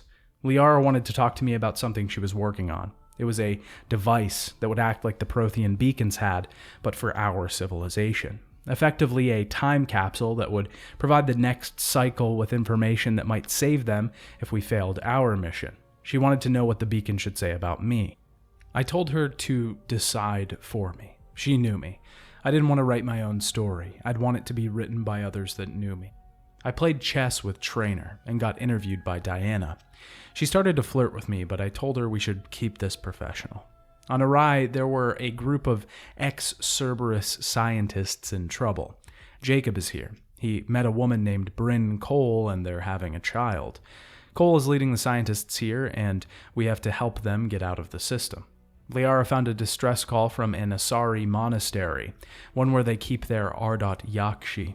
The Ardat-Yakshi area is a strange part of Asari culture, one that they themselves aren't particularly proud of. It's a genetic disease that changes their mating ritual. When they mate, they will kill their partner and effectively become stronger from it. It's also quite addictive for them, so they become shunned from their culture. Morinth from Mass Effect 2 was an Ardat-Yakshi, Samara's daughter. The Reapers are attacking the monastery, and Samara is there, trying to save her daughters. In the end, Rila, Samara's daughter, stayed behind to set off a bomb that would destroy the Reaper presence there. Samara's Justicar code demanded that she kill any Ardat-Yakshi that left the monastery, one of which was her daughter. To avoid this, she decided she wanted to end her own life. I stopped her from doing this. She became a war asset and made an effort to help in the war against the Reapers. I talked to Miranda, who was still working on finding her sister. She knows that her father is involved now, possibly working with Cerberus themselves. She's still on the run from them and decides to take on the mission by herself. Zaid's appearance in Mass Effect 3 is really small and mostly unimportant. Victus sends us on a mission to find a Volus ambassador who might be working with Cerberus. We find out he is, mostly because he was blackmailed, but Zaid is guarding him. If he was loyal, he doesn't die guarding the Volus. If he is, then he's alive. We have a short conversation with him before he's gone. I talked to Jack back in Purgatory and Ashley at a memorial wall for the people who had died on the Citadel. She found her sister and finally talked to her. Now it's time for the next part of the main story, Priority Rannoch.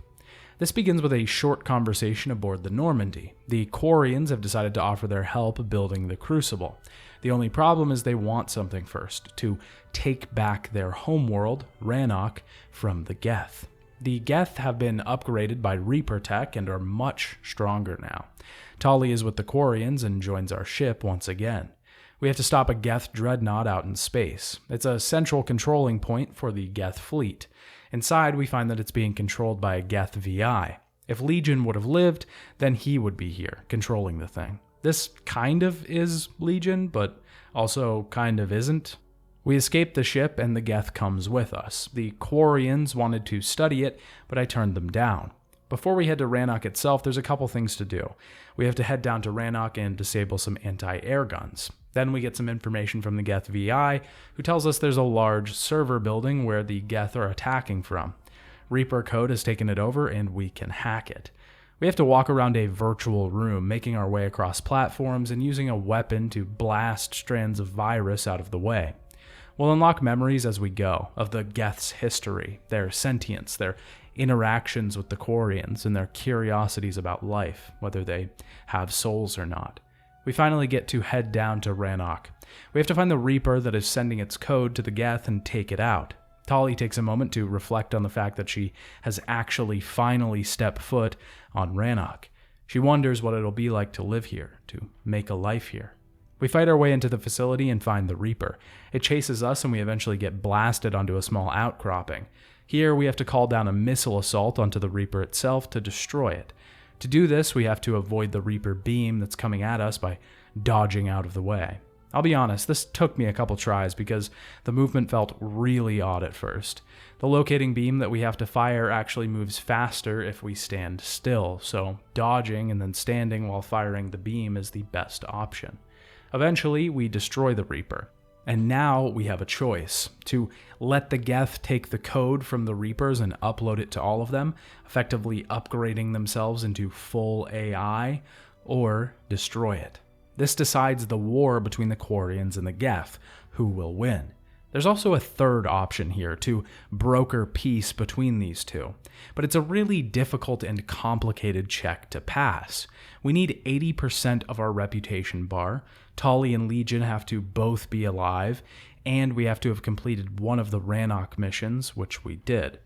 This is just the check to unlock the persuasion option. Unfortunately, Legion was dead in my playthrough.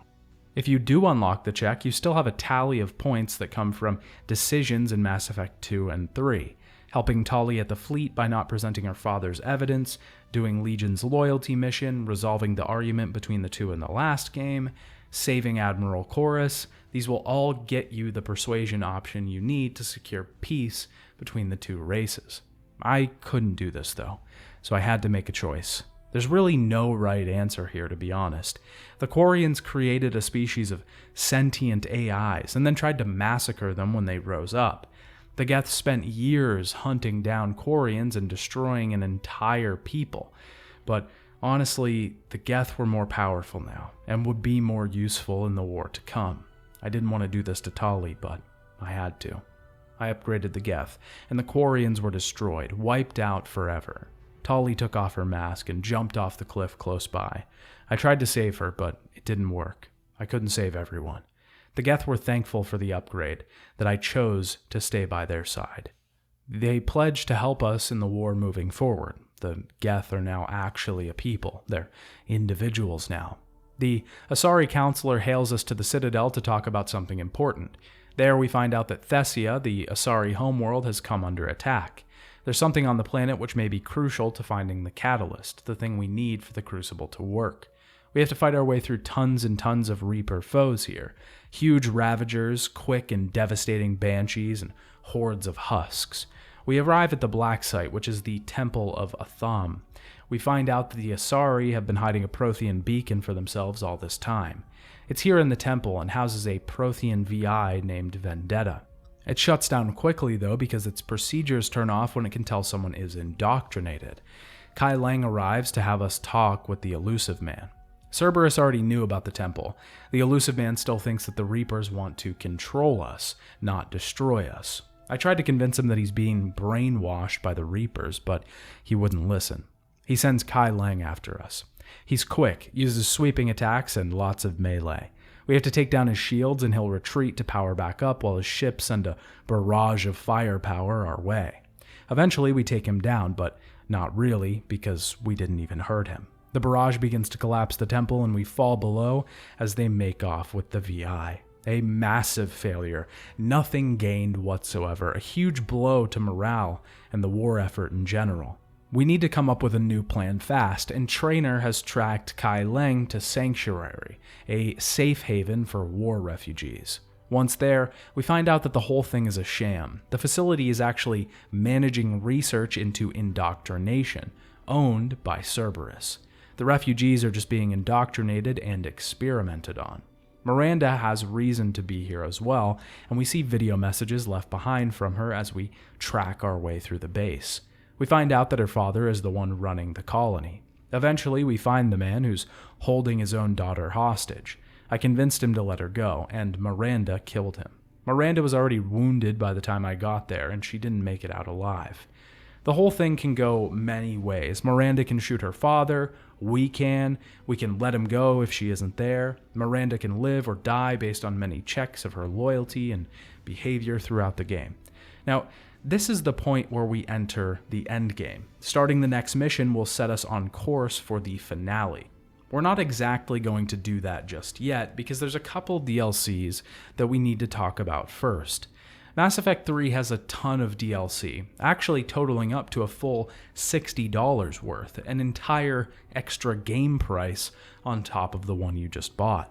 We'll talk about the extended cut and the changes made to the ending later, and some of these are also just weapon packs. There's really two that I wanted to talk about for the moment, Leviathan and Citadel. Leviathan is the first DLC task that we'll take on. We get an email from Hackett about a Dr. Bryson on the Citadel that has information on the Reapers. We find him and he's quickly shot by his indoctrinated assistant. EDI looks over the lab and finds out Bryson was researching something called the Leviathan. We have to find pieces of information through the lab that will narrow down the search and eventually single out one place in the galaxy. We have to seek out Dr. Garneau, who is trapped on a station full of indoctrinated workers. Garneau is also indoctrinated and blows up the artifact. This removes the mind control from the inhabitants, and they say they saw the artifact, and they think it's 2176, 10 years earlier. Back at the lab, we hear a voicemail from Bryson's daughter, who is also looking for Leviathan artifacts. She's found one, and we track her down to save her from the Reaper forces. It starts to indoctrinate her, so we destroy it. We use Bryson's daughter to track down the Leviathan, which lives on a planet covered in water. The being disables the shuttles until we make contact with it. It lives in the water, so we have to use a mech to actually find it. The Leviathan is a Reaper. Well, Not really. The Leviathans created the Reapers millions of years ago. They tried to help out the smaller races, but they began to rise up and they created an AI that would preserve life at all costs. The AI decided to kill the Leviathans and harvested them, creating the first Reaper, Harbinger. I convinced them to join the war effort and finally fight against their creations. This is a pretty important piece of lore in the history of Mass Effect. This DLC answers many questions, like where the Reapers came from, who created them, why they were created in the first place. It's just a shame that in the beginning they locked it behind a paywall, because it honestly feels like it could have been just a part of the main story. It would have made sense that the team would want to seek out the creators of the Reapers to fight them off. The second DLC I'd like to quickly go over is The Citadel. The Citadel was the last full DLC released for the game on March 5th, 2013, a full year after the game's original release. This short story was mostly designed in response to criticism that the game didn't have a great send-off for the characters in the main story. It was meant to be a final goodbye to the cast of the characters that we'd seen so far. The DLC gives you access to Anderson's apartment, which we can now use. Here we have a private terminal and can start the Citadel quest line. This starts when Joker invites us out to sushi. There we realize Joker didn't invite us. Brooks, an Alliance agent, tells us that some other organization led us here. Just then they infiltrate the restaurant with a really cringy Dark Knight Joker reference. Gentlemen, tonight's performance is brought to you by random acts of violence. There's a stealth section, which is the only other spot I remember being able to use the quick kill option from behind a barrier. We eventually have to get evac'd out of the situation and find out who was tracking us down. Liara has tracked down the culprit to an arms dealer on the Citadel. We have a heist-like mission in a casino where we have to distract guards and take out camera systems. Eventually we find the man dead, and Brooks fails to trace the killer. We find out that there's a Shepard clone that was made by Cerberus. We have to chase him through some Citadel archives that show us some interesting information from the past, in particular, the First Contact War and Genophage. At the end, we find out Brooks was working with the fake Shepard. We get locked in a vault, and eventually fake Shepard takes control of the Normandy. We have to fight our way back and eventually face both him and Brooks at the bottom of the ship.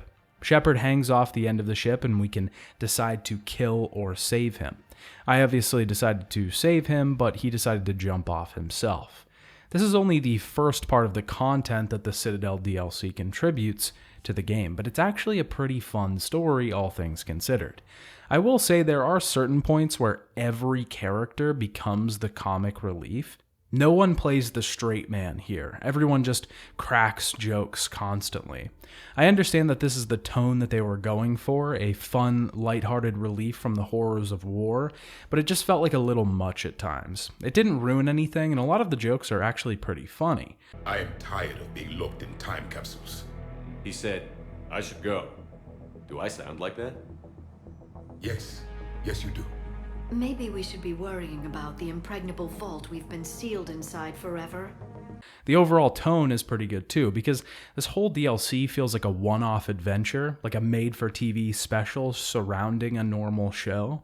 It's pretty great, and it creates a better bond with the team overall, having everyone involved in one place.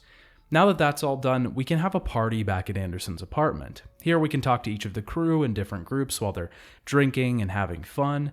The next morning, everyone's hungover and we can head out onto the strip. This is another area of the Citadel that's unlocked with this DLC. There's tons of stuff to do here. We can reconnect with companions and even participate in a pretty cool combat arena for tokens that can be exchanged for prizes. Overall, the whole thing is actually a great addition to the game and feels like a fantastic time all around. The extra games, the storyline, the content with squad mates are all welcome, and it feels like it repairs some of the complaints that people had with the base game. Now that those DLC are out of the way, it's time to enter into the finale. There's 2 final missions we have to take care of here. We can now head to the Kronos station, which is Cerberus headquarters. Before we left, Ashley came up to my apartment, and we rekindled what we had years ago. When I fell asleep, though, he was there, and I still couldn't save him. I couldn't even save myself. We have to make our way through the station, fighting tons of Cerberus men on the way. We can find information on Project Lazarus, the initiative that brought Shepard back to life. We reach the center of the base, which holds the core of the human Reaper that we defeated in Mass Effect 2. This shows that Cerberus still grabbed it, either way. Didn't matter what decision we made there, they'd still get something from it. At the end of this mission, we reach the Elusive Man's room, the place that we saw talking to him all those times, but he isn't here. It's Kai Lang. But it's too little too late for our salvation, because the Reapers have begun the assault on the Citadel. We find out that it's the catalyst we were looking for all along, and it's been moved into Reaper-controlled space above Earth. Kai Lang is ready to fight once again, and this time we take him out for good. I moved to look at the Elusive Man's computer, but Kai Lang was still alive again. He attacked me and I took him out.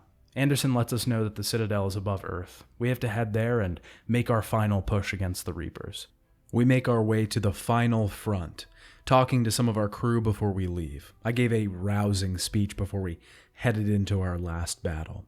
We have to fight hordes of Reaper foes, an amount of enemies that increases and never stops coming. We eventually make it to the beam, the lift that will take us to the Citadel.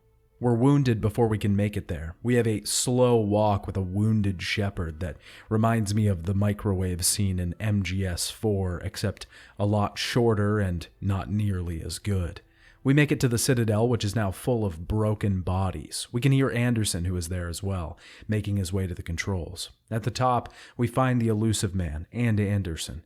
The head of Cerberus himself is in front of us, and he's clearly become corrupted, controlled. The Elusive Man controlled both of us and forced me to shoot Anderson. He wanted me to fall in line with his plan, with the Reapers themselves, but I couldn't. I convinced him that his plan was futile, and he took his own life. The Crucible made it. It was ready to be used, and I sat down with Anderson as we relished in the win that we made. Hundreds of thousands of lives lost along the way. A bloody, terrible war, but we did it. Finally, this was the end. The Crucible isn't working, though. Someone needs to activate it, so I headed up. There, we're met with the catalyst itself. It's taking the form of the boy from Earth. It explains that the Reapers were meant to keep species from growing too powerful and wiping out all life in the galaxy. It's a method that has lasted for quite a while, but something that doesn't work anymore. It finally gives us a choice, the final choice. We can control the Reapers, something that the Elusive Man couldn't do, or destroy the Reapers, and all synthetic life with it. I decided to control the Reapers. This was the only thing to do, to use them for my advantage. Was the Elusive Man right? But he wouldn't have been able to do this. He wouldn't have handled this power correctly. He was too corrupt. If I could become one with them, we could use it to better the galaxy, to advance civilization far past where it currently was. Not only that, but we could end all of this. I did it, and I couldn't help but see everyone from my past before me. During my final moments as me, I thought of them. Joker and crew pulled out of the system before the Crucible activated. The Reapers stood down and the fighting stopped. Joker, Ashley, and Javik crawled out of the crashed Normandy, still alive to see what the world would become. Our epilogue is narrated by Shepard as the new consciousness of the Reapers. We see the aftermath of the war, each of these surviving characters and where they are now. Jack teaching students, Samara with her daughter, Kasumi, Rex, and Krogans, the Reapers helping the galaxy rebuild. The surviving crew finally added a plaque to the memorial on the ship. John Shepard. We finally see the Normandy being repaired, and the Mass Effect trilogy is over. Before we move on to talk about the Renegade playthrough, I'd like to talk about the ending of Mass Effect and the reception of the game entirely. The ending that we just watched was not what the original ending to Mass Effect 3 looked like when it was released. If you've never heard anything about it, fans were not too happy when Mass Effect 3 came out. The ending was very poorly received, and most people felt like we didn't get to see the aftermath of what happened, that each ending was just some variation of a different color. It lacked the impact that fans felt that they deserved after 3 games. The build up to this ending was immense. It was years in the making, 3 games and countless hours of playtime. So when it finally released and people just realized it was 3 choices that boiled down to red, blue, or green, they were upset and frustrated. There was a campaign called Retake Mass Effect, started to get a better ending to the game. Some people were even claiming that there should be some sort of punishment because BioWare had falsely advertised the game. It was a huge mess, and I played Mass Effect 3 on release. I remember all of these, and at the time I hadn't really seen anything like this outrage before. At the time, I was 16 and really didn't know what all the fuss was about. I didn't love the ending, but I didn't think it was god-awful. Shortly after this, BioWare released a free DLC pack called The Extended Cut, which aimed to amend the ending, add some extra cutscenes, content, and a voiced-over epilogue. This would hopefully give fans the ending that they wanted. I never played the Extended Cut until this review, because I just never went back to Mass Effect 3. Playing it now, I don't really think it affects things that much. It tries to keep some consistency and explain some logistics, but I don't really think it addressed what fans wanted it to. It also added another ending, a 4th, that would let Shepard reject the choice altogether and continue the cycle further. The ending itself isn't great, but it definitely isn't the worst thing in the world. People still complain about it to this day, and I don't really think it's that offensive. There are 4 endings in total: Control, the one that we chose, Destroy, Synthesis, and Reject. Each ending has variables depending on how many war assets you had on completion of the game. For the most part, the Destroy ending sees a lot of the galaxy being wiped out.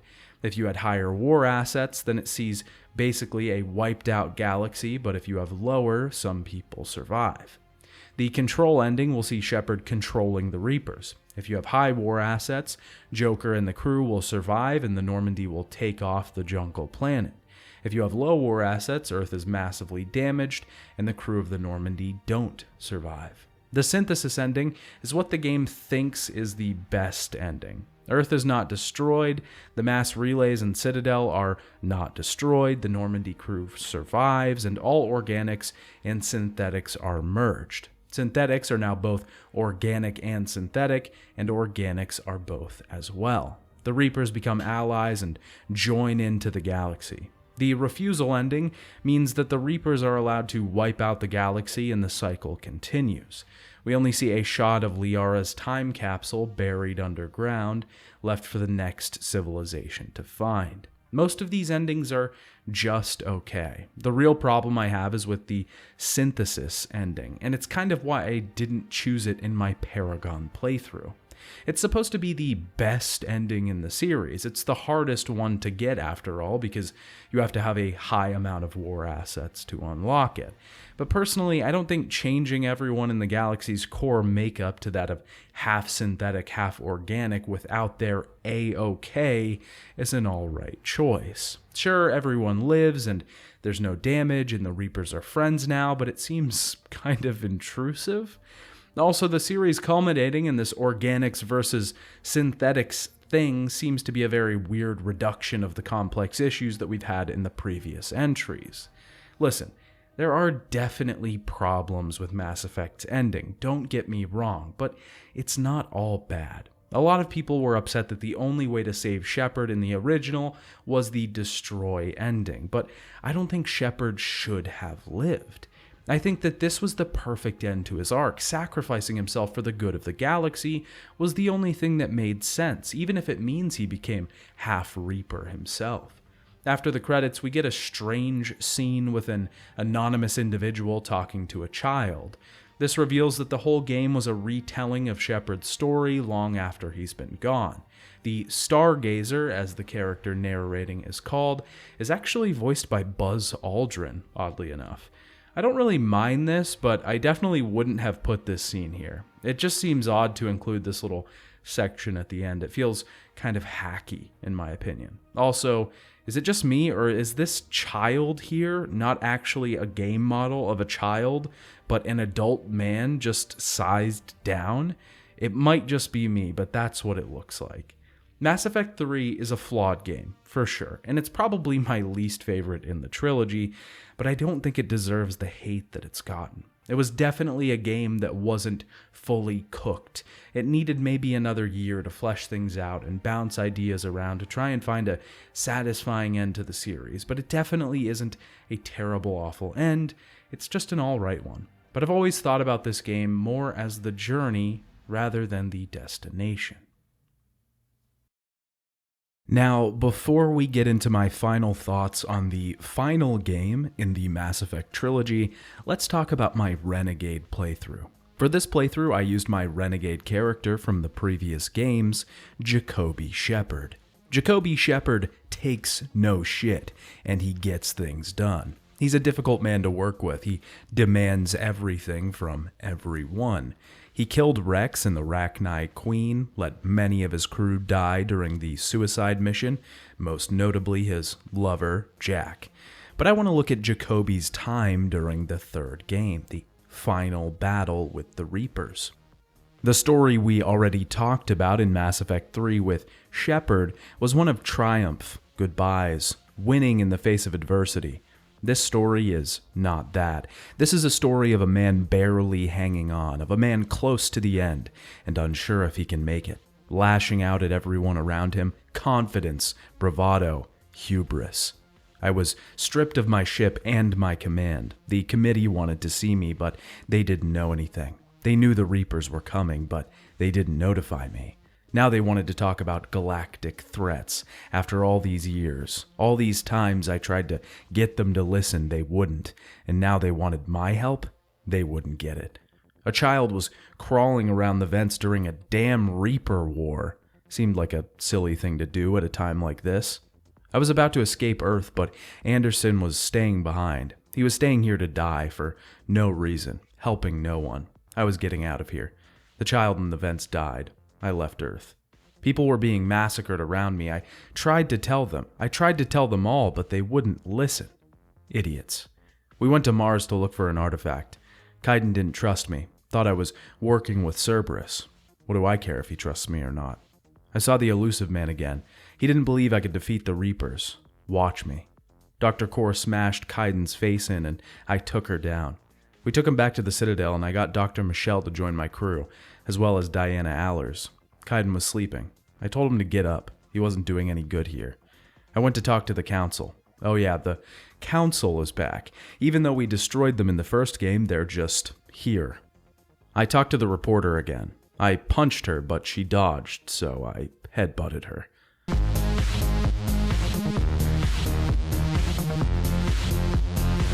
I had a dream about the child on Earth. Why did I care about him? Did I care about him? He was just another loss to the Reapers. Nameless. Never mind. I talked to James and he wanted a fight, so I didn't hold back. I went to Palaven and Garrus was there, the Turian guy from before. I told Victus I needed the Turians to get this done. He joined me, and Garrus as well. Edie had a body now. That's fine, I guess. We rescued the Prothean Javik from Eden Prime. I met Miranda again, and she was looking for her sister, but I didn't have time to help her with that. The Krogans wanted the genophage cured, so we had to figure that out now. It's not enough that the Reapers were attacking the galaxy. Reeve wanted us to cure a disease that's been racking us for ages. Great. We headed to Surkash and got Eve off the planet. Before we get further into the story, I'd like to talk about my class through my Renegade playthrough. I chose Vanguard again for this character, meaning I had more biotic powers with them. The ammo that the soldier gets is good, and it's pretty versatile for dealing with all enemy types, but by God are the biotics OP in this game. You can just dash straight to an enemy and then hit them with a ground slam called Nova to decimate everything around you. Don't get me wrong, it feels pretty good, but it makes an already easy game a walk in the park. I saved the Turians and disabled the bomb on Tuchanka. I talked to Kaiden, who was offered Spectre status. We headed down to Tuchanka to try and cure the genophage. We made our way to the Shroud, and Wix found the sabotage in the equipment. He knew I was trying to stop him. I told him not to cure the genophage. Eve was dead, and if the genophage was cured, Reeve would start a massive galactic war. He sided with me, and decided to let the Krogan think he died making a cure. The trick wouldn't last long, but it would work for now. I saw the boy in my dreams again. Why wouldn't he leave me be? We headed back to the Citadel, with word that Udina might be a traitor. I tried to save the Solarian counselor, but he was killed by Kai Lang. Kaiden didn't trust me. Never did. I drew weapons on him. He was wrong. Too stupid to know the difference between someone trying to help him and stab him in the back. Thankfully, Kaiden sided with me. I shot Udina when he pulled a weapon. When I headed back to my ship, Kaiden wanted to join my crew again. I told him no. He was a traitor. He didn't trust me when it mattered the most. I couldn't have someone like that on my crew. The Quarians wanted help taking their planet back. We took out a dreadnought and grabbed a Geth VI. I headed down to Rannoch and took out the Reaper. The Quarians wanted me to destroy the Geth code, effectively killing all of them. I couldn't save synthetics, no matter how powerful. They were robots. Gross. The Geth tried to turn on me, and we took it out. The Geth were gone, and the Quarians were on my side. Back on the Normandy, I invited Allers up to my room. She was no Jack, but she was nice. Thessia was under attack. We made our way there and found a Prothean beacon. The elusive man tried to convince me again, but it wouldn't work. I fended off Kai Lang, but we failed. Liara showed me her time capsule. I told her to make me look like a hero to the next people, because I was one. On Horizon, I found Miranda and her father. He wouldn't let Oriana go, so I shot her in the leg. A non-fatal blow. She'd be fine. Miranda killed her father. Miranda died. We were heading to Cerberus headquarters. Of course, that child couldn't help but haunt me one final time. Bastard. Why couldn't you have lived? Why didn't you take another shuttle? On the Chronos station, I faced Kai Lang and killed him this time, in style. The Citadel was attacking Earth. One last battle. I knew this was my end. I wasn't making it out of here alive. I didn't even want to at this point. We found our way through Earth. I made my way to the Citadel. The elusive man made me shoot Anderson, and he killed him. I shot the elusive man. He couldn't stand up to me, even with Reaper tech. Idiot. I stared at the Crucible as it docked. This was it. I finally did it. I showed them. I showed all of them. It wasn't working. One last push and it would all be over. The Catalyst wanted me to make a decision, but I didn't want to make one. I didn't care about any of this. I wasn't going to be a part of this game, play into these rules. Leave it for the next guy. I'm done. The beacon that Liara made was the only thing to survive. At least I'd be remembered as a hero. Mass Effect 3 is an interesting game. Overall, I really don't hate it, and I don't think it's a bad game, but I can also understand that I'm playing this game in 2022 with the Legendary Edition of the game, with the Extended Cut DLC, with the Citadel DLC. What I'm playing is ultimately a different product than what was released in 2012. I can definitely understand why people would be upset with the product and ending that they got. I still don't think the outrage was proportional, though. It was a little too much for what actually happened. The game's combat is pretty good, albeit a little easy. The shooting is a lot tighter in this entry. It's probably the best use of weapons and biotics that the series has. Mowing down a group of husks or taking out a powerful banshee feels like an accomplishment. The story itself isn't bad either for the most part. It really ups the stakes from the previous games. We're ending entire conflicts here, dealing with the genophage, ending the war between the Quarians and the Geth. These galactic conflicts that have existed since before we even started seeing them are dealt with in this entry. The whole thing is much larger in scope than either of the first two games that we've played previously. Each companion also has a pretty lengthy story associated with them. Talking to them aboard the Normandy or on the Citadel will develop them over time. I think I prefer the structure of something like Mass Effect 2, but it's not bad here. The ending itself isn't terrible, it's not great, and it's definitely not what I would have chosen, but it's fine. See, that's the issue that I have surrounding everything with the complaints for Mass Effect 3. It didn't live up to expectations, but it's not a terrible game. The weaker parts of the game are mediocre. They're not bad. Even at its worst, Mass Effect 3 is still a pretty competent game. Interesting combat, good systems, and a pretty great story. I will say the worst thing about this entry is how certain choices we made in previous games seem to either be ignored or reduced to numbers on a screen. It's a little disheartening to see that surviving crew members just resort to being a sliver of an upgrade for our war assets. Some choices, like the Council and Human Counselor, are just completely ignored. Characters that died are mostly just replaced, as if they never mattered to the world of Mass Effect at all. I can understand why this would upset some people, though. It kind of spits in the face of the things that the players did in the previous games. There's also some perspective that has to be had here, though. Clearly, the team was going for a more cinematic feel with this entry. They wanted this massive last game, this finale, to be more of a movie than a video game in certain regards. They wanted to send the series off with a bang. They clearly had a very specific idea of where they wanted the story to go. They made it much more streamlined than other games. Normally, this is a good thing, but in a choice-based narrative, this means sacrificing freedom. The other thing we have to talk about here is how the developers had their own kind of freedom with the previous two games. They could let players make all the choices they wanted in Mass Effect 1 and 2. Letting them see the consequences of these actions would be for Mass Effect 3, not for now. But when it came time to actually see a lot of those consequences, it turned out to be a little harder to do, while also telling a cohesive story. There's also the fact that this game was a little rushed in development. It definitely needed a longer cycle, and I feel like they could have fixed a lot of these things that annoyed or bothered fans. I will say that certain choices that people think don't matter kind of do. The perfect example is Mordin. Yes, if he dies, he's replaced by Paddock, and we can still cure the genophage, but the arc that Paddock has is much less impactful than Mordin in that same position. Giving the character an entire extra game to develop and put their motivations out there makes it that much harder to see them go in the final entry.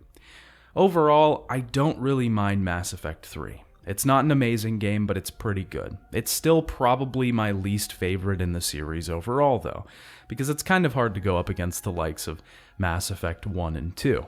Mass Effect 3 sold 1.3 million physical units in its first month, doubling sales of the previous entry in its debut month.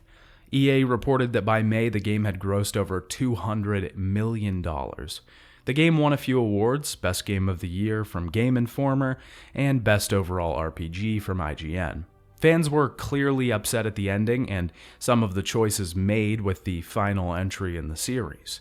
Critics, though, gave the game universal acclaim, the Xbox version of the game holding a 93 on Metacritic. The game was the last in the trilogy, the entry we'd been building up to for 5 years.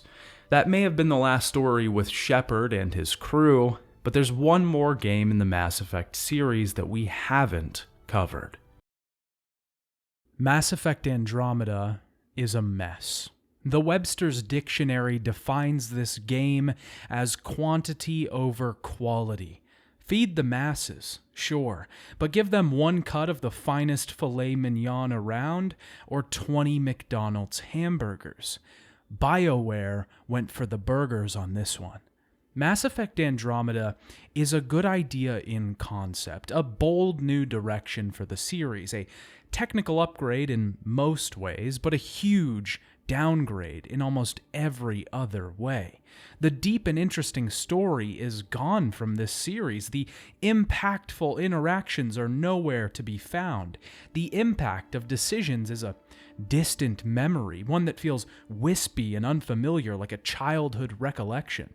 Instead, we get bland characters, uninteresting plot lines, an open world full of junk side content that feels like filling in boxes on a checklist you get from your boss more than it does playing a video game. Mass Effect Andromeda is not a good game. It does some good things, and there's some interesting ideas here, but those interesting ideas are hidden beneath thousands of pounds of scrap metal. Searching through the junkyard leaves you covered in dirt, bloodied and cut up, and these brief moments of clarity are not worth trudging through the mess surrounding them. This was my first time playing this game. When it released, there was so much controversy around the animations and the bugs that I didn't think it was even worth it at the time. Plus, I didn't really have any interest in seeing a great series fall from grace. Covering this game now, most of the technical issues are fixed, and when I say most, I mean there are still plenty that linger in this now abandoned and forgotten project.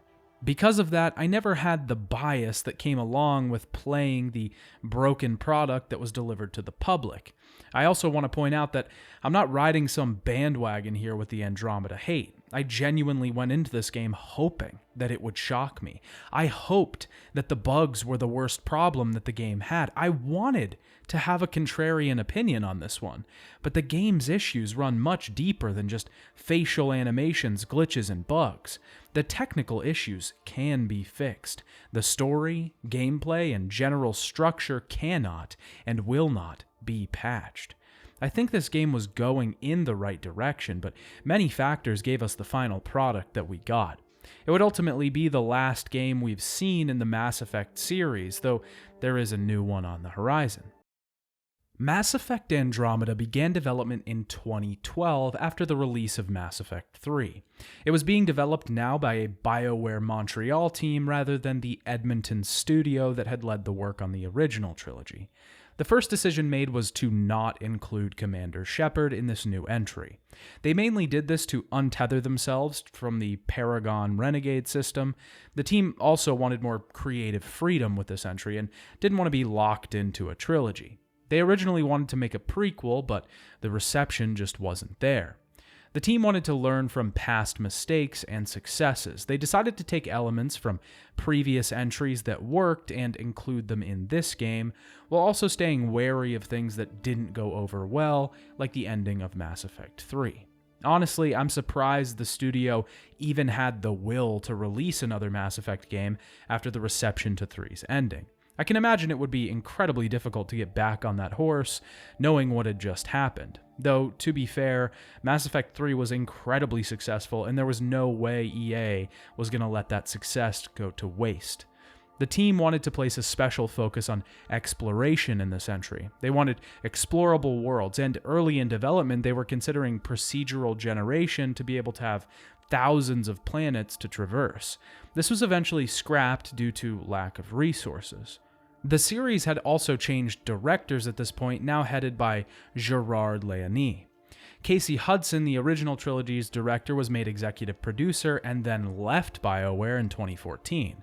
Leonie also left the project and was replaced by Mac Walters as director. He had worked as a writer on the original trilogy, particularly as one of the lead writers on Mass Effect 2 and the lead writer on Mass Effect 3. Mass Effect Andromeda required a lot of work. They had to switch to EA DICE's Frostbite 3 engine.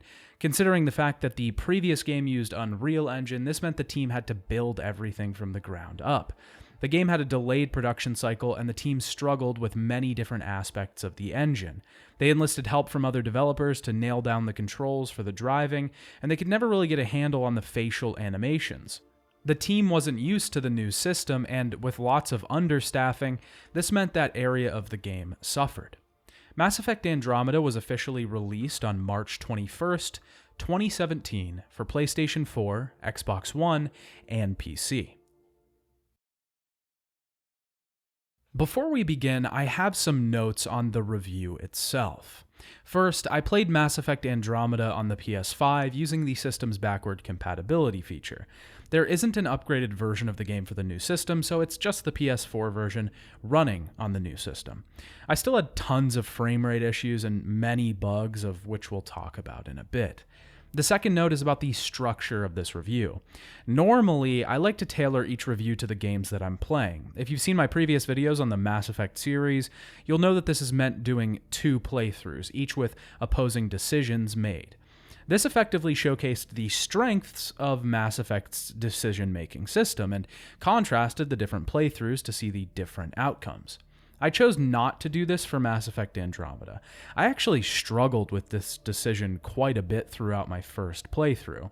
With the removal of the Paragon and Renegade system in this game, and the lack of real decisions that we can make throughout the game, there really isn't a point.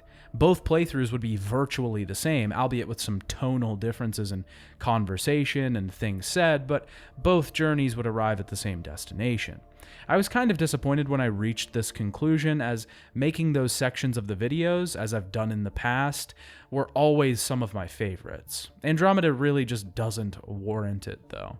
I will be talking about the reason for this decision throughout the video, though, as the lack of results from decisions is one of my biggest complaints with this game. Mass Effect Andromeda begins with some setup. We actually get a decently in-depth character creator here that can let us adjust all manner of things. It's not the craziest I've seen, but it's not what I expected from this game. We can pick a training, which is sort of a class, but not really, because Andromeda's class system works a little differently than previous entries. The system is called Profiles, and we'll go a bit more in depth with that later. I chose to leave my name as Scott Ryder. Interesting thing about Scott, though, is that he has a twin. This twin's appearance can be customized as well, meaning they must have some sort of impact on the game, right? We can also turn a setting on or off, which causes Scott's father, Alec, to inherit his appearance. This will adjust the character automatically to make him look more like me. I thought this was a little odd, just because I feel like it would have been cooler to have both the sibling and the father automatically inherit our appearance.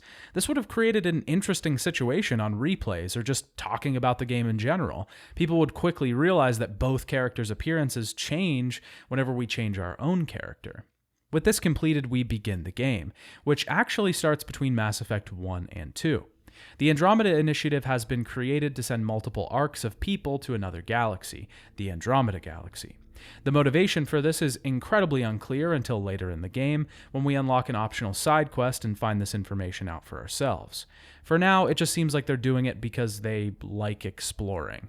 This is also a little odd, because for most of the game, the whole reason we're here is to just explore. The journey is quite long, though, and takes 634 years. This is when our game actually takes place, the year 2819, long after the events of the Mass Effect trilogy, in a place far away from home. Scott Ryder is on the human arc and wakes up from his cryosleep. The arcs are split into 5 species: human, Solarian, Asari, Turian, and Quarian. There are some Krogans here that are interspersed throughout the Nexus and other places, but the Volus, Drell, Elcor, and Hanar are not present in the entire game. The Quarians actually aren't either, but we'll get into why later. There's a story reason as to why, but I have a feeling it's because they didn't have the resources to manage that many models for whatever reason. Ryder is being explained his SAM implant, a simulated adaptive matrix. It's a neural implant that is supposed to increase the natural abilities that humans have. Before we can get into the full explanation on this, the arc that we're on has encountered the Scourge, a large alien mass that's floating out in space.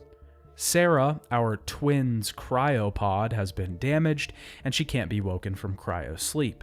The ship has also been damaged, and we have to fix some electronics, giving us a tutorial for the new scanner system. This system is used to gather research points that we'll talk about later. It can also be used to solve some puzzles throughout the game, which it works pretty well for. The system overall, though, is pretty clunky and useless. The things that you can scan are never consistent. The game just randomly decides when something will be scannable, and just when I thought I had the hang of it, I'd pull my scanner out and nothing. We head to the front of the ship and we meet the Pathfinder, Scott's father. The Pathfinder is a title that's pretty important in the Andromeda Initiative. They have a lot of power in decision-making and determining what happens with the civilizations. The Pathfinders have the SAM AI equipped so that they can easily determine whether a planet is viable for settling or not. Alec Ryder is the current human Pathfinder. He wants to head down to the planet to get out of this strange energy storm in space. The planet, Habitat 7, was their target, the initiative's golden world to be colonized and settled. The planet seems to have changed in the 600-year journey, though, and it doesn't seem habitable now. We gear up to head down to the planet with Alec and Cora, another soldier who's next in line to become Pathfinder. Now, Andromeda has a love-hate relationship with Alec and the main character. It's hot and cold because it can't decide whether it wants Alec to be a loving, supportive father or whether he should be a deadbeat dad. Sometimes he outright ignores us, sometimes he provides moral support. It's very strange. The writing is back and forth, and we can't figure out how to feel about this character. It honestly creates a weird sort of whiplash for the audience, a strange neutral ground where we resign ourselves to feeling nothing about him. As the shuttles approach the planet, they're shot down by lightning. We get a very strange falling sequence that feels like we should be controlling our character here, but we're not allowed. Just fall straight down. I already made it very clear how I feel about this game. I'm not fond of it, but it does get some things right, and I won't fail to mention the things that I do genuinely like about it. For instance, the game looks great. Some of the environments are gorgeous. Andromeda creates a great first impression aesthetically by giving us a massive rocky planet that's constantly plagued by lightning storms.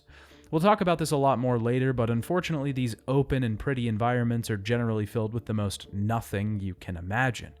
We have Liam on our squad here as we try to find the rest of the crew. Liam is easily the most annoying and worst companion that we get in the game. He's designed to be a sort of casual comic relief, but his dialogue is written so poorly.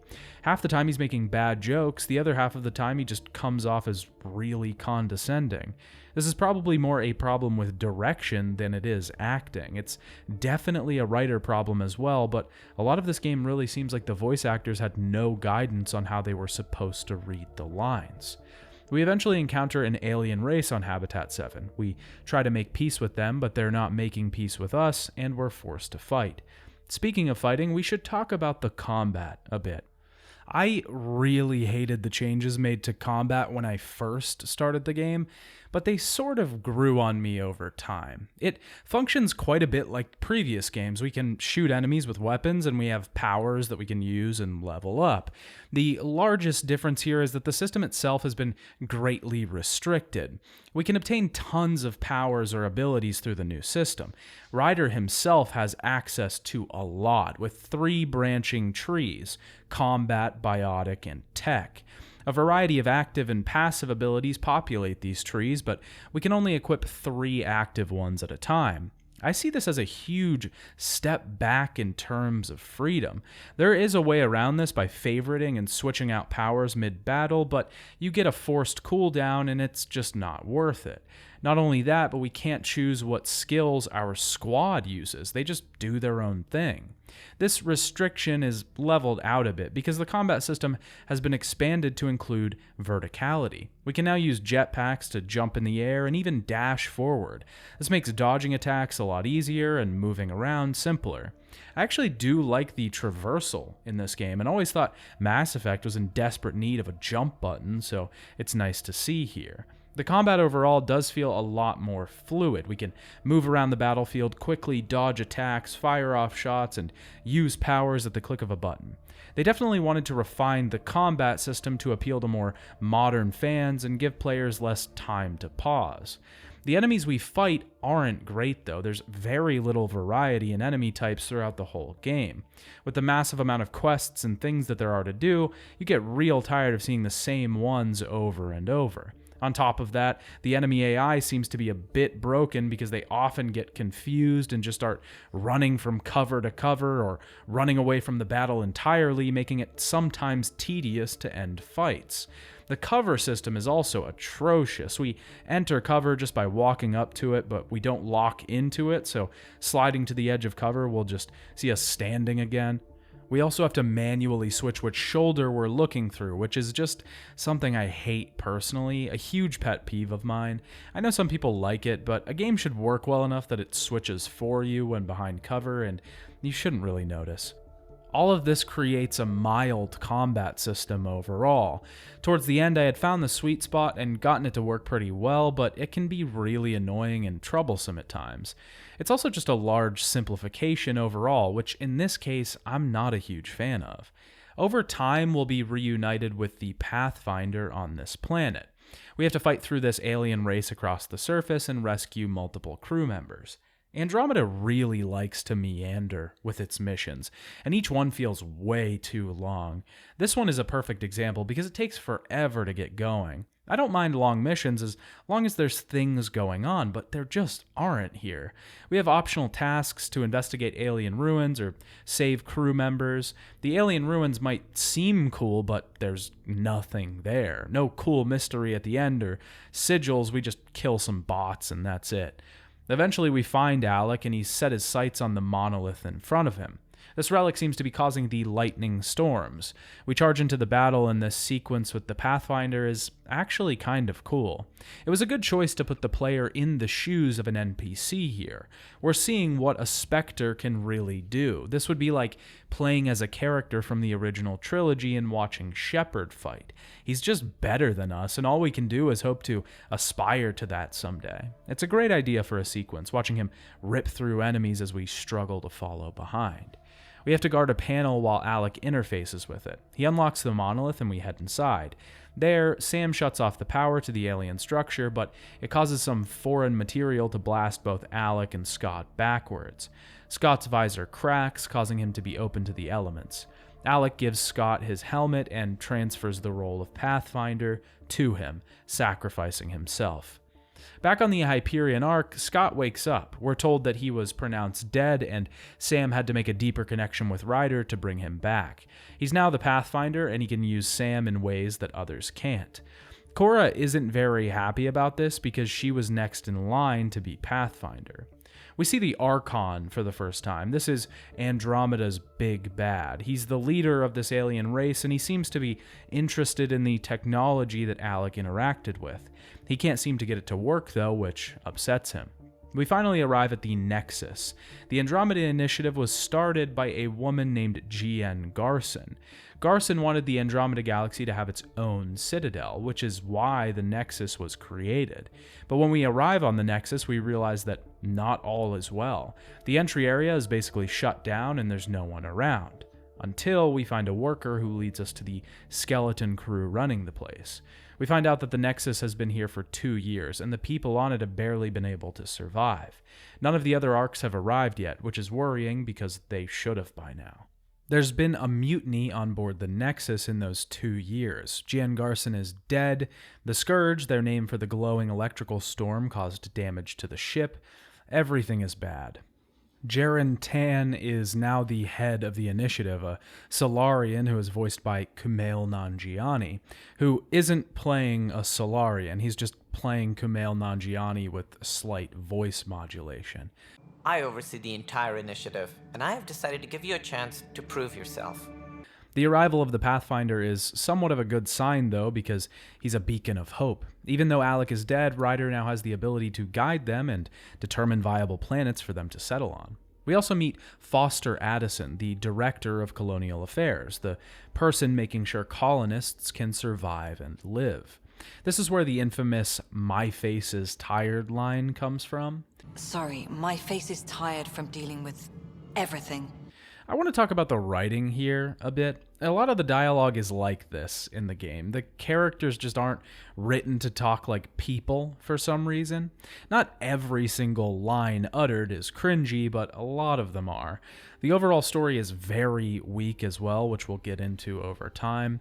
A lot of the game feels very bland and uninspired. The whole tone is on the level of a bargain bin young adult novel. The general vibe has been drastically changed from the previous games as well. Everything is very jokey and lighthearted, which I don't mind very much if it was kept consistent. The dialogue choice system has greatly changed as well. We no longer have the Paragon Renegade system, but something completely different. Now there are 4 different options to choose from, 4 ways to respond to a conversation: emotional, logical, casual, or professional. To be clear, these dialogue options generally affect nothing. They just affect how we respond and don't carry any weight in how the character thinks of us or how the story unfolds. There are decision icons that will note a decision that we have to make, but 80% of these have little to no effect either. On top of that, it doesn't really matter which one of the 4 options that we pick because Ryder still just responds in a quirky, sarcastic manner in most situations. It's like you made an uncharismatic Joker the main character of the game. The professional dialogue choice seemed the most different, and a lot of the time actually seemed like something Shepard would just say normally. It was more of a getting straight to the facts option, but across the board, you never really know how you're going to come off. I do think this entire system was a great idea. In theory, it would lead to the players picking more morally gray options rather than red or blue. This was a big complaint with the previous system that we were always picking 50-50 options. This system tried to get away from that though, which is good, but the execution just gives us a result that makes us feel like we're always picking one option. We no longer have a choice at all. The writing and the tone are odd as well, and looking into who was responsible for this is kind of difficult. There aren't a ton of consistent answers, but it seems like there were three. John Dombrow, who helped write Mass Effect 3, did work on the Telltale Game of Thrones games, wrote some atrocious-looking horror films, wrote Anthem, and is unfortunately currently working on Dragon Age Dreadwolf. Kathleen Rootsart seems to have no previous writing experience for games, but went on to write Star Wars Squadrons, helped write Battlefield 2042, and is now working at Azra Games, which is a fucking NFT video game company. Chris Schlurf ended up writing Destiny Rise of Iron and some Star Wars stuff. None of these people have shining records or history, mostly just junk, drab, bland, shill stuff. Dombrow at least wrote quite a bit of Mass Effect 3, and it seems mainly dealt with the Genophage arc, the Javik DLC, and the Grissom Academy mission, which were some of my favorite things in that game. I'm just not sure how this team was allowed to run rampant with this AAA game. It's kind of insane. Regardless, Addison hates us because she doesn't think we're fit to lead. Tan decides to have us go out there and start evaluating planets. The first is Habitat 1, or Eos. It's a planet that should be habitable and is in range of the Nexus. He also introduces us to our new crewmate, Vetra Nix, a Turian smuggler who is joining us on our mission. Before we leave, we get to meet some of the higher-ups on the Nexus. Kesh is a female Krogan, an engineer who was partly responsible for building the Nexus, and Kondros is a Turian and the leader of the Nexus security systems. I did a side quest here to help an engineer figure out who was sabotaging his systems. This sees us running around the ship and scanning different panels and talking to people. It's incredibly simple, boring, and bland. This is how a lot of the side content is in Andromeda. This isn't that offensive in and of itself, it's the amount of boring content that there is. There are so many side quests in this game that have no effect and that are incredibly unworthy of your time. It's just so much stuff. Meaningless, useless, unimpactful stuff. That's the theme for this game. It doesn't mean anything. There's no reason. It's just there, and there's a lot of it. Before we head down to Eos, we get our ship, the Tempest. I actually like the Tempest and its layout. It's simple, pretty much the same functionality as the Normandy, and it looks really good. We can talk to each of our crew on the ship, either developing romances with them, friendships, or getting access to their loyalty missions. That's right, loyalty missions are back in this entry.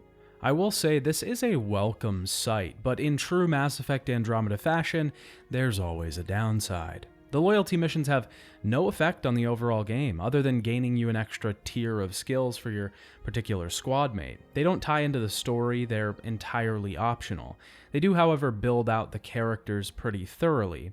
I don't think the missions themselves are as impactful as the ones in Mass Effect 2, primarily because those ones were heavily tied into the main story and the fates of the characters at hand.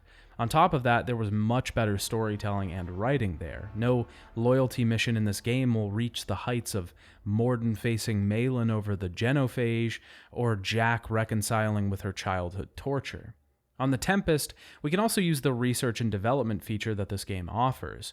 We can spend research data that we gain from scanning things around the world to get new items to build, and we can use the development terminal to build those weapons or armor.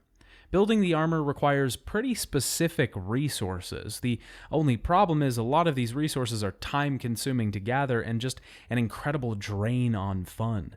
We can get them from opening containers, but also from mining around planets, which is a tedious affair. None of these items are even needed, either. I didn't even start changing my loadout until the last mission. I really only started experimenting with weapons and armor after I had already beaten the game. There are tons of different weapons to be researched, armor to be developed, mods that we can equip to both, consumables that will affect our bullets' damage or increase our health, but none of it even matters. It's the most in-depth and complex system I've seen that doesn't matter at all. There's no reason to equip anything other than a mildly rare assault rifle and shotgun. We head down to Eos and get ready to establish our first colony. There's already people there, ones that were a part of the mutiny on the Nexus.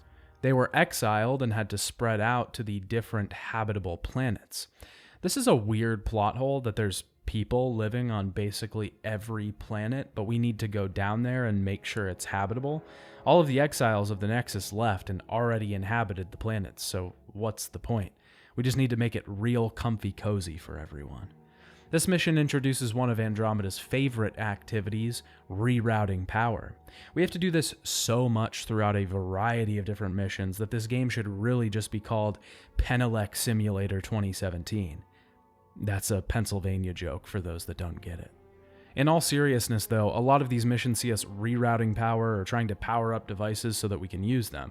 We're in an alien ruin and the best you could come up with was managing power? There's so much more that can be done with these ideas, but BioWare always decides to take the easy way out. After we get the colony powered up, we get access to the Nomad. We can drive this around planets and explore Andromeda's new open world structure. The driving on the Nomad isn't bad other than the fact that we have to switch between normal and six-wheel drive to get up hills. We can also use the Nomad to mine resources like I talked about before. We travel to a nearby monolith that requires an alien code to use it. Because of this, we have to scan the area for glyphs. We get tackled by an Asari woman named PB. She's an Asari who is obsessed with Remnant tech. The Remnant are the civilization that's responsible for the monoliths on each planet. They were created by the Jardan, a race from this galaxy that not much is known about. We also find out the alien race we've been fighting so far are called the Ket. The Ket are very interested in Remnant tech as well and have been investigating it. We head across Eos to decipher each monolith. This is a common event that takes place on each planet that we encounter. Solving 3 monoliths will unlock a vault, which we journey through to stop the planet from having whatever uninhabitable environment that it currently does. Make no mistake, this doesn't physically alter the planet in any way. It's just a mission to get experience and meaningless currency. More importantly, it gets that little progress bar up. Doesn't it feel good, hamster? Run on the wheel. Run on the wheel until you're satisfied. Spoiler alert, you never will be. On top of that, these monoliths contain the laziest and most boring puzzle I've ever seen. Alien Sudoku. I'm not making a joke either. That's literally what it is. Once we find the glyphs at a monolith, we have to fill in symbols, making sure not to have any repeats in a row, column, or section. I genuinely had to look up how to do it because when I first saw it, I thought, there's no way they put Sudoku in this game. I was wildly wrong. They do have a feature that lets you use decoders to automatically solve the puzzle. I used these whenever I had them because slowing the game down for 5 minutes while I solve a 99-cent puzzle from the dollar store is not something I want to do in my sci-fi space opera. On top of that, each time you fail, enemies come out to attack you. It's all just so tiresome. While investigating the monoliths, we meet a Krogan named Drac, who's very powerful and not very friendly. After we investigate all of the monoliths, we can enter the vault on Eos. Investigating it, we realize it's being used to terraform the planet, which is causing the radioactive environment. If we shut it off, then Eos will be viable to start a colony on. We do shut it off and have to run away from one of those large clouds, a purification field. Once we leave, PB joins the crew and we have to find a place to put the new settlement. Drac is in some trouble and we help him out. After he sees us fight, he thinks we're also worthy to join. Now we can place our settlement, and we have a big decision to make. Finally, our first sign of large decisions that might affect the game. We have to choose whether we want this outpost to be a science-based one or a military-based one. If we choose military, this might send a bad message to the rest of the galaxy, but if we choose science, we might be leaving the settlement vulnerable. Not sure why we couldn't just go 50-50 on this one, so much for morally gray, right? I chose science because I didn't want to be a hostile threat in this new home we were developing, but I clearly put too much thought into it because this decision does not matter whatsoever. We'll have some conversations about it later based on what decisions we made, but that's literally the end of it. I figured at least we'd get some upgrades, maybe gathering more research points if we picked a science outpost, and maybe more development points if we picked military, but this doesn't affect anything at all. There are only a few major decisions that we can make throughout the course of the story. There are a bunch in the side quests, some that do have an effect and some that don't, but as for the main story, there's about 4 big decisions. None of these really have a massive effect on the game overall. 2 of them determine whether a character that we don't know yet lives or dies. One of them is a genuine moral quandary, and the last is something that would have probably affected future games, but judging by this experience, I don't see that happening anytime soon. It's genuinely disappointing to see this game have almost no effect on its world or story. If we're not in the Milky Way, if Commander Shepard isn't around, if we don't care about any of these characters, if our choices don't matter, if there's nothing fun to do, is this really Mass Effect? We now have a settlement on Eos, where we can talk to people and pick up all manner of side quests. Back on the Nexus, we can talk to Sarah now, who's still in a coma. We create a telepathic connection between our implants and briefly speak with her. The vault that we unlocked on Eos has revealed the locations of other remnant vaults. This means that we need to spread out across the galaxy and track down more of them. Before we head out, we're introduced into the AVP system. This stands for Andromeda Viability Points. We get these points for completing various objectives throughout the game, main missions, side quests, miscellaneous tasks around the planets. Once this bar fills up, we get a cryopod point and can unlock a chunk of people that are still in cryosleep. This will generally give us rewards at specific intervals. For example, we can unlock scientists and get research points every 45 minutes or so, something we have to come back to the kiosk to pick up. The system is alright, I guess. I don't mind them putting a number or amount of progress on how viable a planet is. It's just the rewards that we get here that aren't really worth anything. Getting more consumables or research points means nothing because we don't really need them. Each planet has its own viability. This percentage can be increased, and once we get it past a certain threshold, we can put a new settlement there. This is side content that is completely optional. Getting this viability up isn't very hard. Placing forward points around the planet will get it up quite a bit, but the activity that moves it the most is finding the vaults on each planet.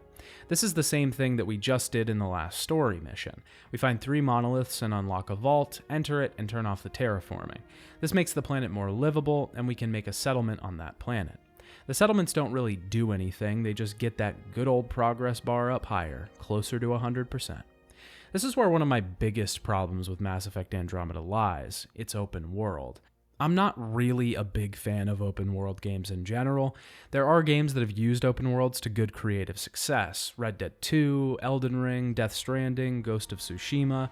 But the amount of games that include a vapid, needless open world is staggering compared to the few that use it well. Open world is just a must-have if you're making a AAA game now. It's not even thought of as an extra thing, it's just assumed it's going to be included. Most of these open worlds have nothing to offer. They take time to explore, running through them, picking up nodes, packages, completing objectives, all in the interest of getting that progress bar higher. Mass Effect Andromeda is the epitome of this.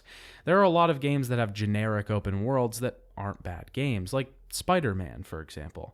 It's a pretty good game with a lot to do, and even though the stuff we complete is pretty generic, it's satisfying. You want to complete the task list, you welcome the tedium. Andromeda has an open world that is not satisfying, fun, interesting, or useful. It is void of any substance, an empty world full of uninteresting tasks to complete, all in the service of completion. It is the perfect example of a shell, a husk with nothing inside. Skin this game and you will find a black void that pulls you deeper and deeper into its nothing. Heading towards the next planet, we're met with the Archon, who reveals that he wants our power to interact with the Remnant technology. We escape him for now and head to Aya. Aya is the home to the Angara, as we soon find out, and they aren't easily trusting of us. They are also the only new friendly species that this game introduces. The Ket and the Remnant are the other 2 species that the Andromeda Galaxy has, bringing the grand total of new life to 3. We need to get to the vault on this planet, but the only one that can access it is the Moshai, a religious leader for the Angaran people. Evfra, the Angaran leader, doesn't trust us and wants us to help out the other 2 Angaran planets before we can meet the Moshai. We also now get a new squad mate, Jal, an Angaran fighter who's a bit of a cross between Garrus and Kasumi. We can now travel to either Havarl or Vold. I traveled to Vold to help the resistance there. The Angara have been fighting against the Ket for a while now and are constantly battling them. We have to rescue some kidnapped Angarans here.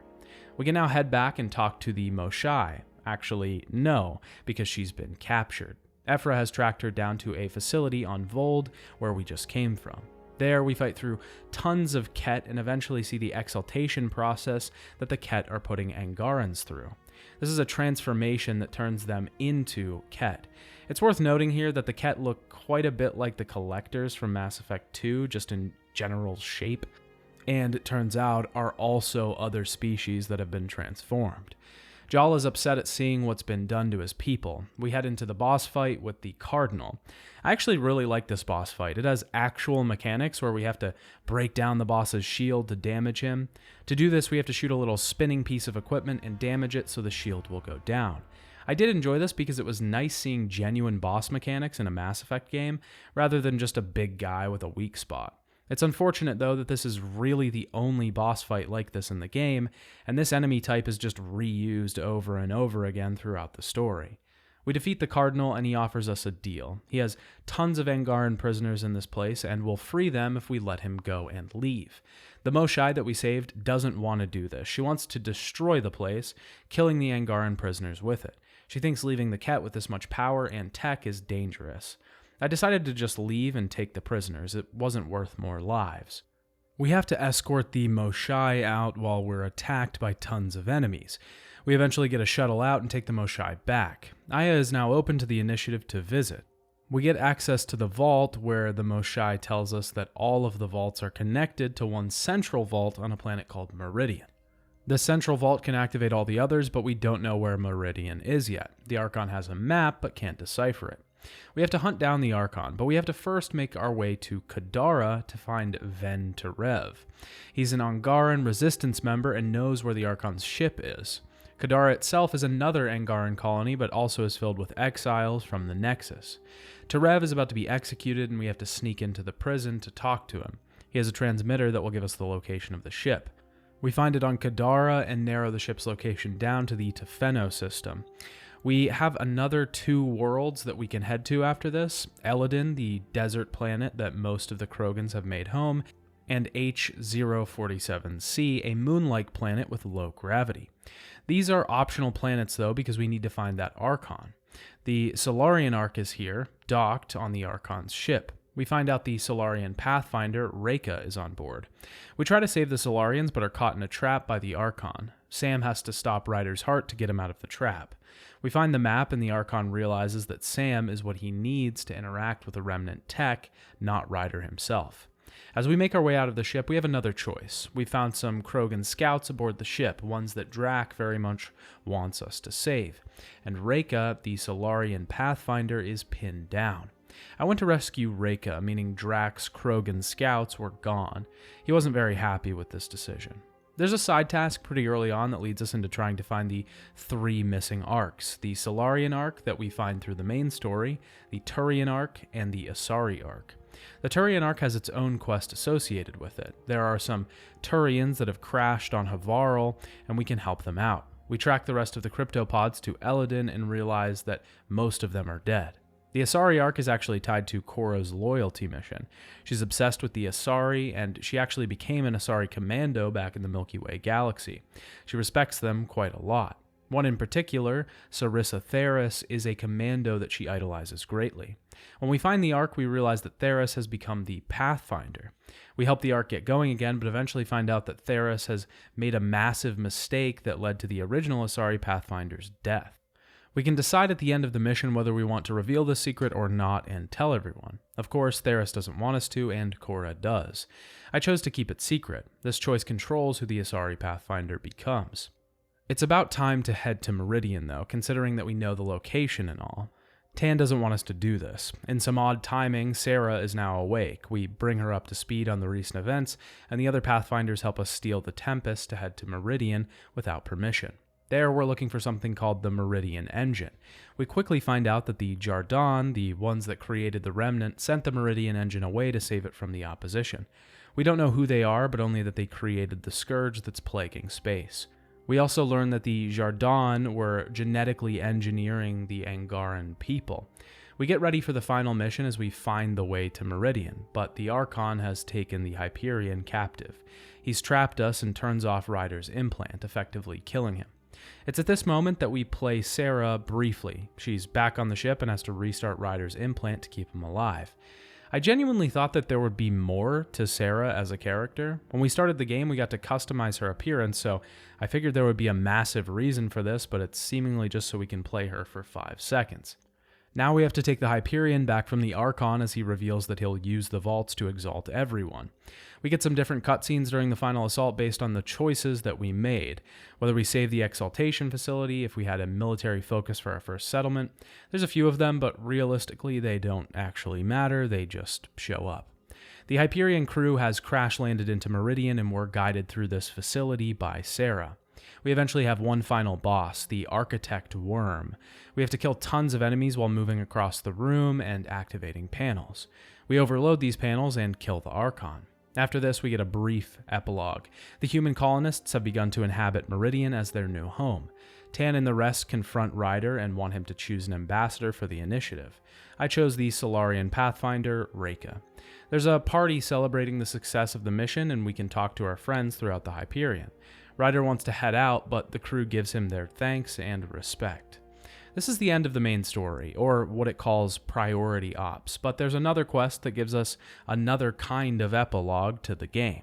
Ryder Family Secrets lets us find glowing lights around all the different planets. These are memory triggers and will activate Alec Ryder's memories within Sam.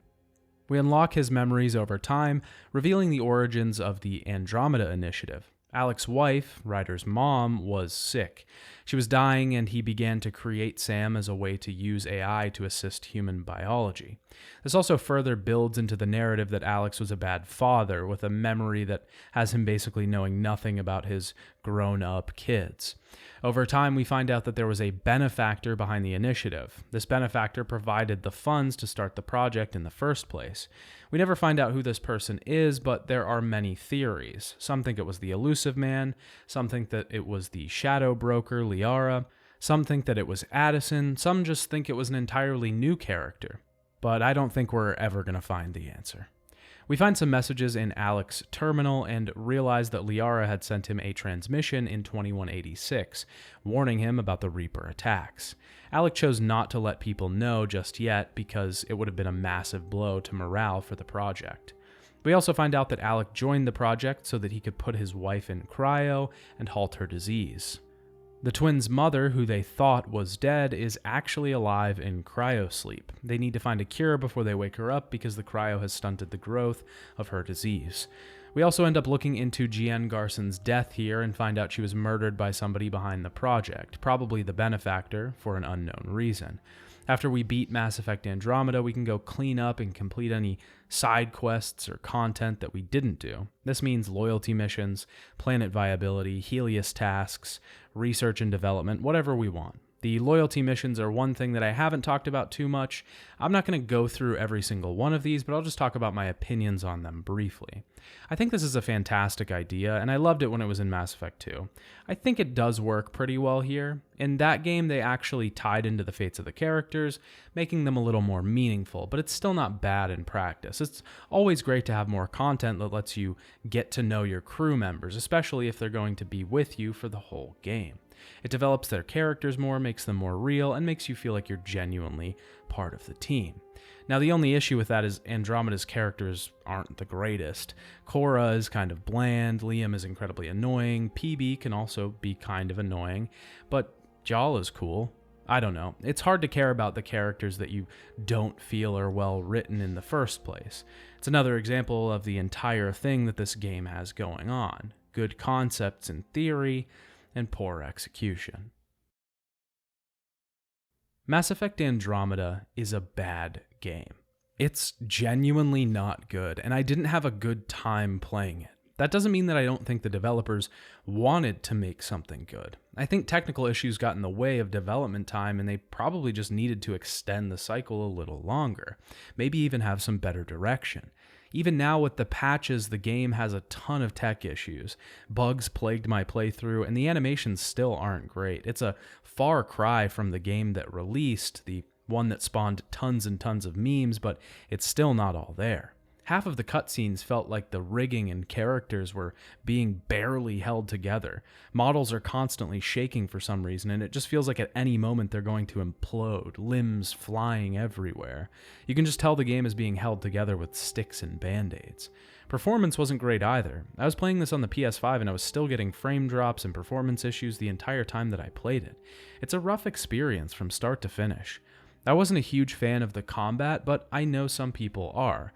Through all of the research that I did for Andromeda, most of what I found was that the story and most of the game kind of sucked, but the combat was its redeeming feature. I don't really think I even agree with this. I mean, I think the combat can be fun, but we have such little option here of what to do. We can craft a character all day, but at the end of it, we can only use a few powers. It feels like a devolution in some ways and an evolution in others. This is the crux of Andromeda, a game that feels like it was moving forward and backwards at the same time. The ideas of making Mass Effect a quick-paced, run-around, dashing, and attack shooter is fantastic, but taking away our freedom in combat isn't great. This applies to nearly everything else as well. The dialogue system is a fantastic idea. Fans had complained for years that Mass Effect's dialogue system was too black and white. There were too many options that were incredibly 50-50, and people wanted to be able to pick something in the middle. They started to fix this with Mass Effect 3, but the team was right that the entire system needed to be undone. But what we got was a system that reduced every option to a witty quip. We can't be the super serious character in this game. The option just isn't there. We're always being some kind of uplifting, rational person, no matter what the choice is. For all of its faults, the Paragon Renegade system was fun. One of my favorite parts of making these videos was showing off the Renegade side of Mass Effect. I never really played Renegade or bad guy playthroughs in these games when I was younger, so getting to go back and make all the terrible choices felt great. Not only that, but being able to roleplay as the character in the script has always been fun as well. I was so incredibly bummed when I realized that I couldn't really do that for this video. Not only was I disappointed that I didn't get to make the video in the ways that I had been for previous entries, but I was just disappointed in the series. It really made me realize how wildly different this was to the original project. It's a moment that makes you think, where the fuck are we? What are we doing here? Why? The game's story follows the same template as everything else, a really interesting idea and concept, traveling to a new galaxy and becoming explorers, developing settlements on planets that have hopefully not been settled yet, expanding the colonization of the galaxy, but it devolves into this tale about fighting the Ket, a bland retread of old ideas. It becomes this YA novel-level story. Oh no, my dad died, now I have all this power and responsibility, but I'm just a young guy who has a twin sister that's also pretty powerful too, and together we're gonna stop the guys that killed my dad. Ugh. It's so bland and it's just nothing. An open world is also a fantastic idea for a Mass Effect game. It's one of the series that I think genuinely could do something great with it. Exploring new planets that we haven't seen, given the freedom to run around and solve new mysteries of this foreign galaxy, but it's just turned into a rehash of every other open world game, and it's not even a good rehash. An empty world, uninteresting characters, a bland story, restrictive combat. This game isn't anything. I'm sure there are some Andromeda fans out there right now that don't like hearing me trash this game. I don't mind if you like it at all, but this game just does not appeal to my tastes whatsoever. It is a nothing game. On a technical level, I would probably give it higher scores than a game that's actually atrocious and hilariously bad, but this game is even more offensive than that because it isn't even funny bad.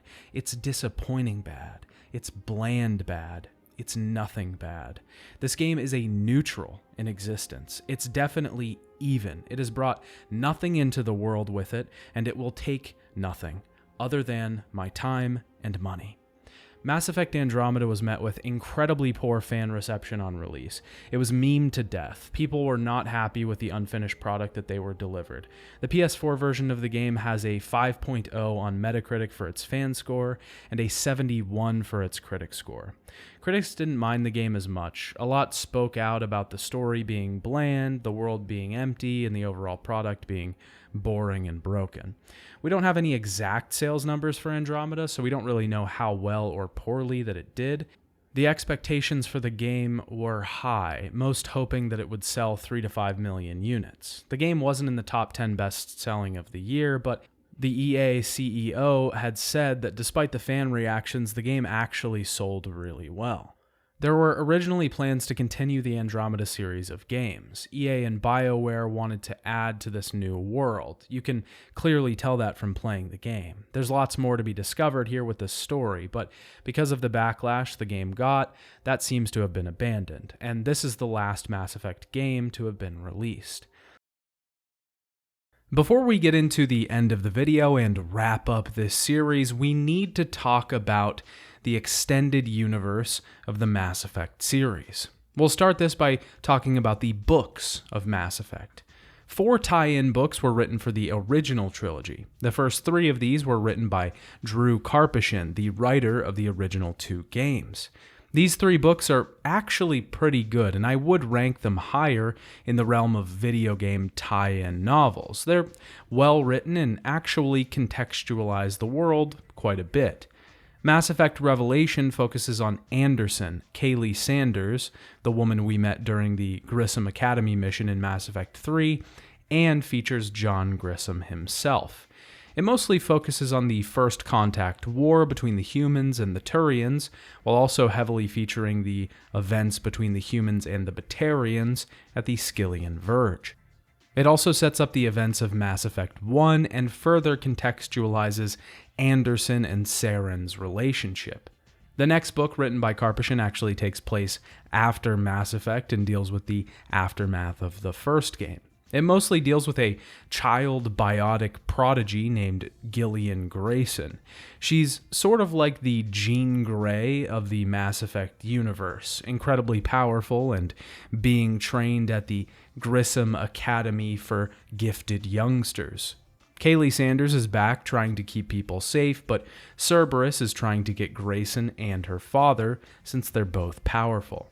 It's actually a really interesting story, and I liked its implications for the world of Mass Effect.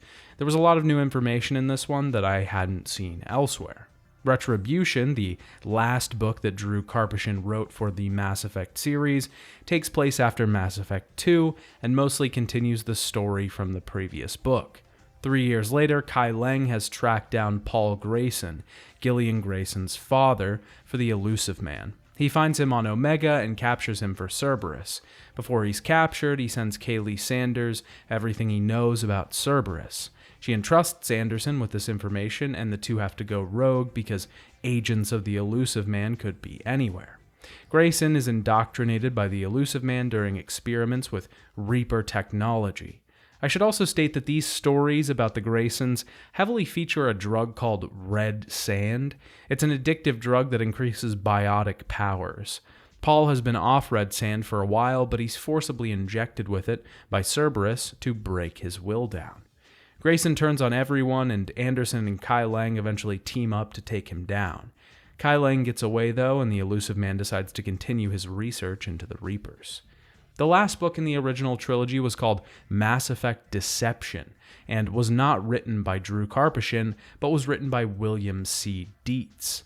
The book centers around Gillian Grayson finding out her father is dead, and Kai Leng trying to steal Paul Grayson's body after Anderson and Sanders begin to investigate it. There's a couple problems with this book, though. The first is that the writing is of a considerable downgrade when it compares to Drew Karpyshyn. Karpyshyn created a lot of the universe, so he knew it and understood it. Dietz didn't have this, obviously, but he did have writing experience. He's written a metric ton of books. He has his own fiction series about World War III, and also has a ton of experience writing tie-in novels for other properties. Tons of Star Wars books, a Halo book, and even a Hitman book. I can't speak to the validity of these series, but Deception is not great. It also has a ton of plot holes and inconsistencies with the universe. So much so that this greatly upset fans, and an entire document was made to track all of the errors in the book. There are a ton of small discrepancies, like Asaris saying "my god" in the book, even though they would say something like "by the goddess," since their religion is much different to that of humans. Asari being described as asexual, Quarian clothing being described wrong, and even describing the Turians as having saints, except their religion doesn't include those. There are larger discrepancies, like there being a Batarian embassy on the Citadel, even though it had closed at this point, Kai Lang being described as an N6 soldier in the Alliance, and even Kaylee and Anderson described as having battled Saren together. But even more than that, there are things in this book that absolutely break canon and are also just nasty in general. Huge issues with the timelines, characters' ages being entirely wrong, Tantalus drive cores on Batarian ships. Gillian is described as getting over her autism, as if that's something you just grow out of, and a gay character named Hendel having his sexual orientation just completely erased. There's a ton of stuff that this book does wrong. It doesn't even recognize the previous books in the series. It's also just doing some really weird things to characters and lore. Fans were right to be incredibly upset about this, and BioWare eventually announced that there would be an updated version of the book released with changes made to bring everything in line. This actually never happened, and the community manager just started telling people to ask the publisher. There are 3 more books released in the Mass Effect universe, but these 3 books were all about Andromeda. The first was called Mass Effect-Andromeda: Nexus Uprising. This book was mostly about the attempted mutiny on the Nexus and about Gian Garson's death. It was an alright read, mostly providing context for the whole situation if you're into that thing. I wouldn't really ever go out of my way to read it though if it weren't for this. Mass Effect-Andromeda: Annihilation is actually one of the only Andromeda books I even liked. It centers around the Quarian arcs and seeks to explain why it never arrived to the Andromeda galaxy. People start dying in their pods following a routine check during the journey, and the whole story surrounds the mystery of who is trying to stop the arc from arriving. It's actually not bad, again, for video game tie-in novel standards. The final book in the Andromeda series is Mass Effect-Andromeda: Initiation, and serves to further contextualize Cora as a character. It gets deeper into her backstory, her relationship with Alec Ryder, and her affiliation with the Asaris. It's alright, but nothing special, to be honest. Overall, the books are about par for the course when it comes to video game tie-in novels. I wouldn't really recommend reading any of these unless you really need more Mass Effect lore, but some of them are pretty tolerable, which normally can't be said for other series. There are an actual ton of Mass Effect comics, some good and some bad. I think this is probably the best medium for Mass Effect to delve into. Using comics to deepen the lore of the world and show fans events that they've only heard about is a very good idea and works well with a sci-fi series with lore as in-depth as Mass Effect. Now, that doesn't necessarily mean it actually did work out, because a lot of these are pretty rough. The first comic was published by Dark Horse, written by Mac Walters and John Jackson Miller, with illustrations by Omar Francia. This is a 4-part miniseries that takes place right before Mass Effect 2. It revolves around Liara T'Soni's quest to bring back Commander Shepard. She eventually teams up with Cerberus and finds Shepard's body, giving them the ability to start the Lazarus Project. Like a lot of the comics that we'll talk about here, its story is alright and its art isn't anything spectacular. The comics overall are pretty mediocre. There's not many of these that I'm going to talk about super in-depth because a lot of them are pretty bland. There's another comic, Incursion, that links to Redemption and follows Arya T'Loak. Inquisition follows C-Sec Officer Bailey. It's really short and doesn't have much intrigue. On top of that, the art can be pretty terrible at times. Mass Effect Evolution was one that I was excited to read, but actually disappointed me. It revolves around the Elusive Man before he took that moniker. His name was Jack Harper, and he fought in the First Contact War. He eventually became sort of indoctrinated by the Reapers, but still intelligent and able to control himself. It's sort of odd and really reduces the elusive man's motivations. Convictions shows Vega's past and how he was picked to be involved with Commander Shepard. Very short, again, bad art. Invasion follows Arya as she deals with Cerberus trying to take Omega from her. This mostly directly leads into the Omega DLC from Mass Effect 3, as Arya surrenders the station at the end of the 4-issue series. Mass Effect Homeworlds has an issue each focusing on a different Mass Effect character. Mass Effect Blasto, Eternity is Forever, is actually a premise that has a little more in-world fun with the comic medium. Blasto is a character that stars in movies in the Mass Effect universe. He's like a Hanar action hero, and this comic follows some of his adventures. Mass Effect He Who Laughs Best wins the award for the worst Mass Effect comic title ever, and is a single-issue run that revolves around Joker. It's a prequel comic that shows how Joker got the job flying to Normandy. He had to steal the ship and show that he was actually worth it. It's kind of a corny origin story, and the art is pretty bad. Mass Effect Foundation is a story that follows Maya Brooks from the Mass Effect 3 Citadel DLC. It's really odd because most of the very long series retroactively puts her in the background of most of the characters that we've interacted with throughout the games. The ending leads up to the DLC itself, but it's just kind of odd to give this character such a high level of importance retroactively. Also, the art is, again, terrible. Mass Effect Discovery is the final comic we'll be talking about, and is the only one that's set during the Andromeda storyline. It follows Kandros from that game as he tries to infiltrate the Andromeda Initiative, believing something to be wrong. This one gets real Star Wars all of a sudden. I'm not a big fan of the tone on this one, but the art isn't as bad as the rest, I guess. The comics in general are pretty rough. I'm not sure why they needed this many different series. They also decided to explore some pretty boring plot lines with these. Like, why not explore the Krogan rebellions and the Genophage? Why not add more context to the wars from the past and give us a vision of what those times looked like? Instead, they chose to just focus on Vega for single issues or tell us how they found Shepard's body. It's just a whole big missed opportunity.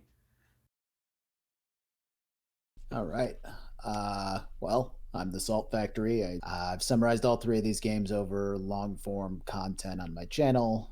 So I'm Private Sessions, and I did a 3-part video series, like retrospective analysis series on the first 3 games. I'm Gingy, and I made a quite extremely long video about all 4 of the Mass Effect games that analyze all of their stories, and I critiqued all of them. Yeah, so starting back at the beginning, what was your first experience with the series? I remember getting Mass Effect as I used to get a lot of games in around Christmas time, and I think that was just one of the games I got. And while I really enjoyed Mass Effect 1, I think I fell in love with the series with 2.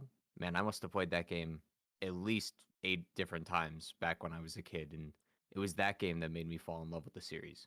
I guess I'll say when I first saw the trailers for it, I remember the first trailer was like, it didn't really wow me too much. I think it was the third trailer. It might have been just the third trailer that I saw that actually showed like the Mako dropping and everything like that. And that's when I was like, all right, this game actually looks pretty interesting. I'm going to get it for Christmas. I just immediately fell in love with it. The first night, it was Christmas Eve, I got it, and I stayed up to like 5 a.m. playing it just so that I could get my first Mako drop. Like that was the plan. I was like, I need to get my first Mako drop. That's all I care about. So once it happened, I was like, all right, cool. I can go to bed now. Basically, the games came out. I didn't really pay too much attention to them. I got my Xbox 360 and was into Gears of War and then Call of Duty and all that stuff. I missed out on BioWare stuff for a while there. But then eventually there was a big push for Mass Effect 2. So I decided, okay, yeah, sure. I've got nothing better to do right now. Yeah, I decided to check out the first game and I loved it. And then the second game came out right after that. And I was very excited and had a great time. And then I pre-ordered the collector's edition of 3. So, you know how that went. Coming into the series late, what do you think grabbed you with 1? Like made you like, whoa, I like this?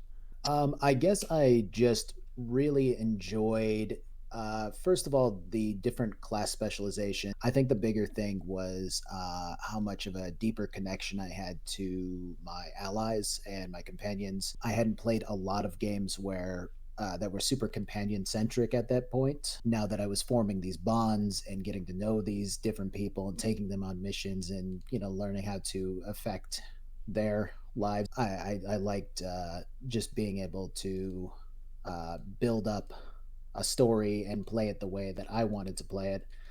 And even if that didn't always go as deep as I guess I would want it to go in hindsight, I still really enjoyed it at the time. So there's a few different ways to approach that. I would say the first thing is that they went in with a plan.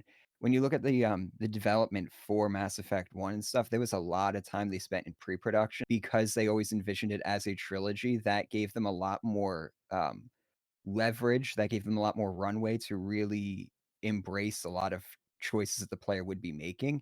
I think just a lot of it had to do with BioWare was on top of their game, and they really spent a lot of time working out what their world would be like and what their characters would be like, and that gave them much more confidence to be able to set up scenarios for the player to make choices that would actually be meaningful.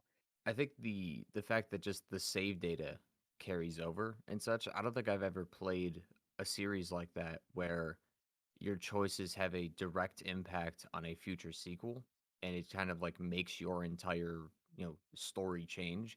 The only game I can think of that would be that'd be like that was Dragon Age, but I haven't played that game and it's also BioWare's other game. So they're really consistent with that. Looking back, what's like a spot that really stands out, like a moment in the series that carried a lot of impact or sort of defines the series in general for you? I think the undisputable like best moments in the entire trilogy is when you meet Sovereign on Vermeer. That is probably the most iconic part of the series. It changes the story. It's just a perfect interaction overall. There's so many. Mass Effect's one of those games, like one of the franchises that just lives in my head rent free. I think I might think about it almost every day, which is kind of weird. Like to pick out a single moment is actually very difficult. It most certainly be something Renegade Shepard does and says, because if I had to pick a moment, it would probably be when you're doing in Mass Effect 2, you're doing Thane's loyalty mission and you have to do the interrogation. Mm. And there's just so many different ways that scenario plays out. And I just think one of my favorite lines is where Shepard just loses his cool as like Renegade. And he's just like, he just pulls out his gun and he's just like, listen, I can shoot everybody in this room and walk out unscathed. I know this sounds strange, but I think some of the biggest um, theatrical moments came explicitly in Mass Effect 3. I have so much simultaneous disdain and love for Mass Effect 3. It's just this mixed bag of these big moments, these big sweeping moments, like Morden sacrificing himself, Legion having to go down in order to, if you wound up getting Legion in the first place, but in order to save the Quarians and make sure there's peace between the two factions by the end. Like these big moments that, yeah, three's cinematic moments, three's really big theatrical moments that kind of harken back to the choices you made in previous games were probably the things that were done best there. What do you think about Mass Effect is it makes it worth putting in all that time to make that much content off of it? A lot, and this happens a lot with BioWare in general. They have so much connection forming capability between the different characters of the game, and even characters that aren't necessarily companions. You just remember, oh yeah, a lot of the bonds that you form, even to people like Anderson, or not even a bond so much as a I don't like this guy, like Udina. You wind up at the same time understanding the reasons why they do the things that they do, and you start to understand them more as a character. You see them interacting with different other characters and learning who they kind of are as a person. And I think a lot of that really is something that I like to talk about a lot. I like to talk about narrative more than anything else. The various deeper lore and just the on the surface lore. It has to do with its popularity and just the impact that it's had on games as a whole. I feel like Mass Effect has been an extremely influential game. The dialogue wheel didn't really exist until BioWare came around with it, Mass Effect 1 and stuff. There's just so many different things. And I feel like the games are they're so complex. You can have like 10 or 15 different people cover that game in like a deep analysis and come to such different conclusions and stuff that it's just like there's just so much there. There's so much on I feel like there's still a lot of like untapped potential. There's just so much to talk about with this series. The games themselves are extremely long. I think I've had like 40 hours on each game, and that's per playthrough when going through it. And there's just so many options, so many things to talk about, both just as like a sort of informative thing, informing people on what the races of the world are and how diverse they are, but also the more on the critique side, the amount of just great things the series has done and the amount of things that it hasn't done. There's sort of two big disasters in the history of Mass Effect: the ending for 3 and Andromeda. What would you have done differently with either of those, if anything at all? To change Mass Effect 3's ending would be to just redo the whole thing from the ground up. The extended cut, while helpful, still doesn't really change the core issue at the of the ending. Mass Effect 3 is the result of Mass Effect 1 and 2. They did such a crazy heel turn with Mass Effect 2 in terms of how they were approaching their storytelling, and it turned away from the details first sort of storytelling method towards a drama first storytelling method. Both Mass Effect 3 had to reconcile both of those two styles, and I just don't really know how they could have really done much different with Mass Effect 3 because Mass Effect 2 kind of spent more of its time just telling side stories. I think that's a really hard question to answer with just a very like definitive like this is obviously way better. And Yes. I think that the reason why they came to the conclusion of okay, let's have this kind of 3 button ending where everything's the same is not only time and budget, but even aside from that, um, the way that they decided to uh, with Mass Effect 1 they set up the universe, and then Mass Effect 2 was kind of its own little adventure looking back at it from three's perspective. Like, yes, sure, things happened, but it was all kind of contained in Mass Effect 2. And then in 3 it's like, oh yeah, the Reapers, and yeah, it was almost like you jumped from 1 to 3. And so they decided to focus more on, what would happen if the Reapers came in and started invading and doing all this stuff. And you have to stop them. And, planets are dying and factions all have their own problems. That was a good way to go with it.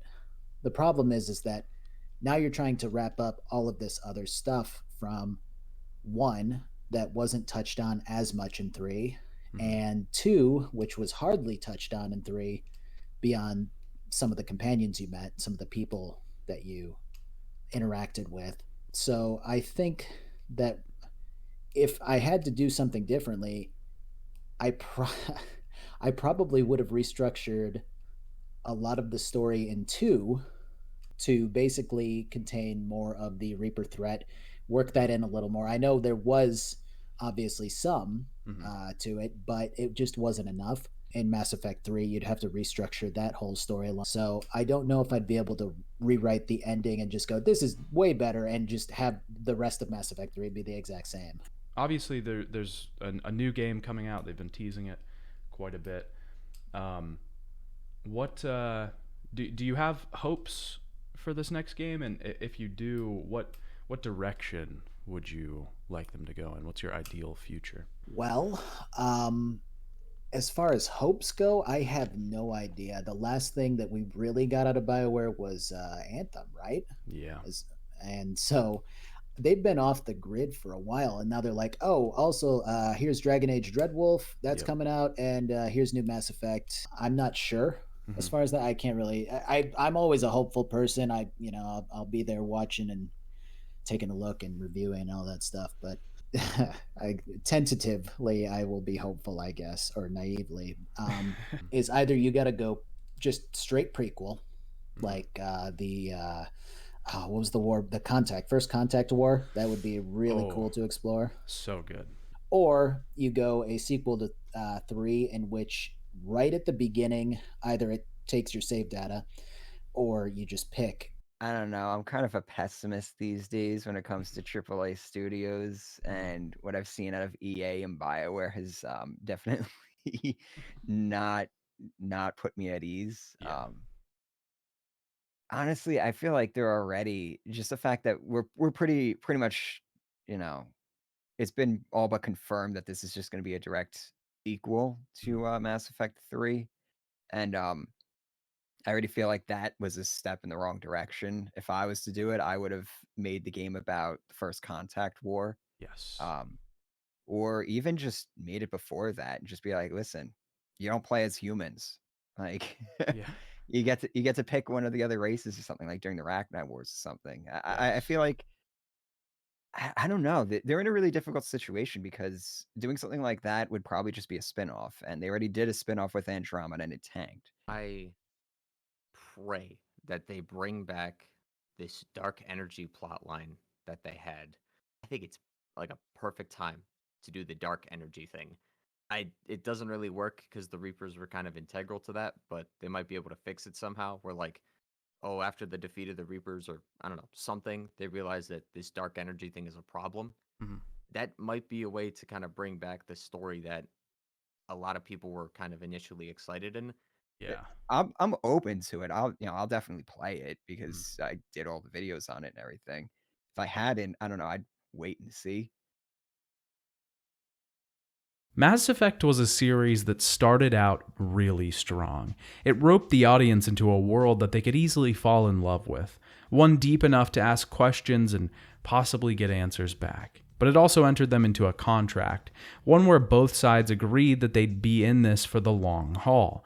The teams working on this game wanted players to stick around for years, something that's hard to get people to do.